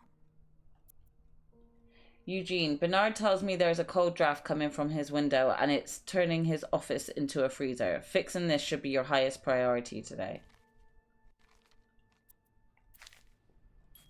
I'm gonna throw that away. Fuck off, Linda. You fucking bitch. Eugene's a pro at fixing the fuse box whenever there's a power outage. Okay, we don't need to switch that on. I don't think there's anything else I need in here. So clearly Eugene's not got his screwdriver down in Bernard's office. Eugene must be down in Bernard's office. I should go ask him for a screwdriver. According to a note from Linda in the janitor's closet, fixing the broken window in Bernard's office is to be Eugene's highest priority today. Since he's not around, he must be dealing with that. He knows better than to ignore a direct order from Linda. Time to head into the lair of the beast, I suppose. Okay, so it's just going downstairs to find a screwdriver. Well, what I might do is save it there, because I am getting a little hungry. Not bad though. I think we've done about 38% of the story, so hopefully we can maybe finish this in the next stream. I don't know when I'm going to play this again, because again today was like a really random stream, because I was free. So I really have no idea when I'll play this again. Maybe I'll consider replacing one of my Yakuza streams maybe on Monday and just finish this game off all in one. So I might do that and then we can resume some more Yakuza after that. But yeah, we may do that. So thank you all for being in here. Thank you, Storm, for giving me the raid. I really appreciate it. And I hope that you all have a good rest of your evening. Let's have a look to see if anyone's online to raid. Give me 1 second. I'm gonna have a look.